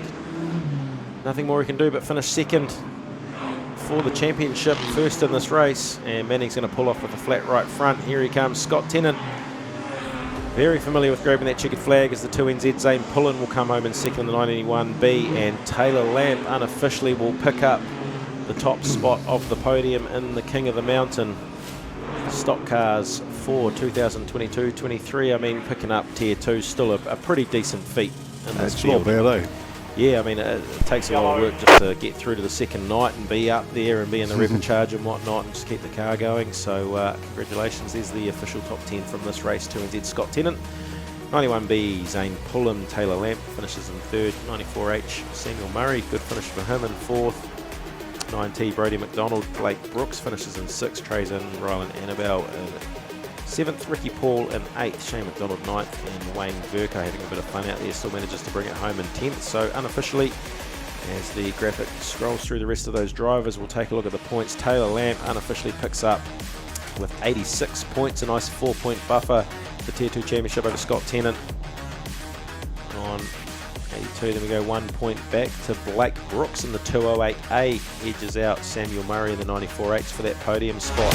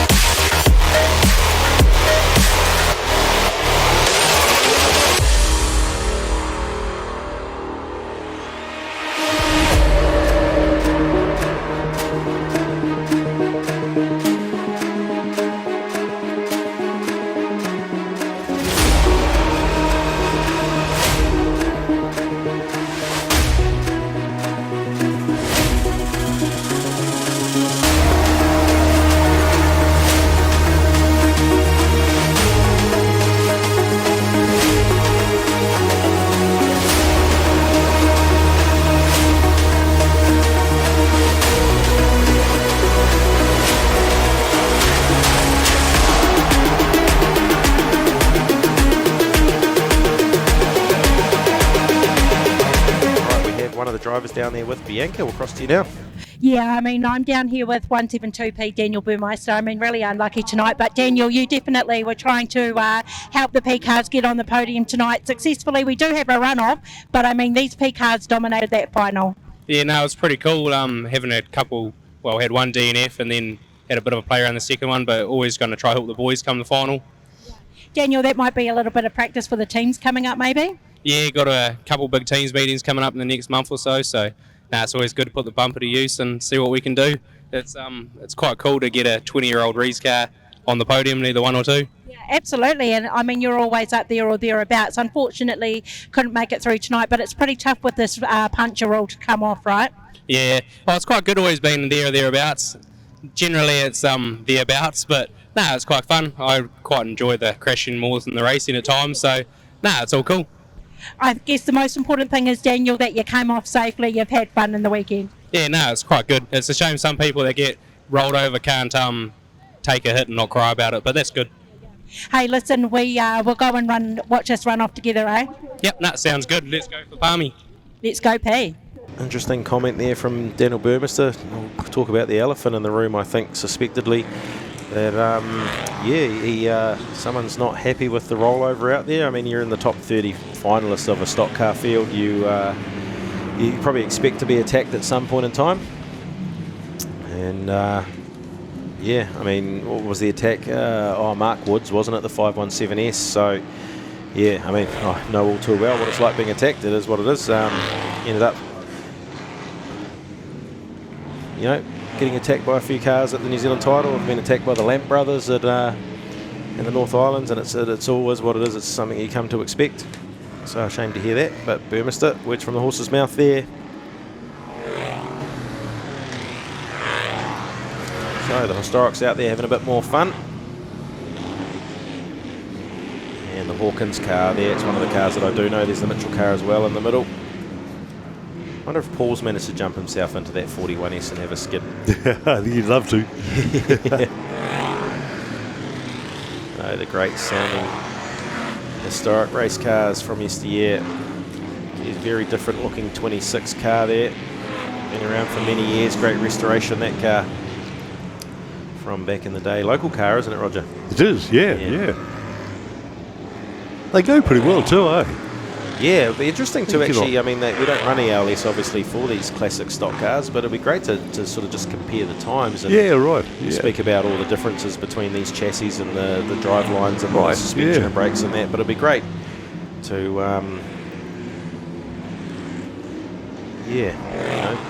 have the laps to compare to as well. Paul was saying most of them running power steer, but some not. Yeah, so it makes a good bit of arm workout. Oh, yeah. So, if you're ever elusive, wait between now and when we get the results for the New Zealand title, the 5-star liquor. Massive thanks to the support, of course. If you want to get some liquor around the Taranaki area, make sure that 5-star liquor is your choice of liquor store. Support those who support Speedway. And started touching on it earlier that McRobbie was one of the winners here in the past. Now, what I was getting to before I got sidetracked about something that I usually get sidetracked about when I'm talking is that championship was decided by a runoff. So, I think it was the last time that Stratford, I haven't got any archives in front of me, I'm prepared for being in a commentary box this evening, but certainly one of the times that Stratford had the New Zealand title was decided by a runoff. I think from memory that might have been the last time that they did have it. It's a pretty large rotation, 08 till now. There's plenty of tracks that have it, but it went to Alan McRobbie all the way back then, and tonight here at Stratford Speedway will be decided by yet another runoff.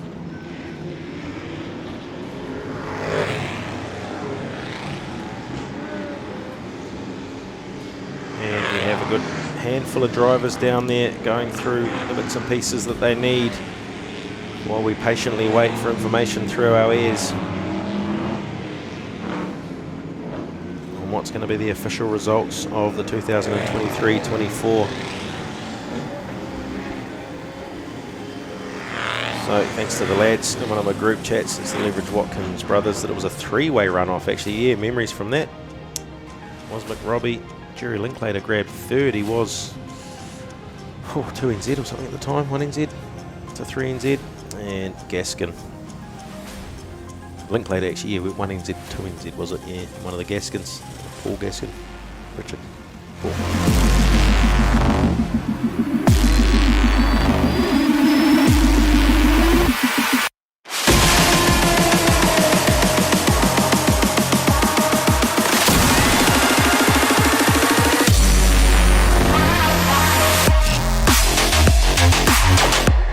So we're going to cross down to Bianca and Sparky. We've got maybe some sort of update. Let's see what they've got to say.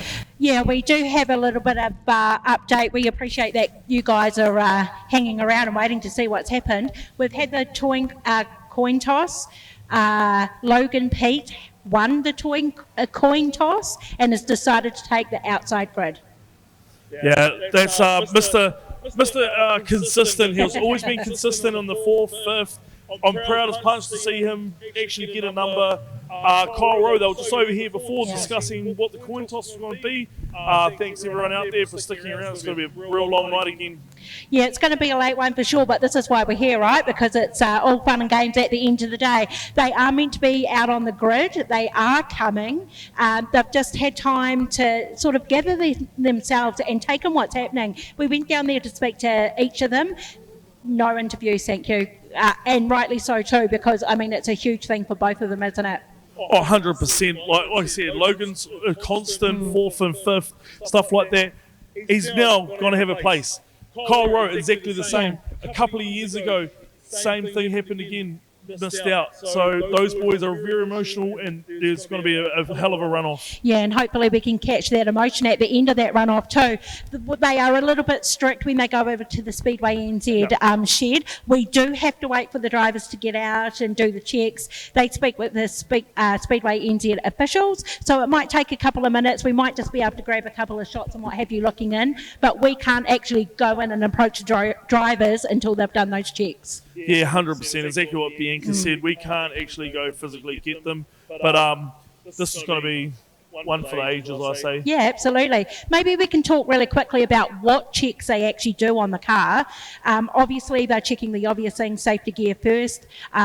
We had an incident last week at the Supers, but of course, random checks have already been done, I believe, and everyone's come through that. So they are actually checking the car to make sure things are actually legal. And what can actually happen is, if they decide there's any incidents happened, or if there's anything illegal with the car, they can actually remove the title. Yeah, they're basically checking like engine seals, basically everything that's in and around that Speedway New Zealand rulebook, tyres, everything. They'll go through everything, but they do a thorough check. It's a good way to find, to do what they do. Yeah, absolutely. And I would love to actually interview a Speedway NZ official, but they're all in the shed doing their checks. So it's going to be a little bit hard. We've got Logan Peake now coming up onto the dummy grid. Kyle Rowe won't be too far away, so yeah. I mean, I'd love to imagine or, think about what's going through these guys' head at the minute. I mean, it's 4 laps, you can't stop, it's illegal to stop. You can slow down and you can wait, but you cannot stop. You must be rolling the whole time. And you have to remember that 8A Logan Peake has only done 2 races this whole season. Not 2 meetings, 1 meeting, 2 races. After the second heat, he got COVID, and he was out of racing for 2 or 3 weeks trying to get back. So he's only done 2 races this whole year, and he's potentially going to be 1 NZ. I mean, how good is that? Look, I don't know if our cameras can actually pan around, but everyone is running. They know what's on the line for both of these drivers here. They probably all can imagine how nervous they are, what's going through their heads. I mean, this is just like another final heat. Yeah, definitely. The atmosphere down here is actually buzzing. I can't. Yeah. I just want to get up there now. I just want to hurry up and get up and watch a race. I'm fizzing. Listen, I don't know what's going to happen. We do know that we're about to crown a new 1 and 2 NZ. Here comes Kyle Rowe now. He's just pulled up. So, listen, we're going to let you guys get back to what you're actually here for, and that is to watch and see who's going to win. It definitely is going to stay as a 1 or 2 NZ on both of these cars. So, a very life-changing moment in Logan Pete and Kyle Rowe's life. Never had a number on either of these cars. And... wow, I can only imagine. I've only been in a runoff to qualify for a Grand Prix, which is a big deal. But a runoff, I think Mick Robbie's obviously one of the guys I could talk to about this and get some feelings from. Alan McRobbie from Rotorua when he did the same thing through his what's going through these guys. They've declined interviews. That's how focused they are on what's going to happen right now. You're buckled into these cars. I unfortunately missed who actually won the toss and who was sitting pole. Looks like Logan's going to set what side he goes on. He must have chosen one. He's picked his line. And Kyle Rowe is going to... No, I think the starter has misunderstood what's going on here. So Logan Pete has picked actually 2. He's won the toss and gone 2. He's setting the grid. And number 1 will come in.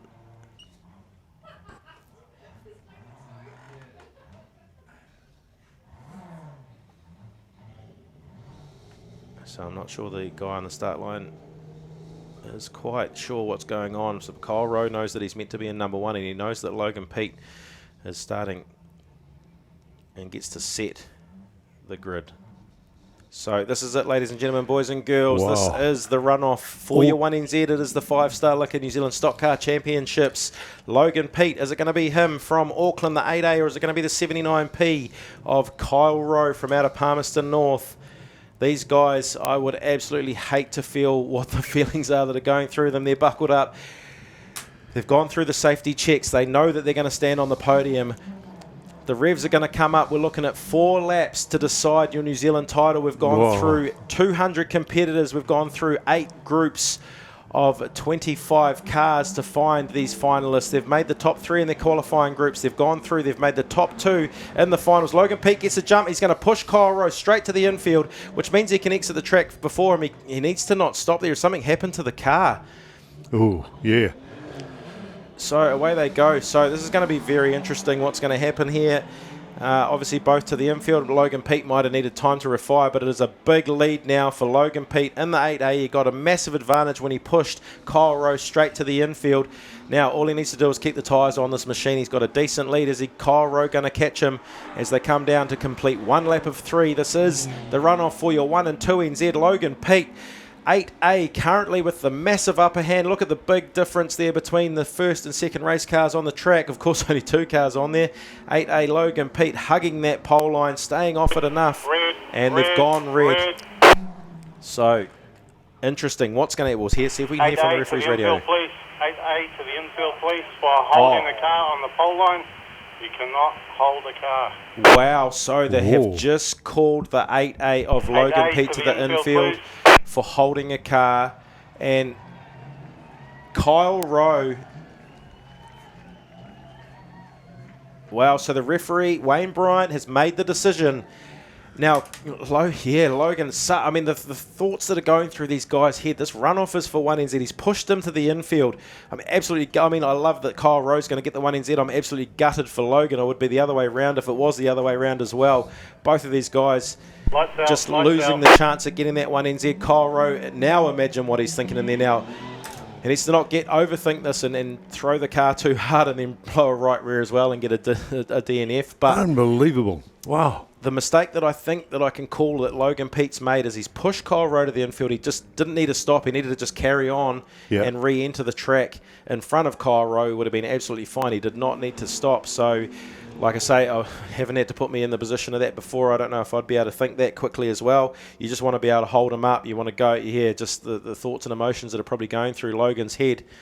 And for him to get pulled off like that now, very smart drive. Might look very boring on the TV screens, but Kyle Rowe doing exactly what he needs to do to come through and claim the checkered flag in the 79P. Keep the air in all 4 of those tyres, or namely the right-hand side tyres.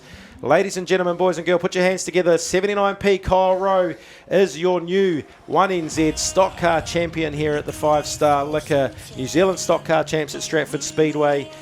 And I mean, the idea of that is that he's going to be able to come around and pick up the checkered flag all by himself and do a victory lap as well. And a nice big fist pump and a wave to the crowd there from Kyle Rowe. And a little bit of an anti-climax as far as the action goes for that runoff, Roger. I mean, just making that split-second decision. He just kept going, eh? He just kept going. That's it, I mean, understanding that in the runoff you cannot stop. Unfortunately for Logan, that is I mean, Kyle Rowe, absolutely stoked for him. I got a chance to chat to him before qualifying. He was feeling really good going into it. He was real calm, he was buckled up, ready to go on that race car. It was a really good chat with Kyle Rowe. for him to pull that 79p off the side of that car. So here it is. Let's take another look at this. Sorry, the people that are here listening to this, but here's the jump. So Logan Pete gets a really good jump, locks the tyres in, pushes him across the pole line, still rolling, and that's when he stops right there. Now, did he stall the car? That is the question that I have to ask. Kyle Rowe, you can see just there. I wonder if we can wind that back a touch, if the directors are listening and can get back there. But interestingly enough, we are going to get a little wind back now.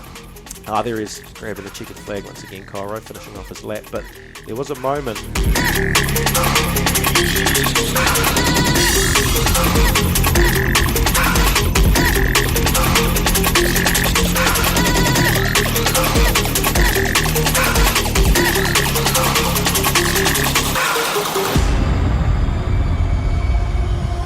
I've been looking around for some time. I don't really know why I try, but I don't wanna know why. I don't wanna know why. Notice me, notice me, notice me, notice me, notice me, notice me, notice me, notice me.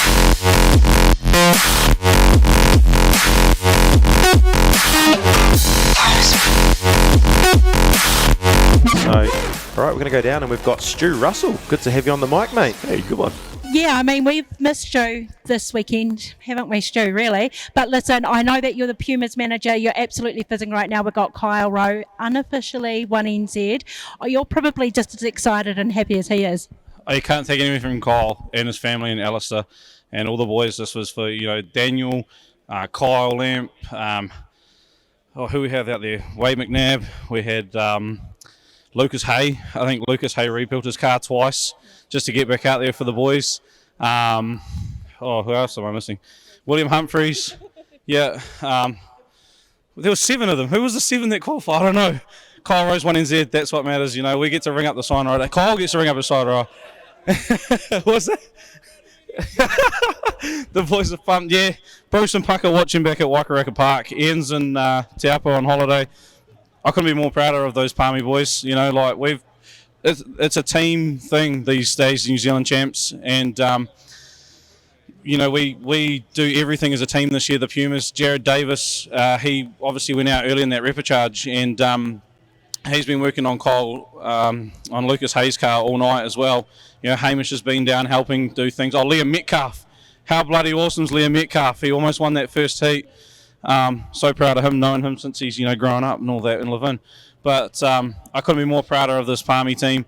It's been years since we've had a New Zealand number in Palmy across pretty much every contact class, and these boys just absolutely worked together to get this title here for Kyle Rowe, and I couldn't be more prouder of them, and I couldn't be more happier to be Kyle.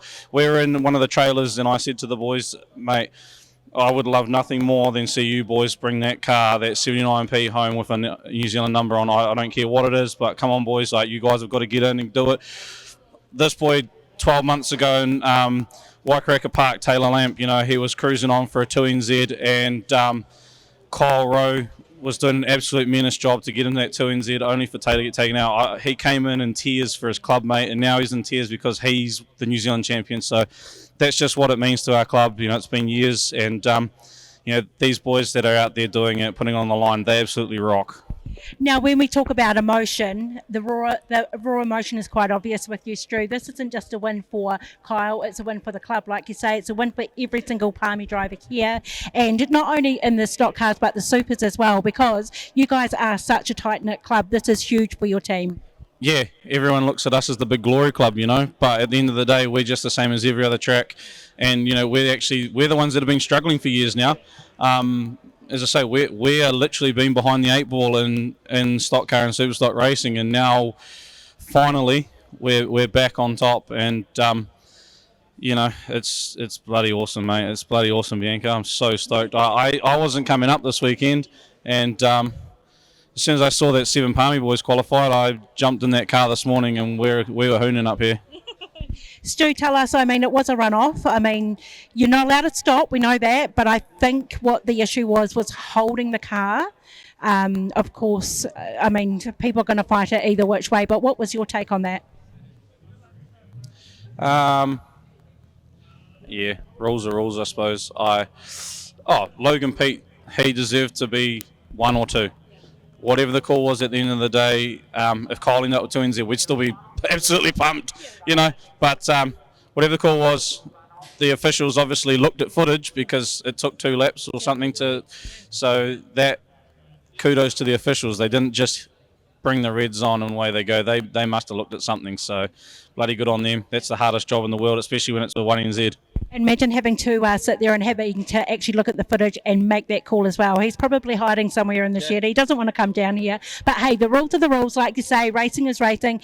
These guys can absolutely take nothing away other than to be absolutely proud of themselves and their crews and their sponsors, because they've done themselves so proud. 200 cars here this weekend, Stu, and to come down to the final 2 like that was absolutely awesome. Certainly was. Rees chassis number 12, built in 2004. It's 20 years old, and it finally wins the New Zealand Championship. You don't need to buy a brand new one. These things hiss. Doesn't matter how old they are. So, awesome. I don't know. Kyle Rowe's busy over there, but I'm sure you'll talk to him. The Palmy boys are all pumped over there. So, it's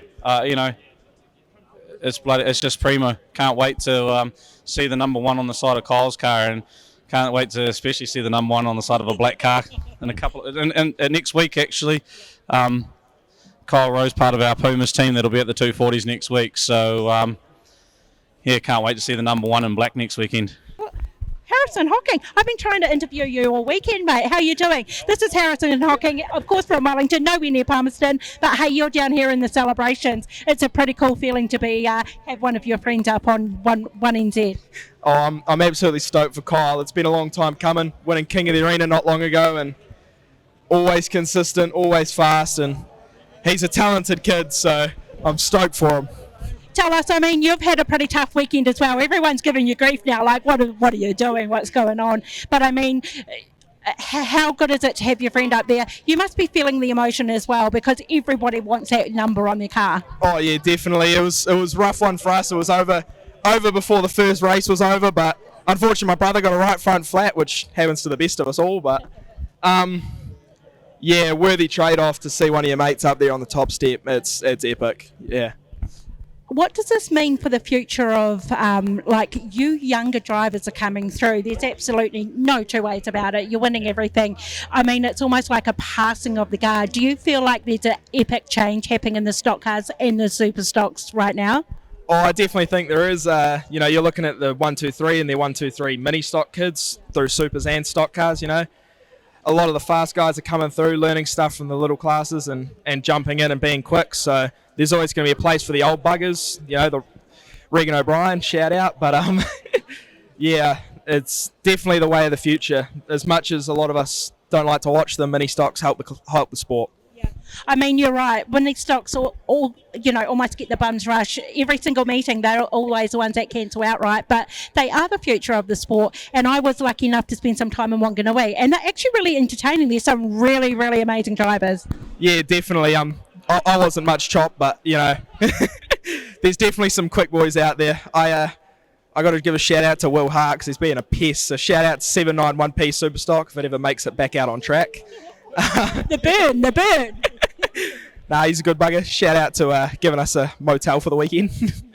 Hey, how cool is it? I mean, we've got a huge crowd down here waiting for these 2 drivers to come out. We probably will be waiting for a good 10 or 15 minutes, whoever knows. But how good is it to see all the support down here for them?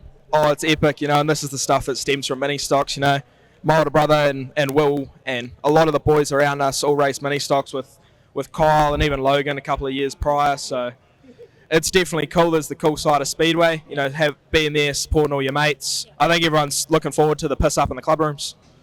I mean, I won't be part of that, but I mean, I'm sure when I get back home, I'll hear all about it. But this is your first year in a stock car.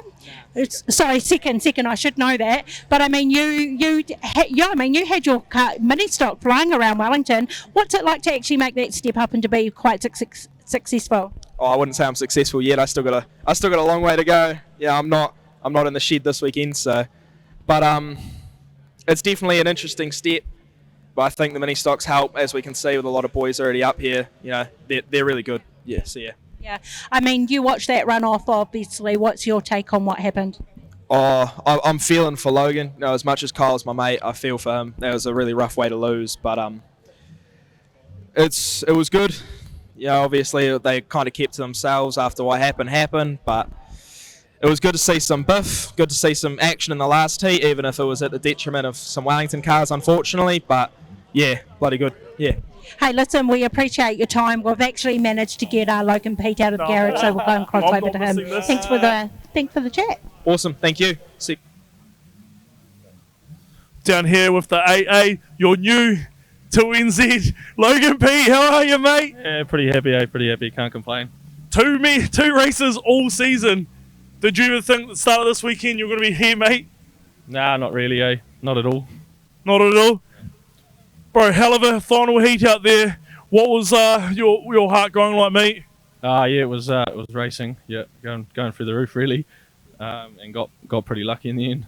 Yeah, anyone else you'd like to thank out there, mate?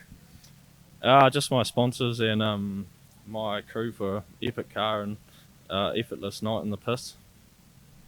Man, that's your new 2NZ, Logan Pete. Guys, congratulations. Kyle Rowe, you are the new 1NZ. How do you feel? Is it at home yet? Not really, to be fair. It's the last hour or two have gone pretty quick, and it's been one thing to the next, and then the runoff, and having to go through, get in the car again, and go again. So yeah, it hasn't sunk in yet, but it's a pretty cool feeling, I'll tell you that. I mean, you look behind you. All these people here are here to congratulate you. They've been wanting to talk to you. I'm the lucky first one to speak to you. I mean, I congratulate you on behalf of the entire Palmerston track and all the Palmerston drivers here tonight. What does this mean for you and your family and your sponsors and your crew? Oh, it means everything. Everything we've put into this sport over. I've been racing about 10 years now, coming up through mini stocks. And we've had some tough nights, so we've had to bounce back from. And we've had a bit of success along the way, which has been neat. But yeah, to be able to do this now is unbelievable. I mean, I do have to ask, that runoff, you came through an epic final heat. The runoff, you knew that you were in the second place. You're like, right, well, I've just got to finish this. The red lights come on. Tell us what went through your mind then. Yeah, well, I did know there was a bit of a question mark over that start. They have been quite hard on cars stopping in the last, season or two now. So, it was just, as soon as I was in second, do the best, and if there was going to be a call made, they made it.